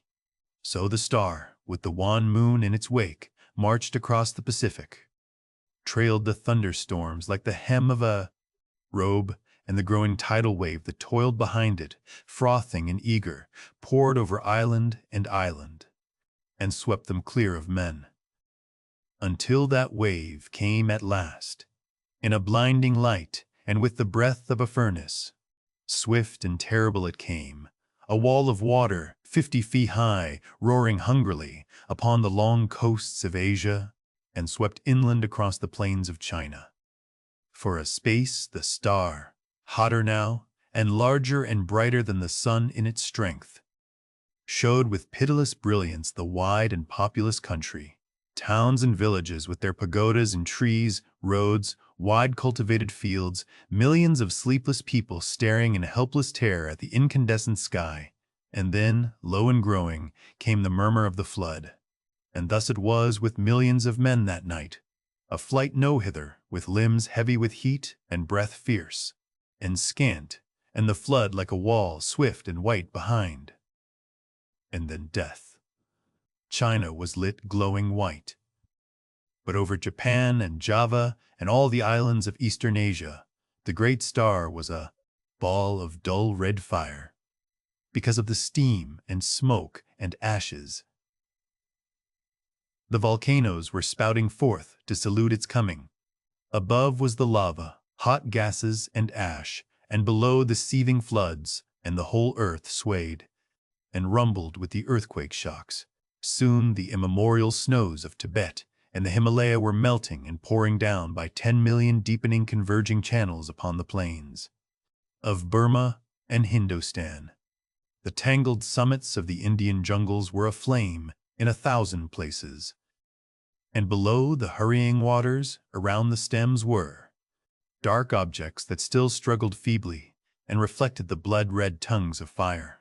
And in a rudderless confusion, a multitude of men and women fled down the broad riverways to that one last hope of men. The open sea. Larger grew the star, and larger, hotter, and brighter with a terrible swiftness now. The tropical ocean had lost its phosphorescence, and the whirling steam rose in ghostly wreaths from the black waves that plunged incessantly, speckled with storm-tossed ships. And then came a wonder. It seemed to those who in Europe watched for the rising of the star that the world must have ceased its rotation. In 1,000 open spaces of down and upland, the people who had fled thither from the floods, and the falling houses and sliding slopes of hill, watched for that rising in vain. Hour followed hour through a terrible suspense, and the star rose not. Once again men set their eyes upon the old constellations they had counted, lost to them forever. In England it was hot and clear overhead, though the ground quivered perpetually, but in the tropics Sirius and Capella and Aldebaran showed through a veil of steam, and when at last the great star rose near 10 hours late, the sun rose close upon it, and in the center of its white heart was a disk of black. Over Asia, it was the star had begun to fall behind the movement of the sky, and then suddenly, as it hung over India, its light had been veiled. All the plain of India, from the mouth of the Indus to the mouths of the Ganges, was a shallow waste of shining water that night, out of which rose temples and palaces, mounds and hills, black with people. Every minaret was a clustering mass of people, who fell one by one into the turbid waters as heat and terror overcame them. The whole land seemed wailing, and suddenly there swept a shadow across that furnace of despair, and a breath of cold wind, and a gathering of clouds out of the cooling air. Men looking up, near blinded, at the star, saw that a black disk was creeping across the light. It was the moon, coming between the star and the earth. And even as men cried to God at this respite, out of the east, with a strange, inexplicable swiftness, sprang the sun. And then star, sun, and moon rushed together across the heavens. So it was that presently to the European watcher's star and sun rose close upon each other, drove headlong, for a space, and then slower, and at last came to rest. Star and sun merged into one glare of flame at the zenith of the sky. The moon no longer eclipsed the star, but was lost to sight in the brilliance of the sky. And though those who were still alive regarded it for the most part with that dull stupidity that hunger, fatigue, heat, and despair engender, there were still men who could perceive the meaning of these signs. Star and earth had been at their nearest, had swung about one another, and the star had passed. Already it was receding, swifter and swifter, in the last stage of its headlong journey downward into the sun. And then the clouds gathered, blotting out the vision of the sky. The thunder and lightning wove a garment round the world. All over the earth was such a downpour of rain as men had never before seen, and where the volcanoes flared red against the cloud canopy, there descended torrents of mud. Everywhere the waters were pouring off the land, leaving mud-silted ruins, and the earth littered like a storm-worn beach with all that had floated, and the dead bodies of the men and brutes, its children. For days the water streamed off the land, sweeping away soil and trees and houses in the way, and piling huge dikes and scooping out titanic gullies over the countryside. Those were the days of darkness that followed the star, and the heat. All through them, and for many weeks and months, the earthquakes continued. But the star had passed, and men, hunger-driven and gathering courage only slowly, might creep back to their ruined cities, buried granaries, and sodden fields. Such few ships as had escaped the storms of that time came stunned and shattered and sounding their way cautiously through the new marks and shoals of once familiar ports. And as the storm subsided, men perceived that everywhere the days were hotter than of yore, and the sun larger, and the moon, shrunk to 1/3 of its former size, took now 80 days between its new and new. But of the new brotherhood that grew presently among men, of the saving of laws and books and machines, of the strange change that had come over Iceland and Greenland and the shores of Baffin's Bay, so that the sailors coming there presently found them green and gracious, and could scarce believe their eyes. This story does not tell, nor of the movement of mankind, now that the earth was hotter, northward and southward towards the poles of the earth. It concerns itself only with the coming and the passing of the star, the Martian astronomers. For there are astronomers on Mars, although they are very different beings from men, were naturally profoundly interested by these things. They saw them from their own standpoint, of course, considering the mass and temperature of the missile that was flung through our solar system into the sun. One wrote, "It is astonishing what a little damage the Earth, which it missed so narrowly, has sustained. All the familiar continental markings and the masses of the seas remain intact, and indeed, the only difference seems to be a shrinkage of the white discoloration, supposed to be frozen water, round either pole, which only shows how small the vastest of human catastrophes may seem at a distance of a few million miles." Chapter 21. The Man Who Could Work Miracles. A Pantoum in Prose. It is doubtful whether the gift was innate. For my own part, I think it came to him suddenly.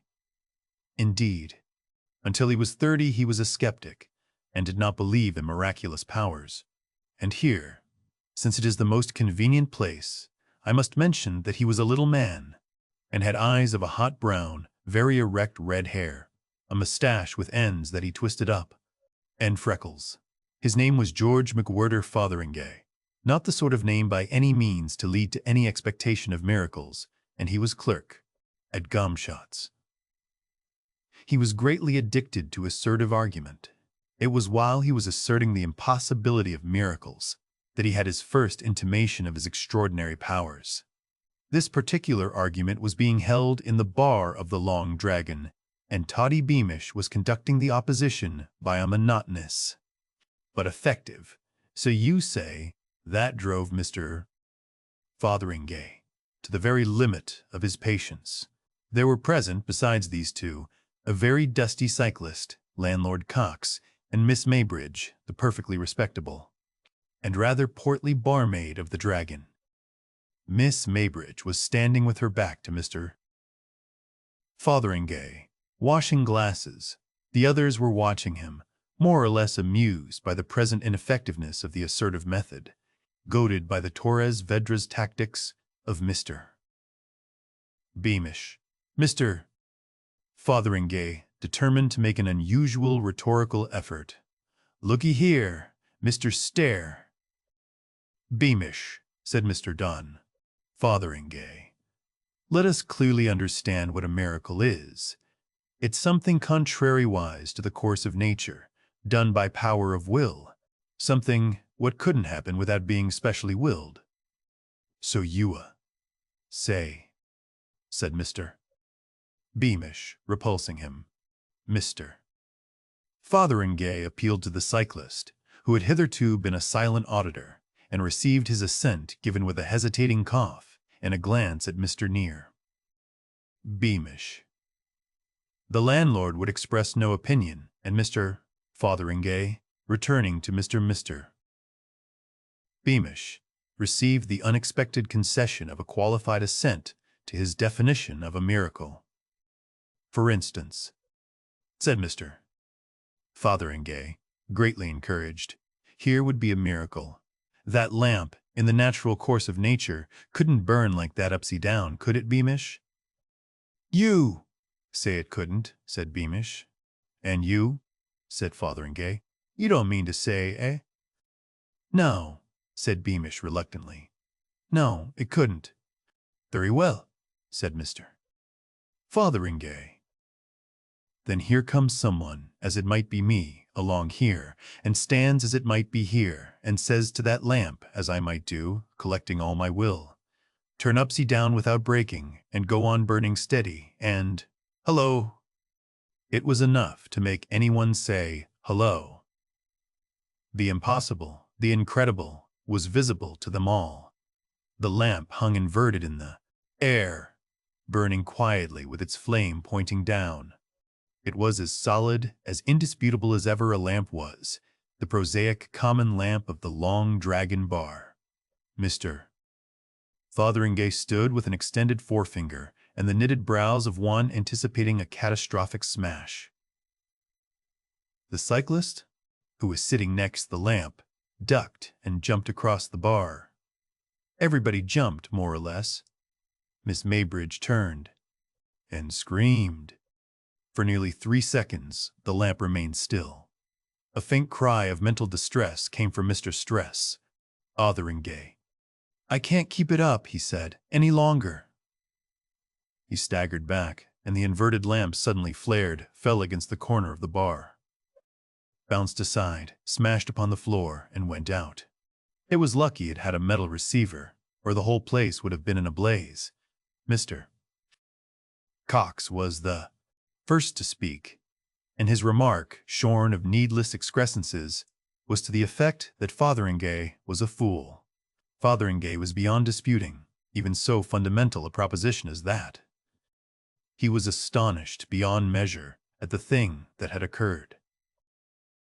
The subsequent conversation threw absolutely no light on the matter, so far as Fotheringay was concerned. The general opinion not only followed Mr. Cox very closely, but very vehemently. Everyone accused Fotheringay of a silly trick, and presented him to himself as a foolish destroyer of comfort and security. His mind was in a tornado of perplexity. He was himself inclined to agree with them, and he made a remarkably ineffectual opposition to the proposal of his departure. He went home flushed and heated, coat collar crumpled, eyes smarting and ears red. He watched each of the 10 street lamps nervously as he passed it.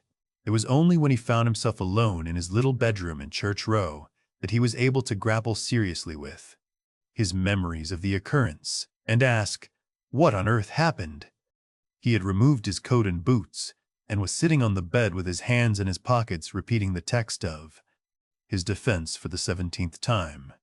I didn't want the confounded thing to upset, when it occurred to him that at the precise moment he had said the commanding words he had inadvertently willed the thing he said, and that when he had seen the lamp in the air he had felt that it depended on him to maintain it there, without being clear how this was to be done. He had not a particularly complex mind, or he might have stuck for a time at that inadvertently willed, embracing, as it does, the abstrusest problems of voluntary action. But as it was, the idea came to him with a quite acceptable haziness, and from that following, as I must admit, no clear logical path, he came to the test of experiment. He pointed resolutely to his candle and collected his mind, though he felt he did a foolish thing. "Be raised up," he said. But in a second, that feeling vanished. The candle was raised, hung in the air one giddy moment, and as Mr. Fotheringay gasped, fell with a smash on his toilet table, leaving him in darkness, save for the expiring glow of its wick. For a time, Mr. Fotheringay sat in the darkness, perfectly still. "It did happen, after all," he said. "And 'ow I'm to explain it, I don't know." He sighed heavily and began feeling in his pockets for a match. He could find none, and he rose and groped about the toilet table. "I wish I had a match," he said. He resorted to his coat, and there was none there, and then it dawned upon him that miracles were possible even with matches. He extended a hand and scowled at it in the dark. "Let there be a match in that hand," he said. He felt some light object fall across his palm, and his fingers closed upon a match. After several ineffectual attempts to light this, he discovered it was a safety match. He threw it down, and then it occurred to him that he might have willed it lit. He did, and perceived it burning in the midst of his toilet table mat. He caught it up hastily, and it went out. His perception of possibilities enlarged, and he felt for and replaced the candle in its candlestick. "Here, you be lit," said Mr.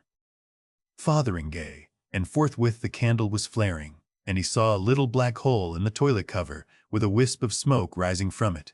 For a time he stared from this to the little flame and back, and then looked up and met his own gaze in the looking-glass. By this help he communed with himself in silence for a time. "How about miracles now?" said Mr. Fotheringay at last, addressing his reflection. The subsequent meditations of Mr. Fotheringay were of a severe but confused description. So far, he could see it was a case of pure willing with him. The nature of his experiences so far disinclined him for any further experiments, at least until he had reconsidered them. But he lifted a sheet of paper and turned a glass of water pink and then green, and he created a snail, which he miraculously annihilated, and got himself a miraculous new toothbrush. Somewhere in the small hours, he had reached the fact that his willpower must be of a particularly rare and pungent quality, a fact of which he had indeed had inklings before, but no certain assurance. The scare and perplexity of his first discovery was now qualified by pride in this evidence of singularity, and by vague intimations of advantage. He became aware that the church clock was striking one, and as it did not occur to him that his daily duties at Gomshott's might be miraculously dispensed with, he resumed undressing in order to get to bed without further delay. As he struggled to get his shirt over his head, he was struck with a brilliant idea. "Let me be in bed," he said, and found himself so. Undressed, he stipulated, and, finding the sheets cold, added hastily, "And in my nightshirt." Ho! In a nice, soft, woolen nightshirt. "Ah!" he said with immense enjoyment. "And now let me be comfortably asleep." Oh! He awoke at his usual hour and was pensive all through breakfast time, wondering whether his overnight experience might not be a particularly vivid dream. At length his mind turned again to cautious experiments. For instance, he had 3 eggs for breakfast.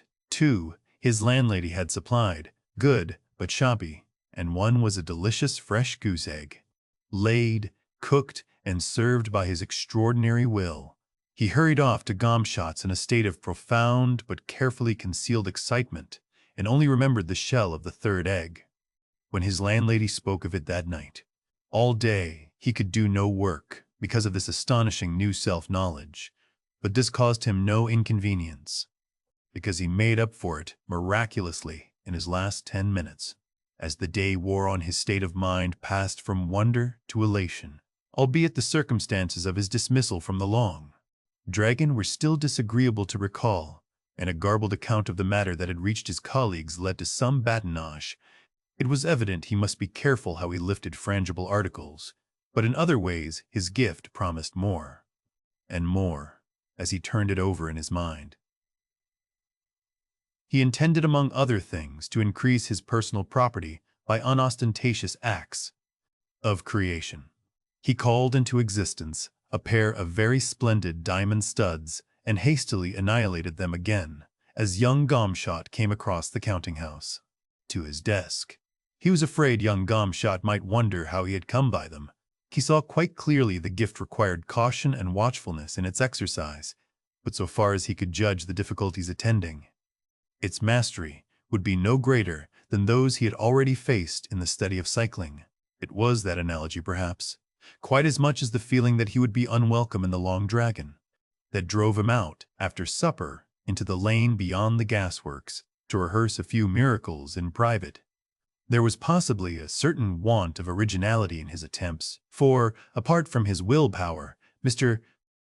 Fotheringay was not a very exceptional man. The miracle of Moses's rod came to his mind, but the night was dark and unfavorable to the proper control of large miraculous snakes. Then he recollected the story of Tannhauser that he had read on the back of the Philharmonic program. That seemed to him singularly attractive and harmless. He stuck his walking stick, a very nice Poonappenang lawyer, into the turf that edged the footpath, and commanded the dry wood to blossom. The air was immediately full of the scent of roses, and by means of a match he saw, for himself, that this beautiful miracle was indeed accomplished. His satisfaction was ended by advancing footsteps. Afraid of a premature discovery of his powers, he addressed the blossoming stick hastily. "Go back." What he meant was, "Change back." But of course he was confused. The stick receded at a considerable velocity, and incontinently came a cry of anger and a bad word from the approaching person. "Who are you throwing brambles at?" "You fool," cried a voice. That got me on the shin. "I'm sorry, old chap," said Mr. Fotheringay. And then, realizing the awkward nature of the explanation, caught nervously at his mustache. He saw Winch, one of the 3 Immering constables, advancing. "What do you mean by it?" asked the constable. "Hello, it's you, is it? The gent that broke the lamp at the Long Dragon?" "I don't mean anything by it," said Mr. Fotheringay. "Nothing at all." "What do you do it for, then?"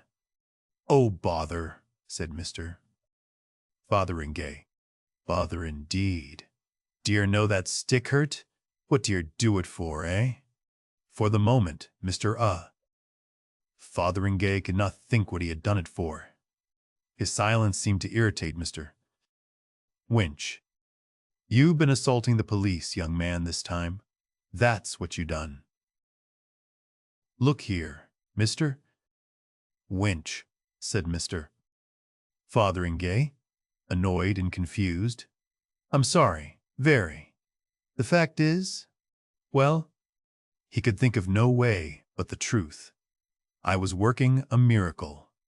He tried to speak in an offhand way, but try as he would, he couldn't. "Working a don't you talk rot. Working a miracle, indeed. Miracle.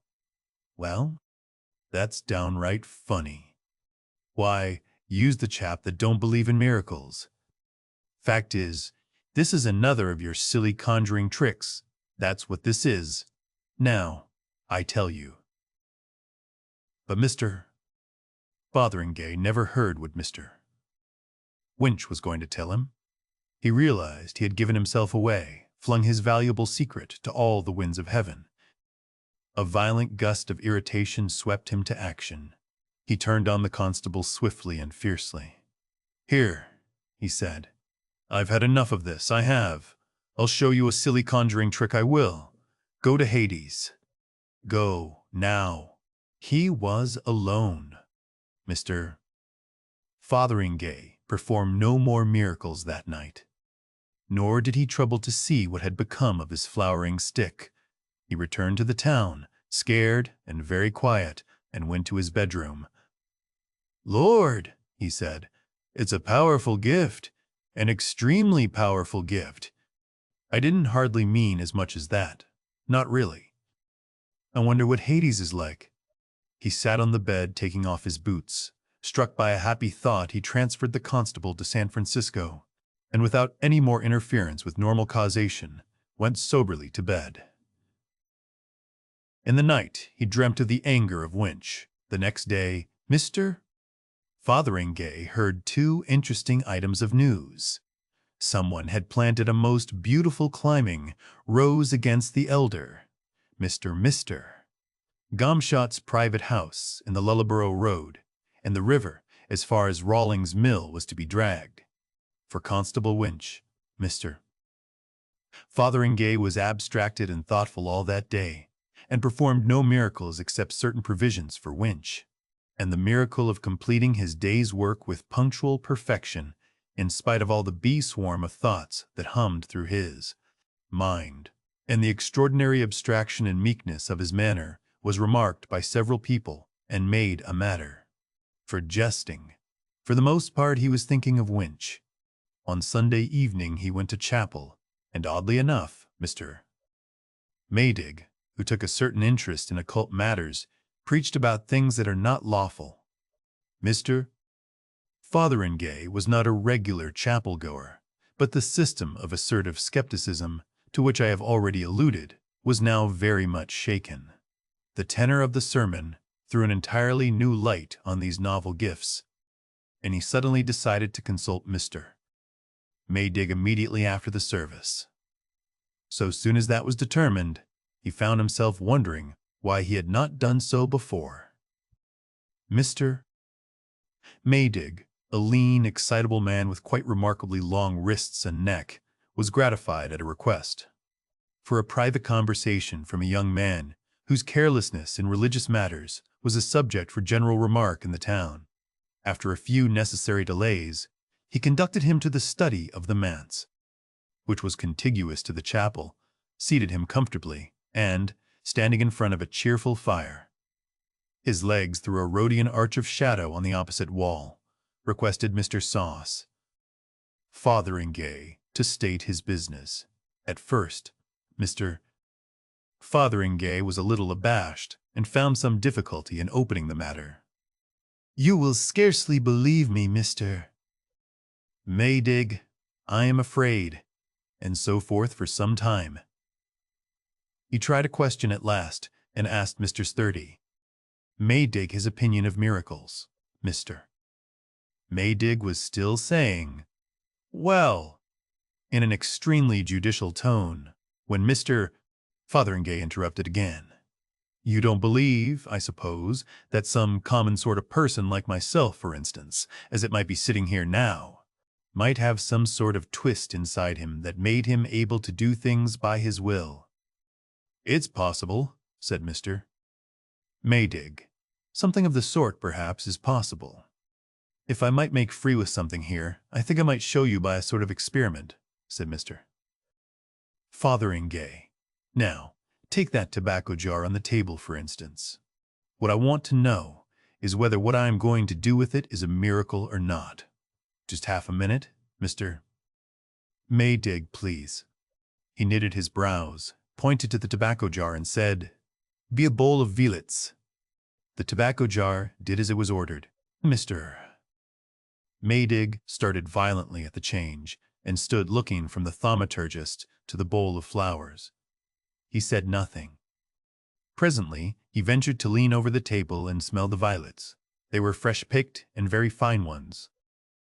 Then he stared at Mr. Fotheringay again. "How did you do that?"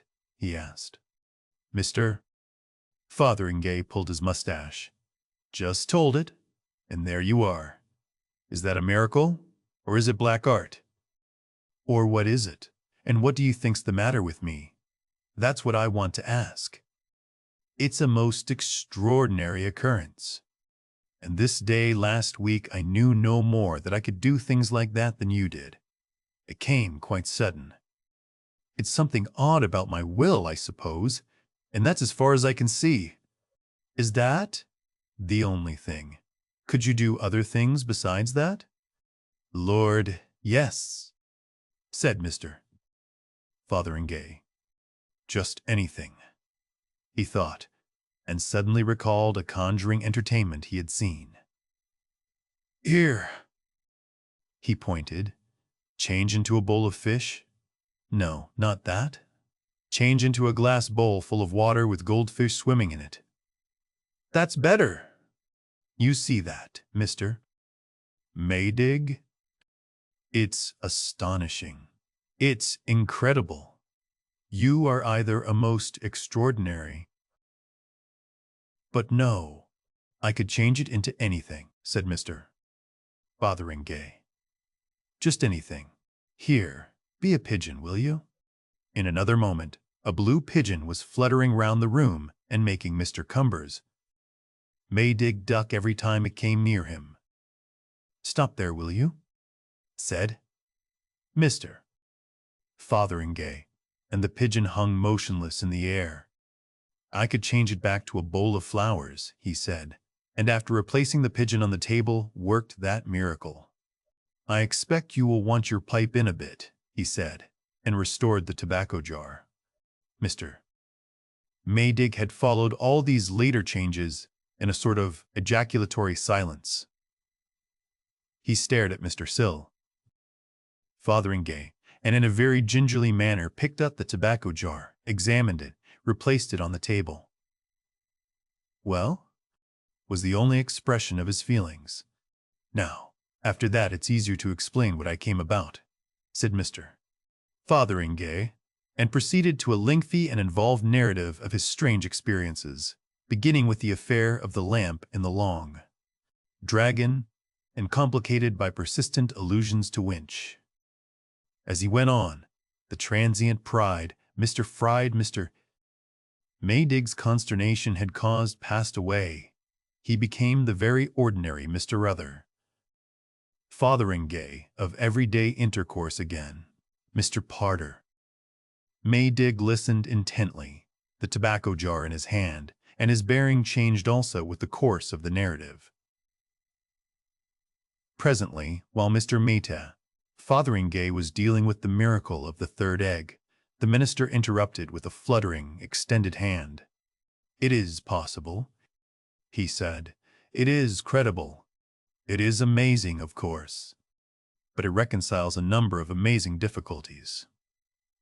The power to work miracles is a gift, a peculiar quality like genius or second sight. Hitherto, it has come very rarely and to exceptional people. But in this case, I have always wondered at the miracles of Mahomet, and at Yogi's miracles, and the miracles of Madame Blavatsky. But, of course, yes, it is simply a gift. It carries out so beautifully the arguments of that great thinker, Mr. Maydig's voice sank. His Grace, the Duke of Argyll. Here we plumb some profounder law, deeper than the ordinary laws of nature. Yes, yes, go on, Mr. Fotheringay proceeded to tell of his misadventure with Winch, and Mr. Maydig, no longer overawed or scared, began to jerk his limbs about and interject astonishment. "It's this what troubled me most," proceeded Mr. Fotheringay. "It's this I'm most immediately in want of advice for. Of course he's at San Francisco, wherever San Francisco may be, but of course it's awkward for both of us, as you'll see, Mr. Streeta." Maydig. "I don't see how he can understand what has happened, and I dare say he's scared and exasperated something tremendous, and trying to get at me. I dare say he keeps on starting off to come here.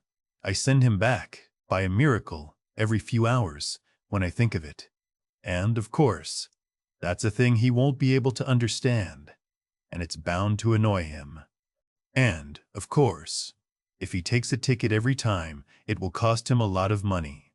I done the best I could for him, but, of course, it's difficult for him to put himself in my place. I thought afterwards that his clothes might have got scorched, you know. If Hades is all it's supposed to be before I shifted him, in that case I suppose they'd have locked him up in San Francisco. Of course I willed him a new suit of clothes. On him directly I thought of it. But, you see, I'm already in a deuce of a tangle." Mr. Maydig looked serious. "I see you are in a tangle." "Yes, it's a difficult position. How you are to end it." He became diffuse and inconclusive. "However, we'll leave Winch for a little and discuss the larger question. I don't think this is a case of the black art or anything of the sort. I don't think there is any taint of criminality about it at all, Mr. Fotheringay. None whatever, unless you are suppressing material facts. No, it's miracles, pure miracles, miracles, if I may say so, of the very highest class." He began to pace the hearthrug and gesticulate, while Mr. Fotheringay sat with his arm on the table, and his head on his arm, looking worried. "I don't see how I'm to manage about Winch," he said. "A gift of working miracles. Apparently a very powerful gift," said Mr. Starr. "Maydig, we'll find a way about Winch, never fear. My dear sir, you are a most important man, a man of the most astonishing possibilities. As evidence, for example. And in other ways. The things you may do. Yes, I've thought of a thing or two," said Mr. Fotheringay. "But some of the things came a bit twisty. You saw that fish at first? Wrong sort of bowl and wrong sort of fish, and I thought I'd ask someone. A proper course, said Mr. Maydig. A very proper course, altogether the proper course. He stopped and looked at Mr. Stopped and Mr. Fotheringay. It's practically an unlimited gift. Let us test your powers, for instance. If they really are all they seem to be. And so, incredible as it may seem, in the study of the little house behind the Congregational Chapel, on the evening of Sunday, Nov. 10, 1896, Mr. Fotheringay, egged on and inspired by Mr. Maydig, began to work miracles. The reader's attention is specially and definitely called to the date. He will object, probably has already objected, that certain points in this story are improbable, that if any things of the sort already described had indeed occurred, they would have been in all the papers at that time. The details immediately following he will find particularly hard to accept, because among other things, they involve the conclusion that he or she, the reader in question, must have been killed in a violent and unprecedented manner more than a year ago. Now a miracle is nothing if not improbable, and as a matter of fact, the reader was killed in a violent and unprecedented manner in 1896. In the subsequent course of this story, that will become perfectly clear and credible, as every right-minded and reasonable reader will admit. But this is not the place for the end of the story, being but little beyond the hither side of the middle. And at first, the miracles worked by Mr. Fotheringay were timid little miracles, little things with the cups and parlor fitments, as feeble as the miracles of theosophists, and, feeble as they were received with awe by his collaborator. He would have preferred to settle the winch business out of hand, but Mr. Maydig would not let him. But after they had worked a dozen of these domestic trivialities, their sense of power grew, their imagination began to show signs of stimulation, and their ambition enlarged. Their first larger enterprise was due to hunger and the negligence of Mrs. Minchin, Mr. Maydig's housekeeper, the meal to which the minister conducted Mr. First. Fotheringay was certainly ill-laid and uninviting as refreshment for two industrious miracle workers, but they were seated, and Mr. seated. Maydig was descanting in sorrow rather than in anger upon his housekeeper's shortcomings before it occurred to Mr. Fotheringay that an opportunity lay before him. "Don't you think, Mr. Maydig," he said, "if it isn't a liberty, my dear Mr. Fotheringay." "Of course, no, I didn't think." Mr. Fotheringay waved his hand. "What shall we have?" he said in a large, inclusive spirit, and, at Mr. Maydig's order, revised the supper very thoroughly. "As for me," he said, eyeing Mr. Maydig's selection, "I am always particularly fond of a tankard of stout, and a nice Welsh rarebit, and I'll order that. I ain't much given to Burgundy." And forthwith stout and Welsh rarebit promptly appeared at his command. They sat long at their supper, talking like equals, as Mr. Fotheringay presently perceived, with a glow of surprise and gratification, of all the miracles they would presently do. And, by the by, Mr. Maydig, said Mr. Fotheringay, I might perhaps be able to help you in a domestic way. Don't quite follow, said Mr. Maydig, pouring out a glass of miraculous old Burgundy. Mr. Fotheringay helped himself to a second Welsh rarebit out of vacancy, and took a mouthful. I was thinking, he said, I might be able, chum, to work, chum, a miracle with Mrs. Brand. Minchin, chum, make her a better woman. Mr. Maydig put down the glass and looked doubtful. She strongly objects to interference, you know. Mr. Fotheringay. And, as a matter of fact, it's well past 11 and she's probably in bed and asleep. Do you think, on the whole? Any. Mr. Fotheringay considered these objections. I don't see that it shouldn't be done in her sleep. For a time, Mr. Maydig opposed the idea, and then he yielded. Mr. Fotheringay issued his orders, and a little less at their ease, perhaps, the two gentlemen proceeded with their repast. Mr. Maydig was enlarging on the changes he might expect in his housekeeper next day, with an optimism that seemed even to Mr. Ray's. Fotheringay's supper senses a little forced and hectic when a series of confused noises from upstairs began. Their eyes exchanged interrogations, and Mr. Maydig left the room hastily. Mr. Case, Fotheringay heard him calling up to his housekeeper, and then his footsteps going softly up to her. In a minute or so the minister returned, his step light, his face radiant. "Wonderful," he said, "and touching, most touching." He began pacing the hearthrug.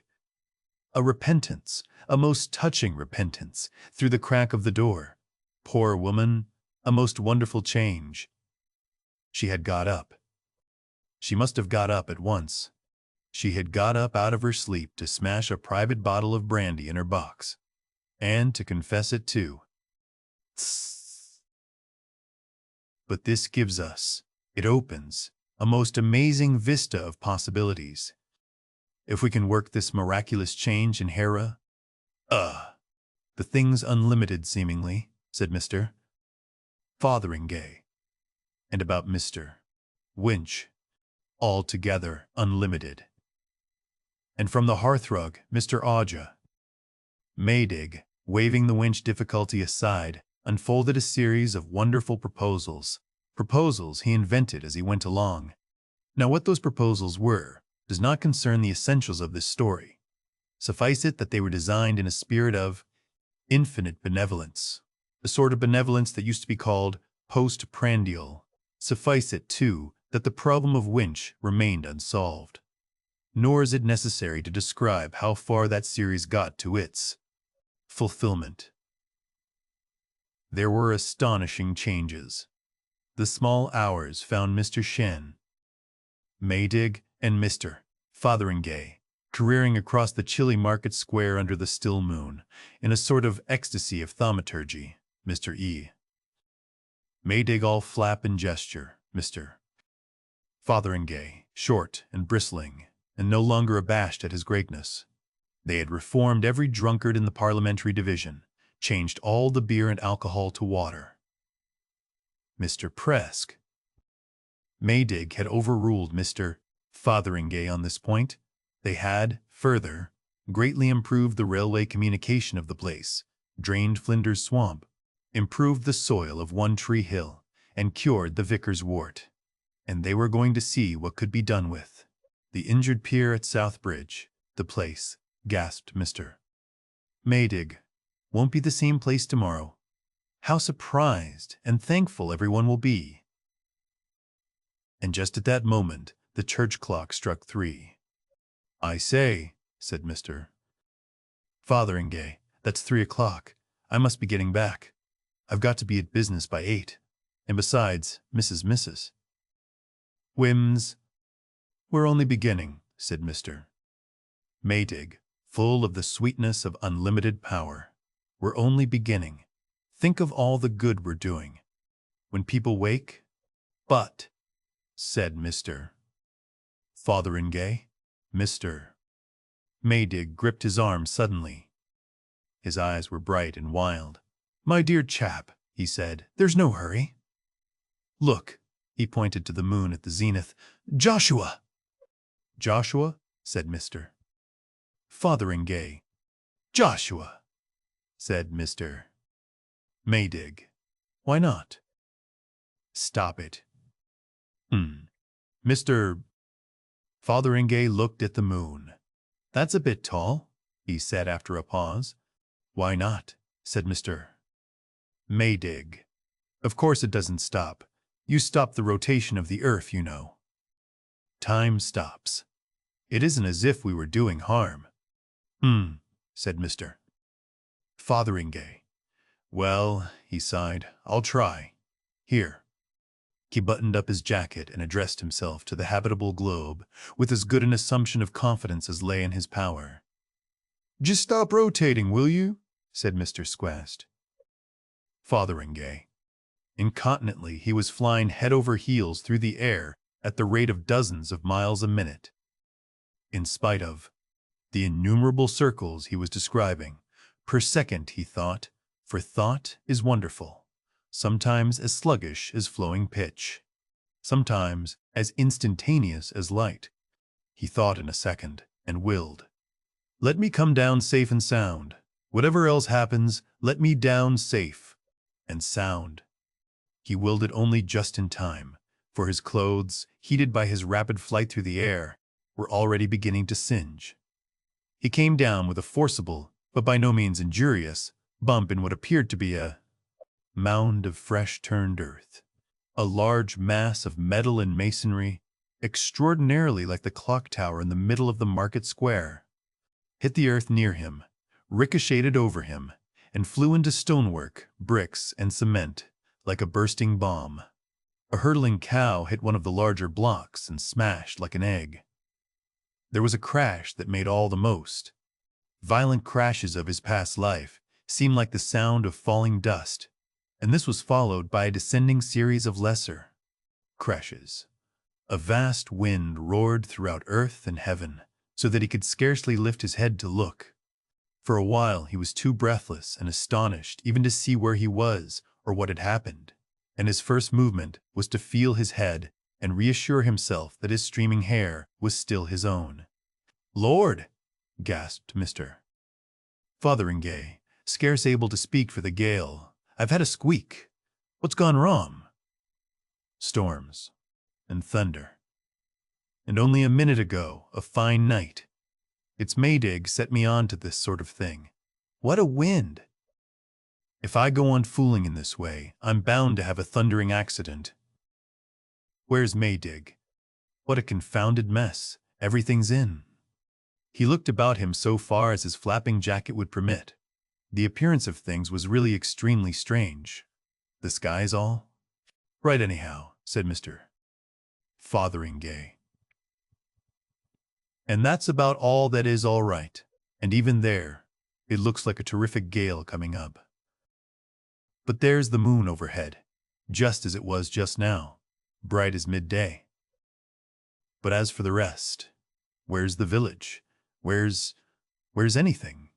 And what on earth set this wind a-blowing? I didn't order no wind. Mr. Fotheringay struggled to get to his feet in vain, and after one failure remained on all fours, holding on. He surveyed the moonlit world to leeward, with the tails of his jacket streaming over his head.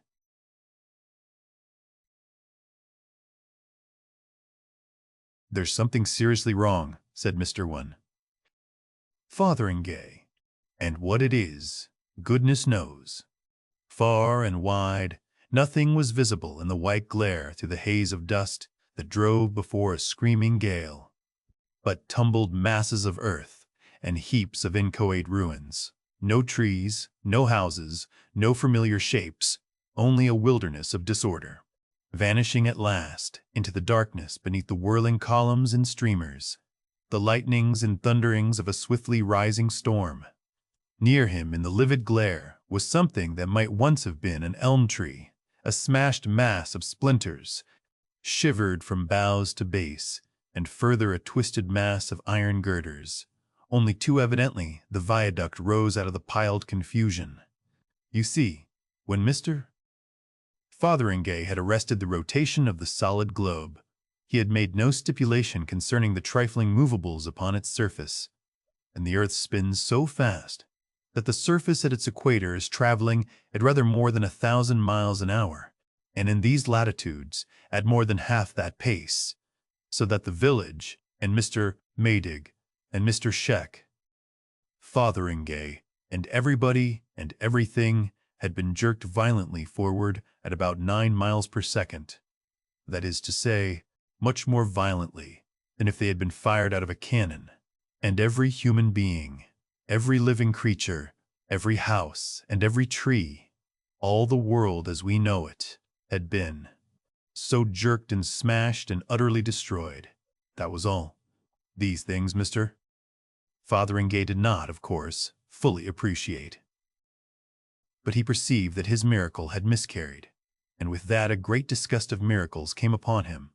He was in darkness now, for the clouds had swept together and blotted out his momentary glimpse of the moon, and the air was full of fitful, struggling, tortured wraiths of hail.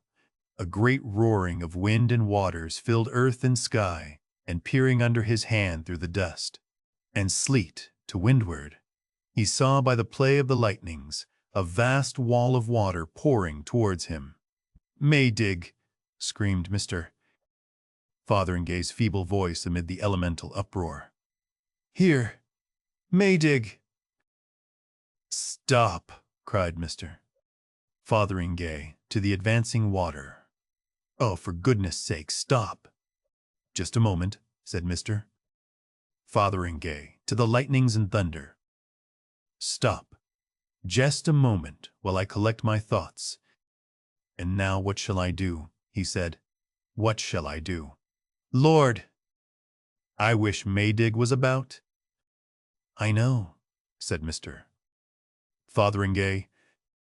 "And for goodness' sake, let's have it right this time."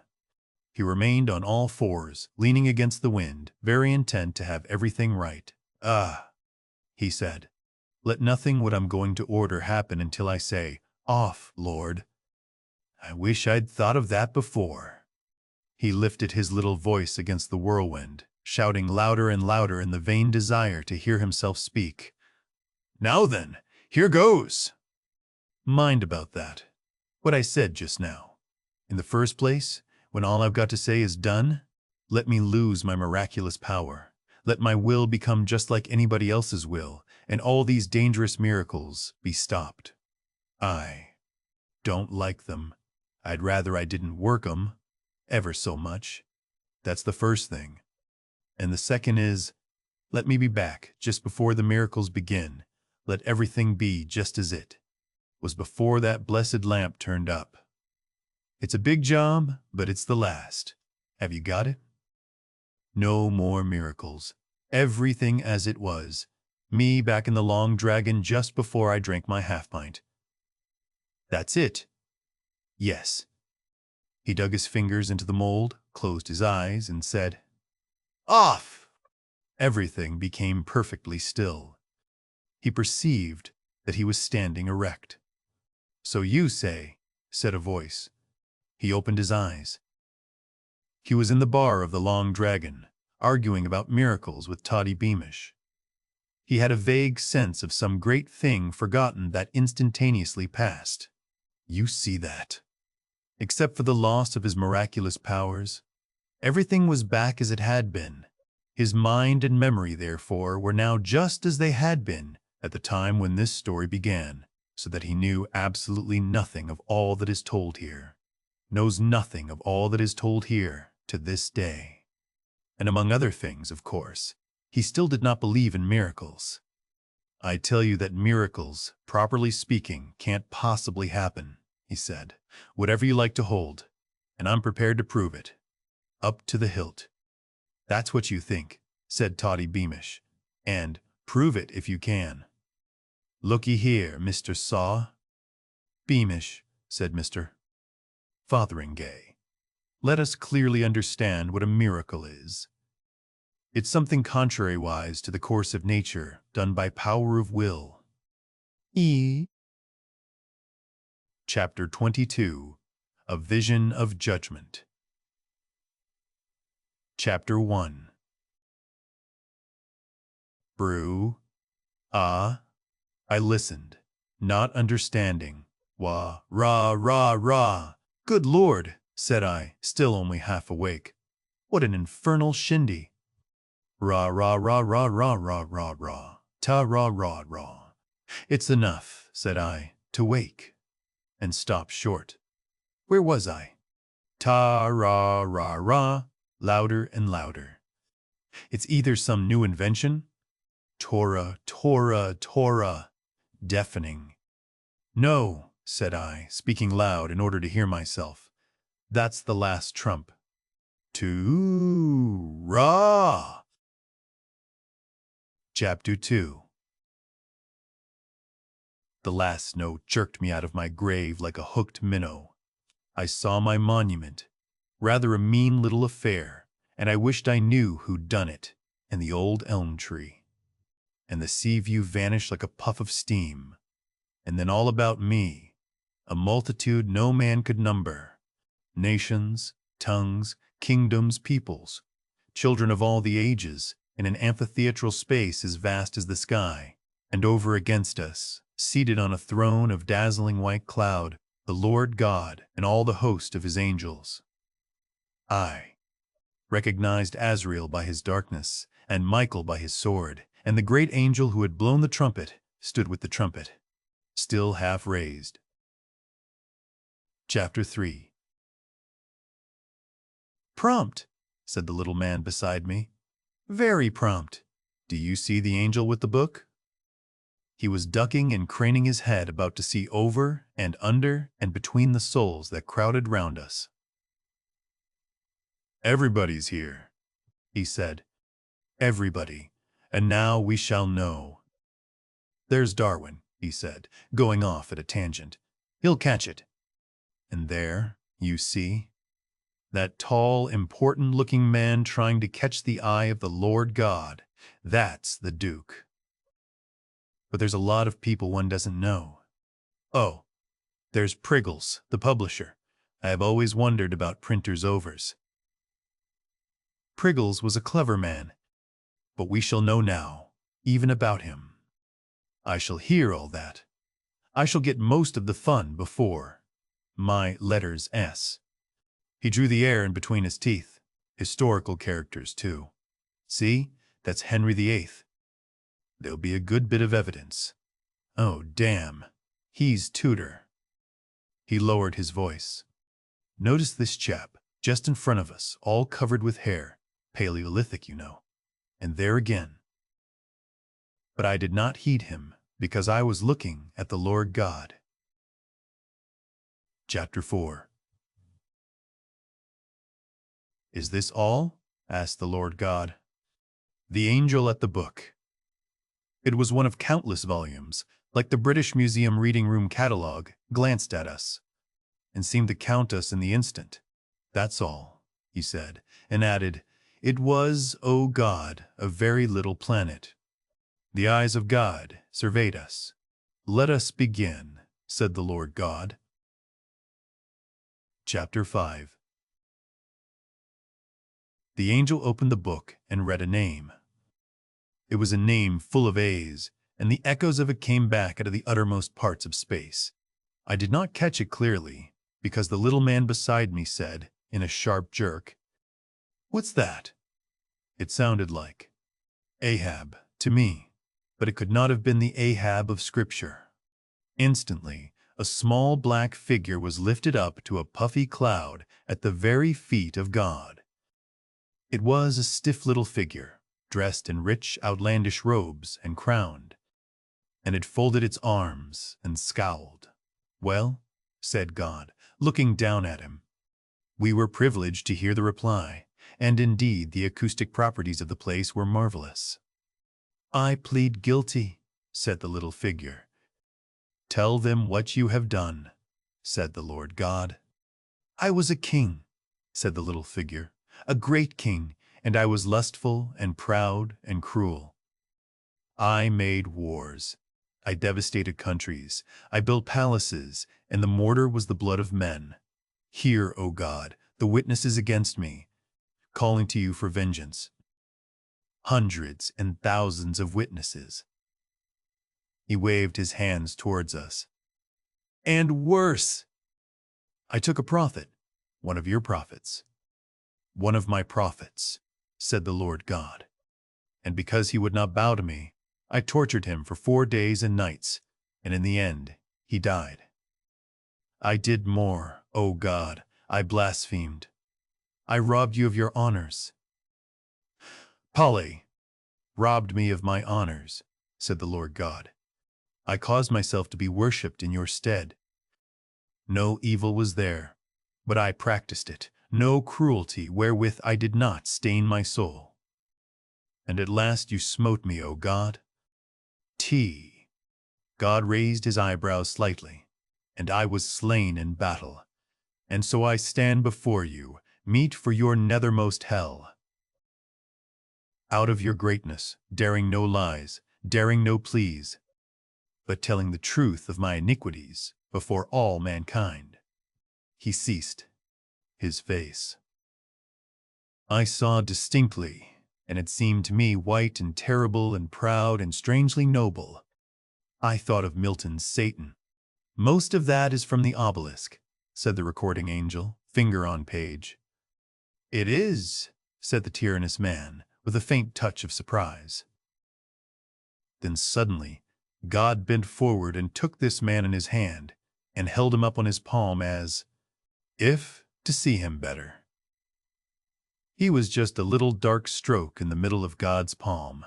Did he do all this? Said the Lord God. The recording angel flattened his book with his hand. In a way, said the recording angel carelessly. Now when I looked again at the little man, his face had changed in a very curious manner. He was looking at the recording angel with a strange apprehension in his eyes, and one hand fluttered to his mouth.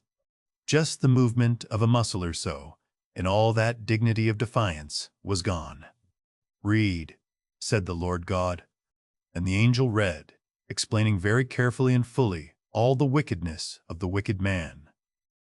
It was quite an intellectual treat, a little daring in places, I thought, but of course heaven has its privileges. Chapter 6. Everybody was laughing.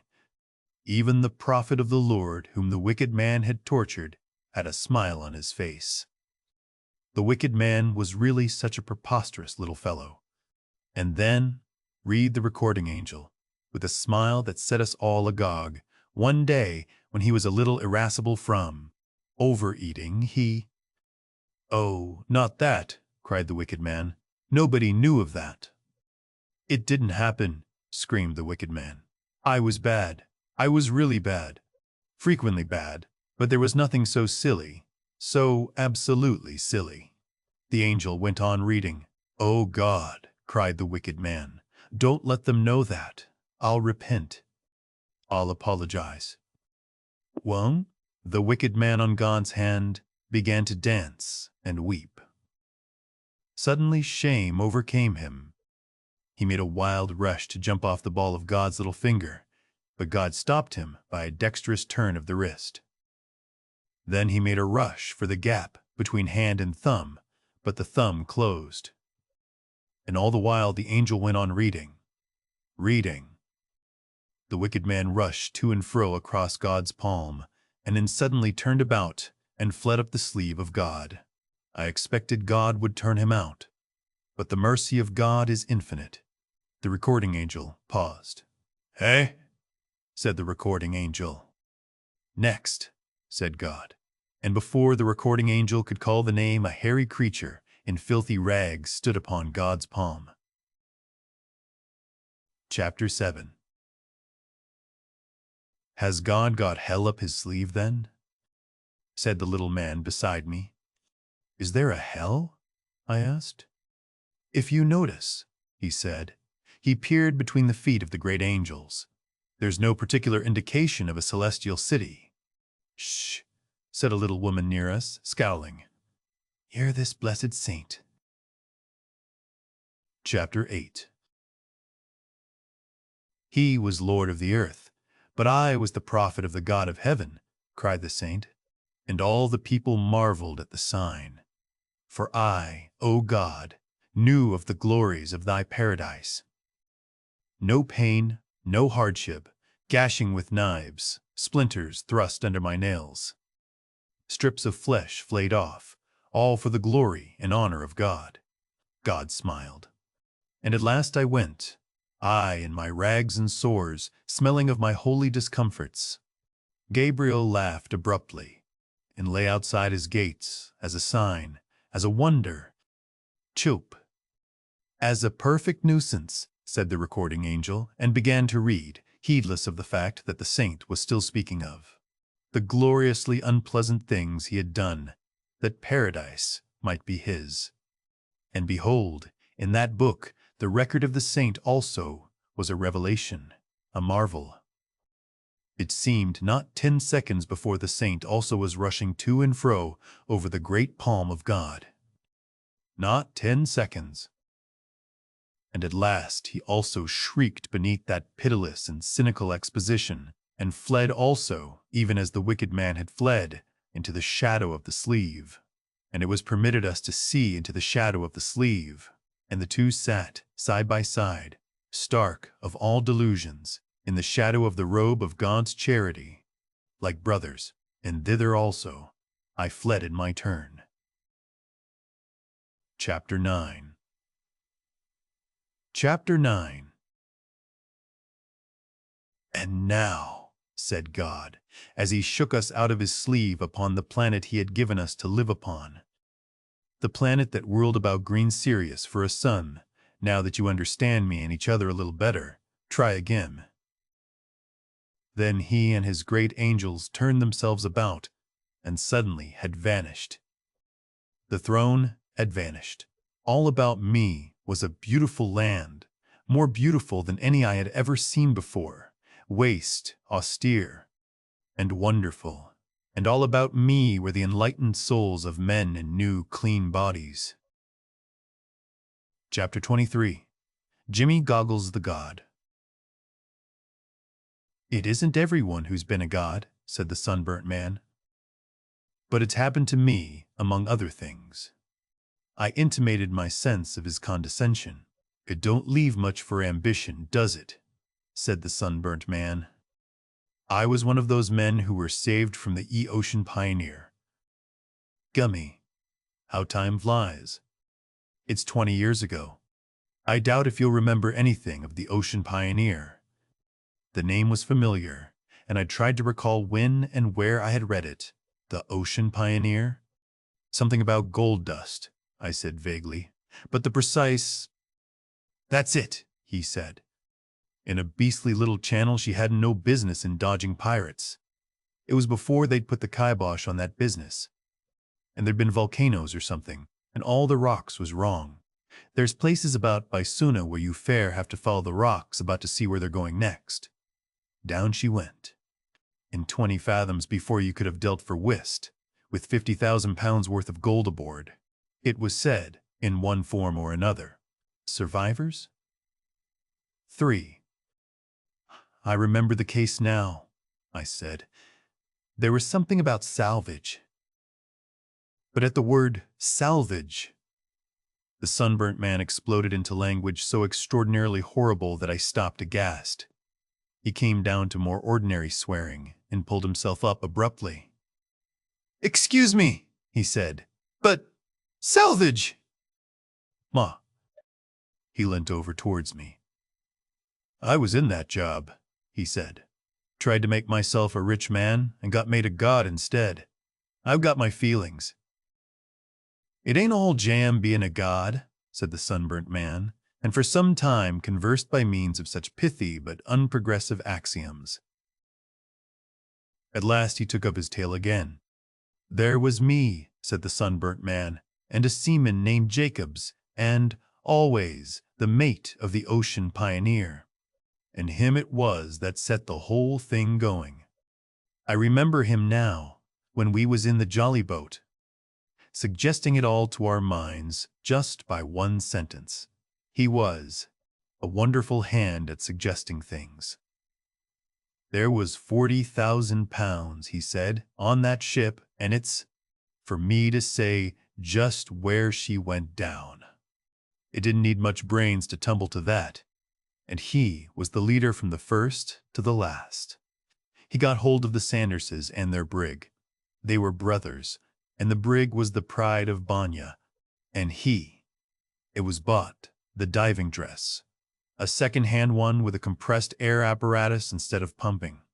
He'd have done the diving, too, if it hadn't made him sick going down. And the salvage people were mucking about with a chart he'd cooked up, as solemn as could be, at Star Race, 120 miles away.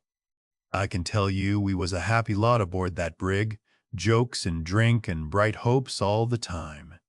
It all seemed so neat and clean and straightforward, and what rough chaps call a cert. And we used to speculate how the other blessed lot, the proper salvagers, who'd started 2 days before us, were getting on, until our sides fairly ached. We all messed together in the Sanderses' cabin. It was a curious crew, all officers and no men, and there stood the diving dress waiting its turn. Young Sanders was a humorous sort of chap, and there certainly was something funny in the confounded thing's great fat head and its stare, and he made us see it too. Jimmy Goggles, he used to call it, and talk to it like a Christian. Asked if he was married, and how Mrs. Ember Goggles was, and all the little Goggleses, fit to make you split. And every blessed day, all of us used to drink the health of Jimmy Goggles in rum, and unscrew his eye, and pour a glass of rum in him until, instead of that nasty Macintoshiness, he smelt as nice in his inside as a cask of rum. It was jolly times we had in those days, I can tell you, little suspecting, poor chaps, what was a-coming. We weren't going to throw away our chances by any blessed hurry, you know, and we spent a whole day sounding our way towards where the Ocean Pioneer had gone down, right between two chunks of ropey gray lava rocks that rose nearly out of the water. We had to lay off about half a mile to get a safe anchorage, and there was a thundering row who should stop on board, and there she lay just as she had gone down, so that you could see the top of the masts that was still standing perfectly distinctly. The row ended in all coming in the boat. I went down in the diving dress on Friday morning, directly it was light. What a surprise it was! I can see it all now quite distinctly. It was a queer-looking place, and the light was just coming. People over here think every blessed place in the tropics is a flat shore, and palm trees and surf, bless 'em. This place, for instance, wasn't a bit that way. Not common rocks they were, undermined by waves, but great curved banks like ironwork cinder heaps with green slime below, and thorny shrubs and things just waving upon them here and there, and the water glassy calm and clear, and showing you a kind of dirty gray-black shine, with huge flaring red-brown weeds spreading motionless and crawling, and darting things going through it, and far away beyond the ditches and pools and the heaps was a forest on the mountain flank, growing again after the fires and cinder showers of the last eruption, and the other way forest, too, and a kind of broken, what is it? Amphitheater of black and rusty cinders rising out of it all, and the sea in a kind of bay in the middle. The dawn, I say, was just coming, and there wasn't much color about things, and not a human being, but ourselves anywhere in sight, up or down the channel, except the Pride of Banya, lying out beyond a lump of rocks towards the line of the sea. Not a human being in sight, he repeated, and paused. I don't know where they came from, not a bit, and we were feeling so safe that we were all alone, that poor. Young Sanders was a-singing. I was in Jimmy Goggles, all except the helmet. Easy, says always, there's her mast. And after I'd had just one squint over the gunwale, I caught up the bogey and almost tipped out as old Sanders brought the boat round, when the windows were screwed and everything was all right. I shut the valve from the air belt in order to help my sinking, and jumped overboard, feet foremost, for we hadn't a ladder. I left the boat pitching, and all of them staring down into water after me, as my head sank down into the weeds and blackness that lay about the mast. I suppose nobody, not the most cautious chap in the world, would have bothered about a lookout at such a desolate place. It stunk of solitude. Of course, you must understand that I was a greenhorn at diving. None of us were divers. We'd had to muck about with the thing to get the way of it, and this was the first time I'd been deep. It feels damnable. Your ears hurt. Beastly. I don't know if you've ever hurt yourself yawning or sneezing, but it takes you like that, only 10 times worse. And a pain over the eyebrows here, splitting, and a feeling like influenza in the head. And it isn't all heaven in your lungs and things. And going down feels like the beginning of a lift, only it keeps on, and you can't turn your head to see what's above you, and you can't get a fair squint at what's happening to your feet without bending down something painful. And being deep, it was dark, let alone the blackness of the ashes and mud that formed the bottom. It was like going down out of the dawn, back into the night, so to speak. The mast came up like a ghost out of the black, and then a lot of fishes, and then a lot of flapping, red seaweed, and then whack. I came with a kind of dull bang on the deck of the Ocean Pioneer, and the fishes that had been feeding on the dead rose about me like a swarm of flies from road stuff in summertime. I turned on the compressed air again, for the suit was a bit thick and Macintoshery after all, in spite of the rum, and stood, recovering myself. It struck coolish down there, and that helped take off the stuffiness a bit. When I began to feel easier, I started looking about me. It was an extraordinary sight. Even the light was extraordinary, a kind of reddy-colored twilight on account of the streamers of seaweed that floated up on either side of the ship, and far overhead, just a moony, deep green blue.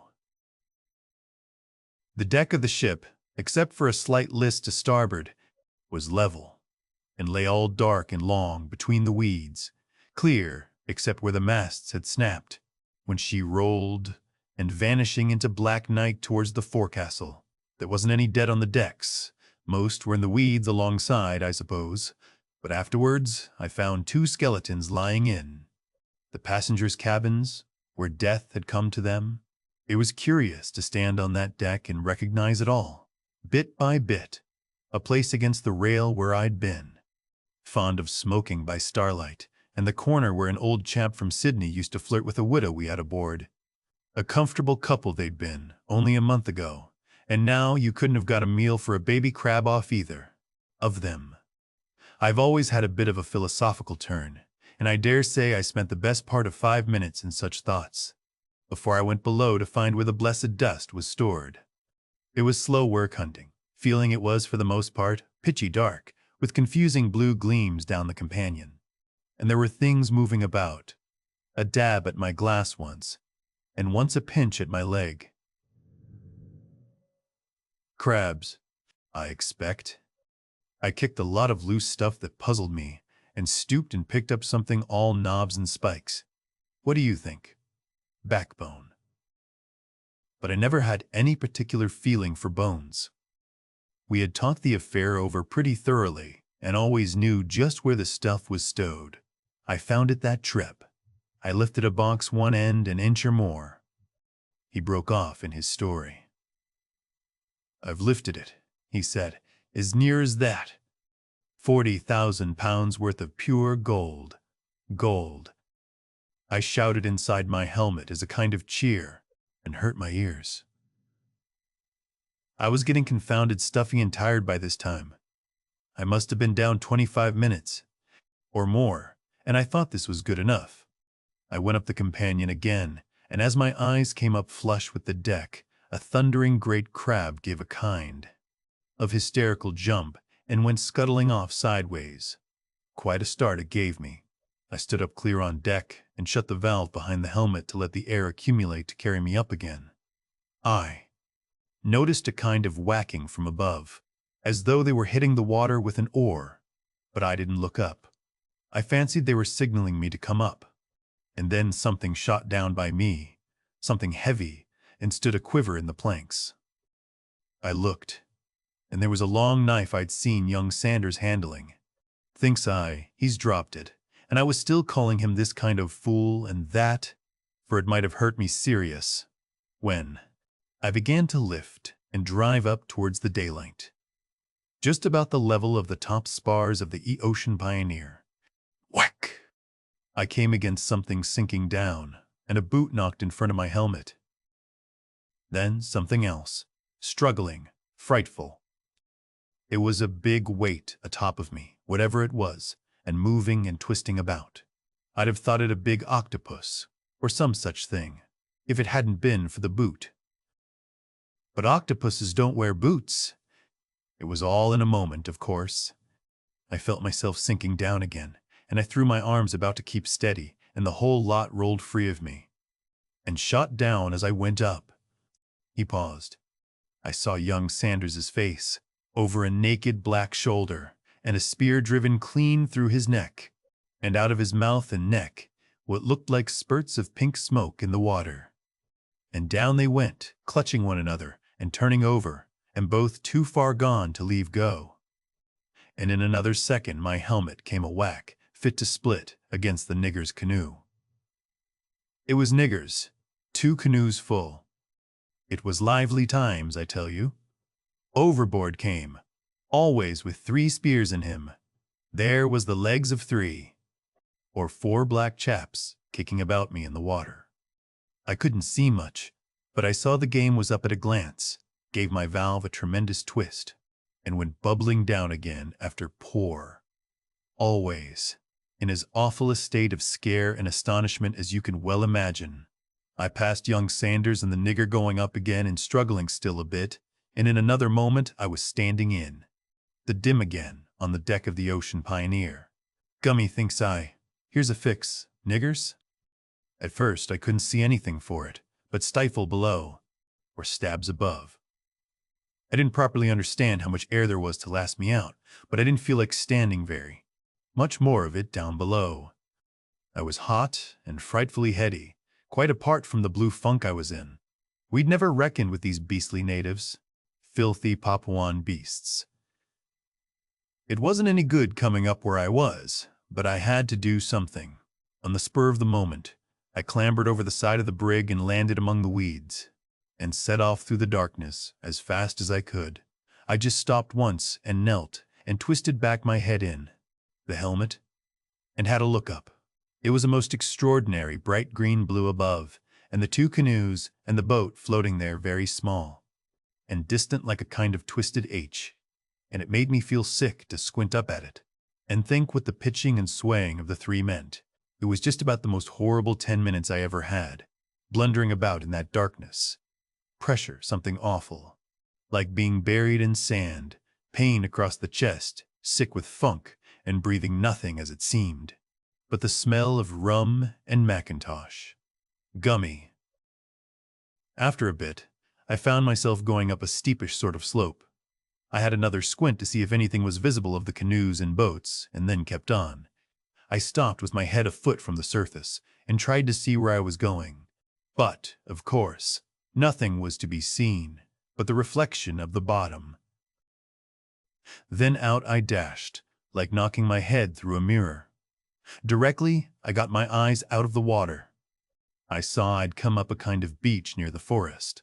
I had a look round, but the natives and the brig were both hidden by a big hummocky heap of twisted lava. The born fool in me suggested run for the woods. I didn't take the helmet off, but I eased open one of the windows, and, after a bit of a pant, went on out of the water. You'd hardly imagine how clean and light the air tasted. Of course, with 4 inches of lead in your boot soles and your head in a copper knob the size of a football, and been 35 minutes underwater, you don't break any records running.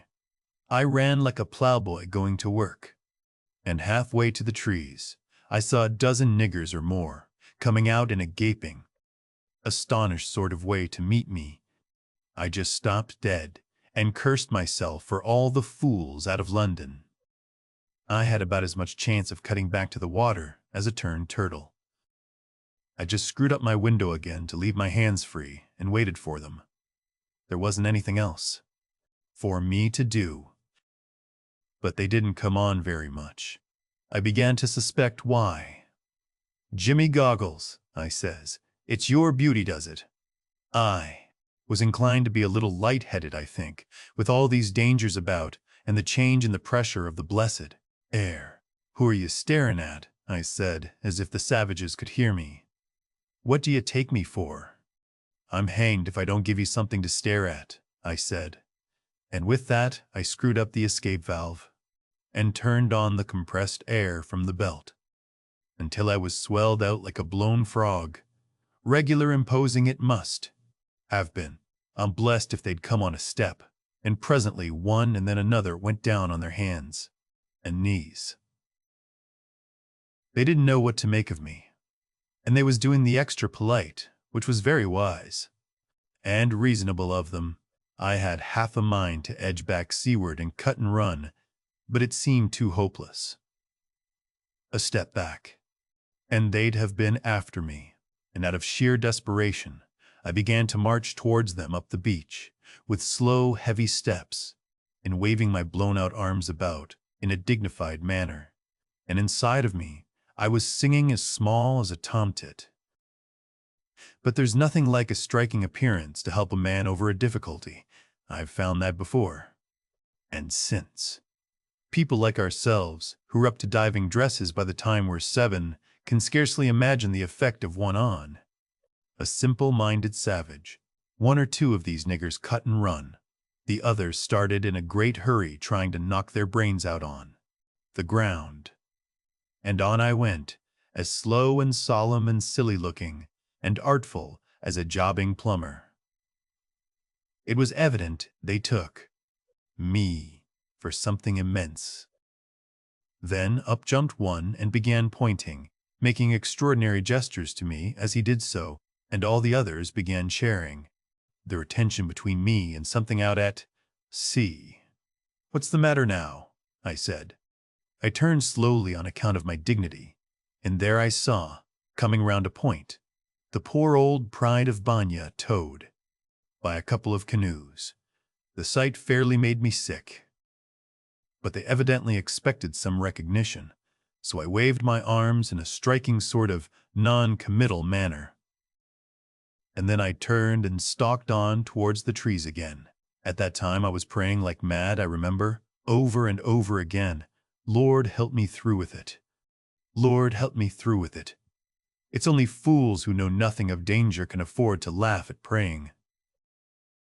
But these niggers weren't going to let me walk through and away like that. They started a kind of bowing dance about me, and sort of pressed me to take a pathway that lay through the trees. It was clear to me they didn't take me for a British citizen, whatever else they thought of me, and for my own part, one was never less anxious to own up to the old country.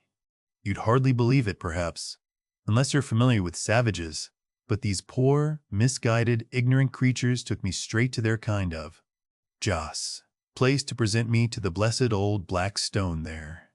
By this time, I was beginning to sort of realize the depth of their ignorance, and directly I set eyes on this deity, I took my cue. I started a baritone howl. Wow, wow, very long on one note, and began waving my arms about a lot, and then very slowly and ceremoniously turned their image over on its side and sat down on it. I wanted to sit down badly, for diving dresses ain't much wear in the tropics. Or, to put it different like, they're a sight too much. It took away their breath, I could see, my sitting on their joss. But in less time than a minute, they made up their minds and were hard at work worshipping me. And I can tell you, I felt a bit relieved to see things turning out so well, in spite of the weight on my shoulders and feet. But what made me anxious was what the chaps in the canoes might think when they came back. If they'd seen me in the boat before I went down, and without the helmet on, for they might have been spying and hiding since overnight, they would very likely take a different view from the others. I was in a deuce of a stew about that for hours, as it seemed, until the shindy of the arrival began. But they took it down, the whole blessed village took it down, at the cost of sitting up stiff and stern, as much like those sitting Egyptian images one sees as I could manage, for pretty nearly 12 hours, I should guess, at least, on end. I got over it. You'd hardly think what it meant in that heat and stink. I don't think any of them dreamt of the man inside. I was just a wonderful, leathery great joss that had come up, with luck, out of the water. But the fatigue, the heat, the beastly closeness, the macintoshiness and the rum, and the fuss. They lit a stinking fire on a kind of lava slab there was before me, and brought in a lot of gory muck. The worst parts of what they were feasting on outside, the beasts, and burnt it all in my honor. I was getting a bit hungry, but I understand now how gods managed to do without eating, what with the smell of burnt offerings about them. And they brought in a lot of the stuff they'd got off the brig, and, among other stuff, what I was a bit relieved to see, the kind of pneumatic pump that was used for the compressed air affair. And then a lot of chaps and girls came in and danced about me something disgraceful. It's extraordinary the different ways different people have of showing respect. If I'd had a hatchet handy, I'd have gone. For the lot of them. They made me feel that wild. All this time I sat as stiff as company, not knowing anything better to do. And at last, when nightfall came and the Waddle-Jaw's house place got a bit too shadowy for their taste, all these here savages are. Afraid of the dark, you know, and I started a sort of moo noise.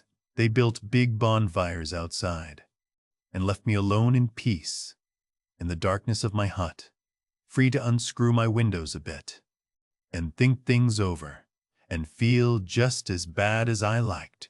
And Lord, I was sick. I was weak and hungry, and my mind kept on behaving like a beetle on a pin. Tremendous activity, and nothing done at the end of it. Come round just where it was before. There was sorrowing for the other chaps. Beastly drunkards, certainly, but not deserving such a fate, and young Sanders with the spear through. His neck wouldn't go out of my mind. There was the treasure down there in the Ocean Pioneer, and how one might get it and hide it somewhere safer, and get away and come back for it. And there was the puzzle where to get anything to eat. I tell you, I was fair rambling. I was afraid to ask by signs for food, for fear of behaving too human, and so there I sat, and hungered until very near the dawn. Then the village got a bit quiet, and I couldn't stand it any longer, and I went out and got some stuff like artichokes in a bowl and some sour milk. What was left of these I put away among the other offerings, just to give them a hint of my tastes. And in the morning they came to worship, and found me sitting up stiff and respectable on their previous god, just as they'd left me overnight. I'd got my back against the central pillar of the hut, and, practically, I was asleep. And that's how I became a god. Among the heathen false god, no doubt, and blasphemous. But one can't always pick and choose. Now, I don't want to crack myself up as a god beyond my merits, but I must confess that, while I was God, to these people, they was extraordinary, successful. I don't say there's anything in it. Mind you, they won a battle with another tribe. I got a lot of offerings I didn't want through it. They had wonderful fishing, and their crop of pora was exceptional fine. And they counted the capture of the brig among the benefits I brought 'em. I must say I don't think that was a poor record for a perfectly new hand, and, though perhaps you'd scarcely credit it, I was the tribal god of those beastly savages for pretty nearly 4 months. What else could I do, man? But I didn't wear that diving dress all the time. I made 'em rig me up a sort of holy of holies, and a deuce of a time I had too, making them understand what it was I wanted them to do. That indeed was the great difficulty, making them understand my wishes. I couldn't let myself down by talking their lingo badly, even if I'd been able to speak at all, and I couldn't go flapping a lot of gestures at them. So I drew pictures in sand and sat down beside them and hooted like 1 o'clock. Sometimes they did the things I wanted, all right, and sometimes they did them all wrong. They was always very willing, certainly. All the while, I was puzzling how I was to get the confounded business settled. Every night before the dawn, I used to march out in full rig and go off to a place where I could see the channel in which the Ocean Pioneer lay sunk, and once even, one moonlight night, I tried to walk out to her, but the weeds and rocks and dark clean beat me. I didn't get back till full day, And then I found all those silly niggers out on the beach praying their sea god to return to them. I was that vexed and tired, messing and tumbling about and coming up and going down again. I could have punched their silly heads all round when they started rejoicing. Hanged if I like so much ceremony. And then came the missionary. That missionary, what a guy! Gummy. It was in the afternoon, and I was sitting in state in my outer temple place, sitting on that old black stone of theirs, when he came. I heard a row outside and jabbering, and then his voice speaking to an interpreter. They worship stocks and stones, he said, and I knew what was up in a flash. I had one of my windows out, for comfort, and I sang out straight away on the spur of the moment. Stocks and stones, I says. You come inside, I says, and I'll punch your blooming Exeter Hall of a head. There was a kind of silence and more jabbering, and in he came, Bible in hand, after the manner of them. A little sandy chap in specs and a pith helmet. I flatter myself that me sitting there in the shadows with my copper head and my big goggles struck him a bit of a heap at first. Well, I says, how's the trade in scissors, for I don't hold with missionaries. I had a lark with that missionary. He was a raw hand, and quite outclassed by a man like me. He gasped out, who was I? And I told him to read the inscription at my feet if he wanted to know. There wasn't no inscription. Why should there be? But down he goes to read, and his interpreter, being of course as superstitious as any of them, more so by reason of his seeing missionary close to, took it for an act of worship, and plumped down like a shot. All my people gave a howl of triumph. And there wasn't any more business to be done in my village after that journey, not by the likes of him. But, of course, I was a fool to choke him off like that. If I'd had any sense, I should have told him straight away of the treasure and taken him into Co. I've no doubt he'd have come into Co. A child, with a few hours to think it over, could have seen the connection between my diving dress and the loss of the Ocean Pioneer. A week after he left, I went out one morning and saw the Motherhood, the salver's ship from Star Race, towing up the channel and sounding. The whole blessed game was up, and all my trouble thrown away. Gummy! How wild I felt, and guying it in that stinking silly dress. 4 months. The sunburnt man's story degenerated again. Think of it, he said, when he emerged to linguistic purity once more. £40,000 worth of gold.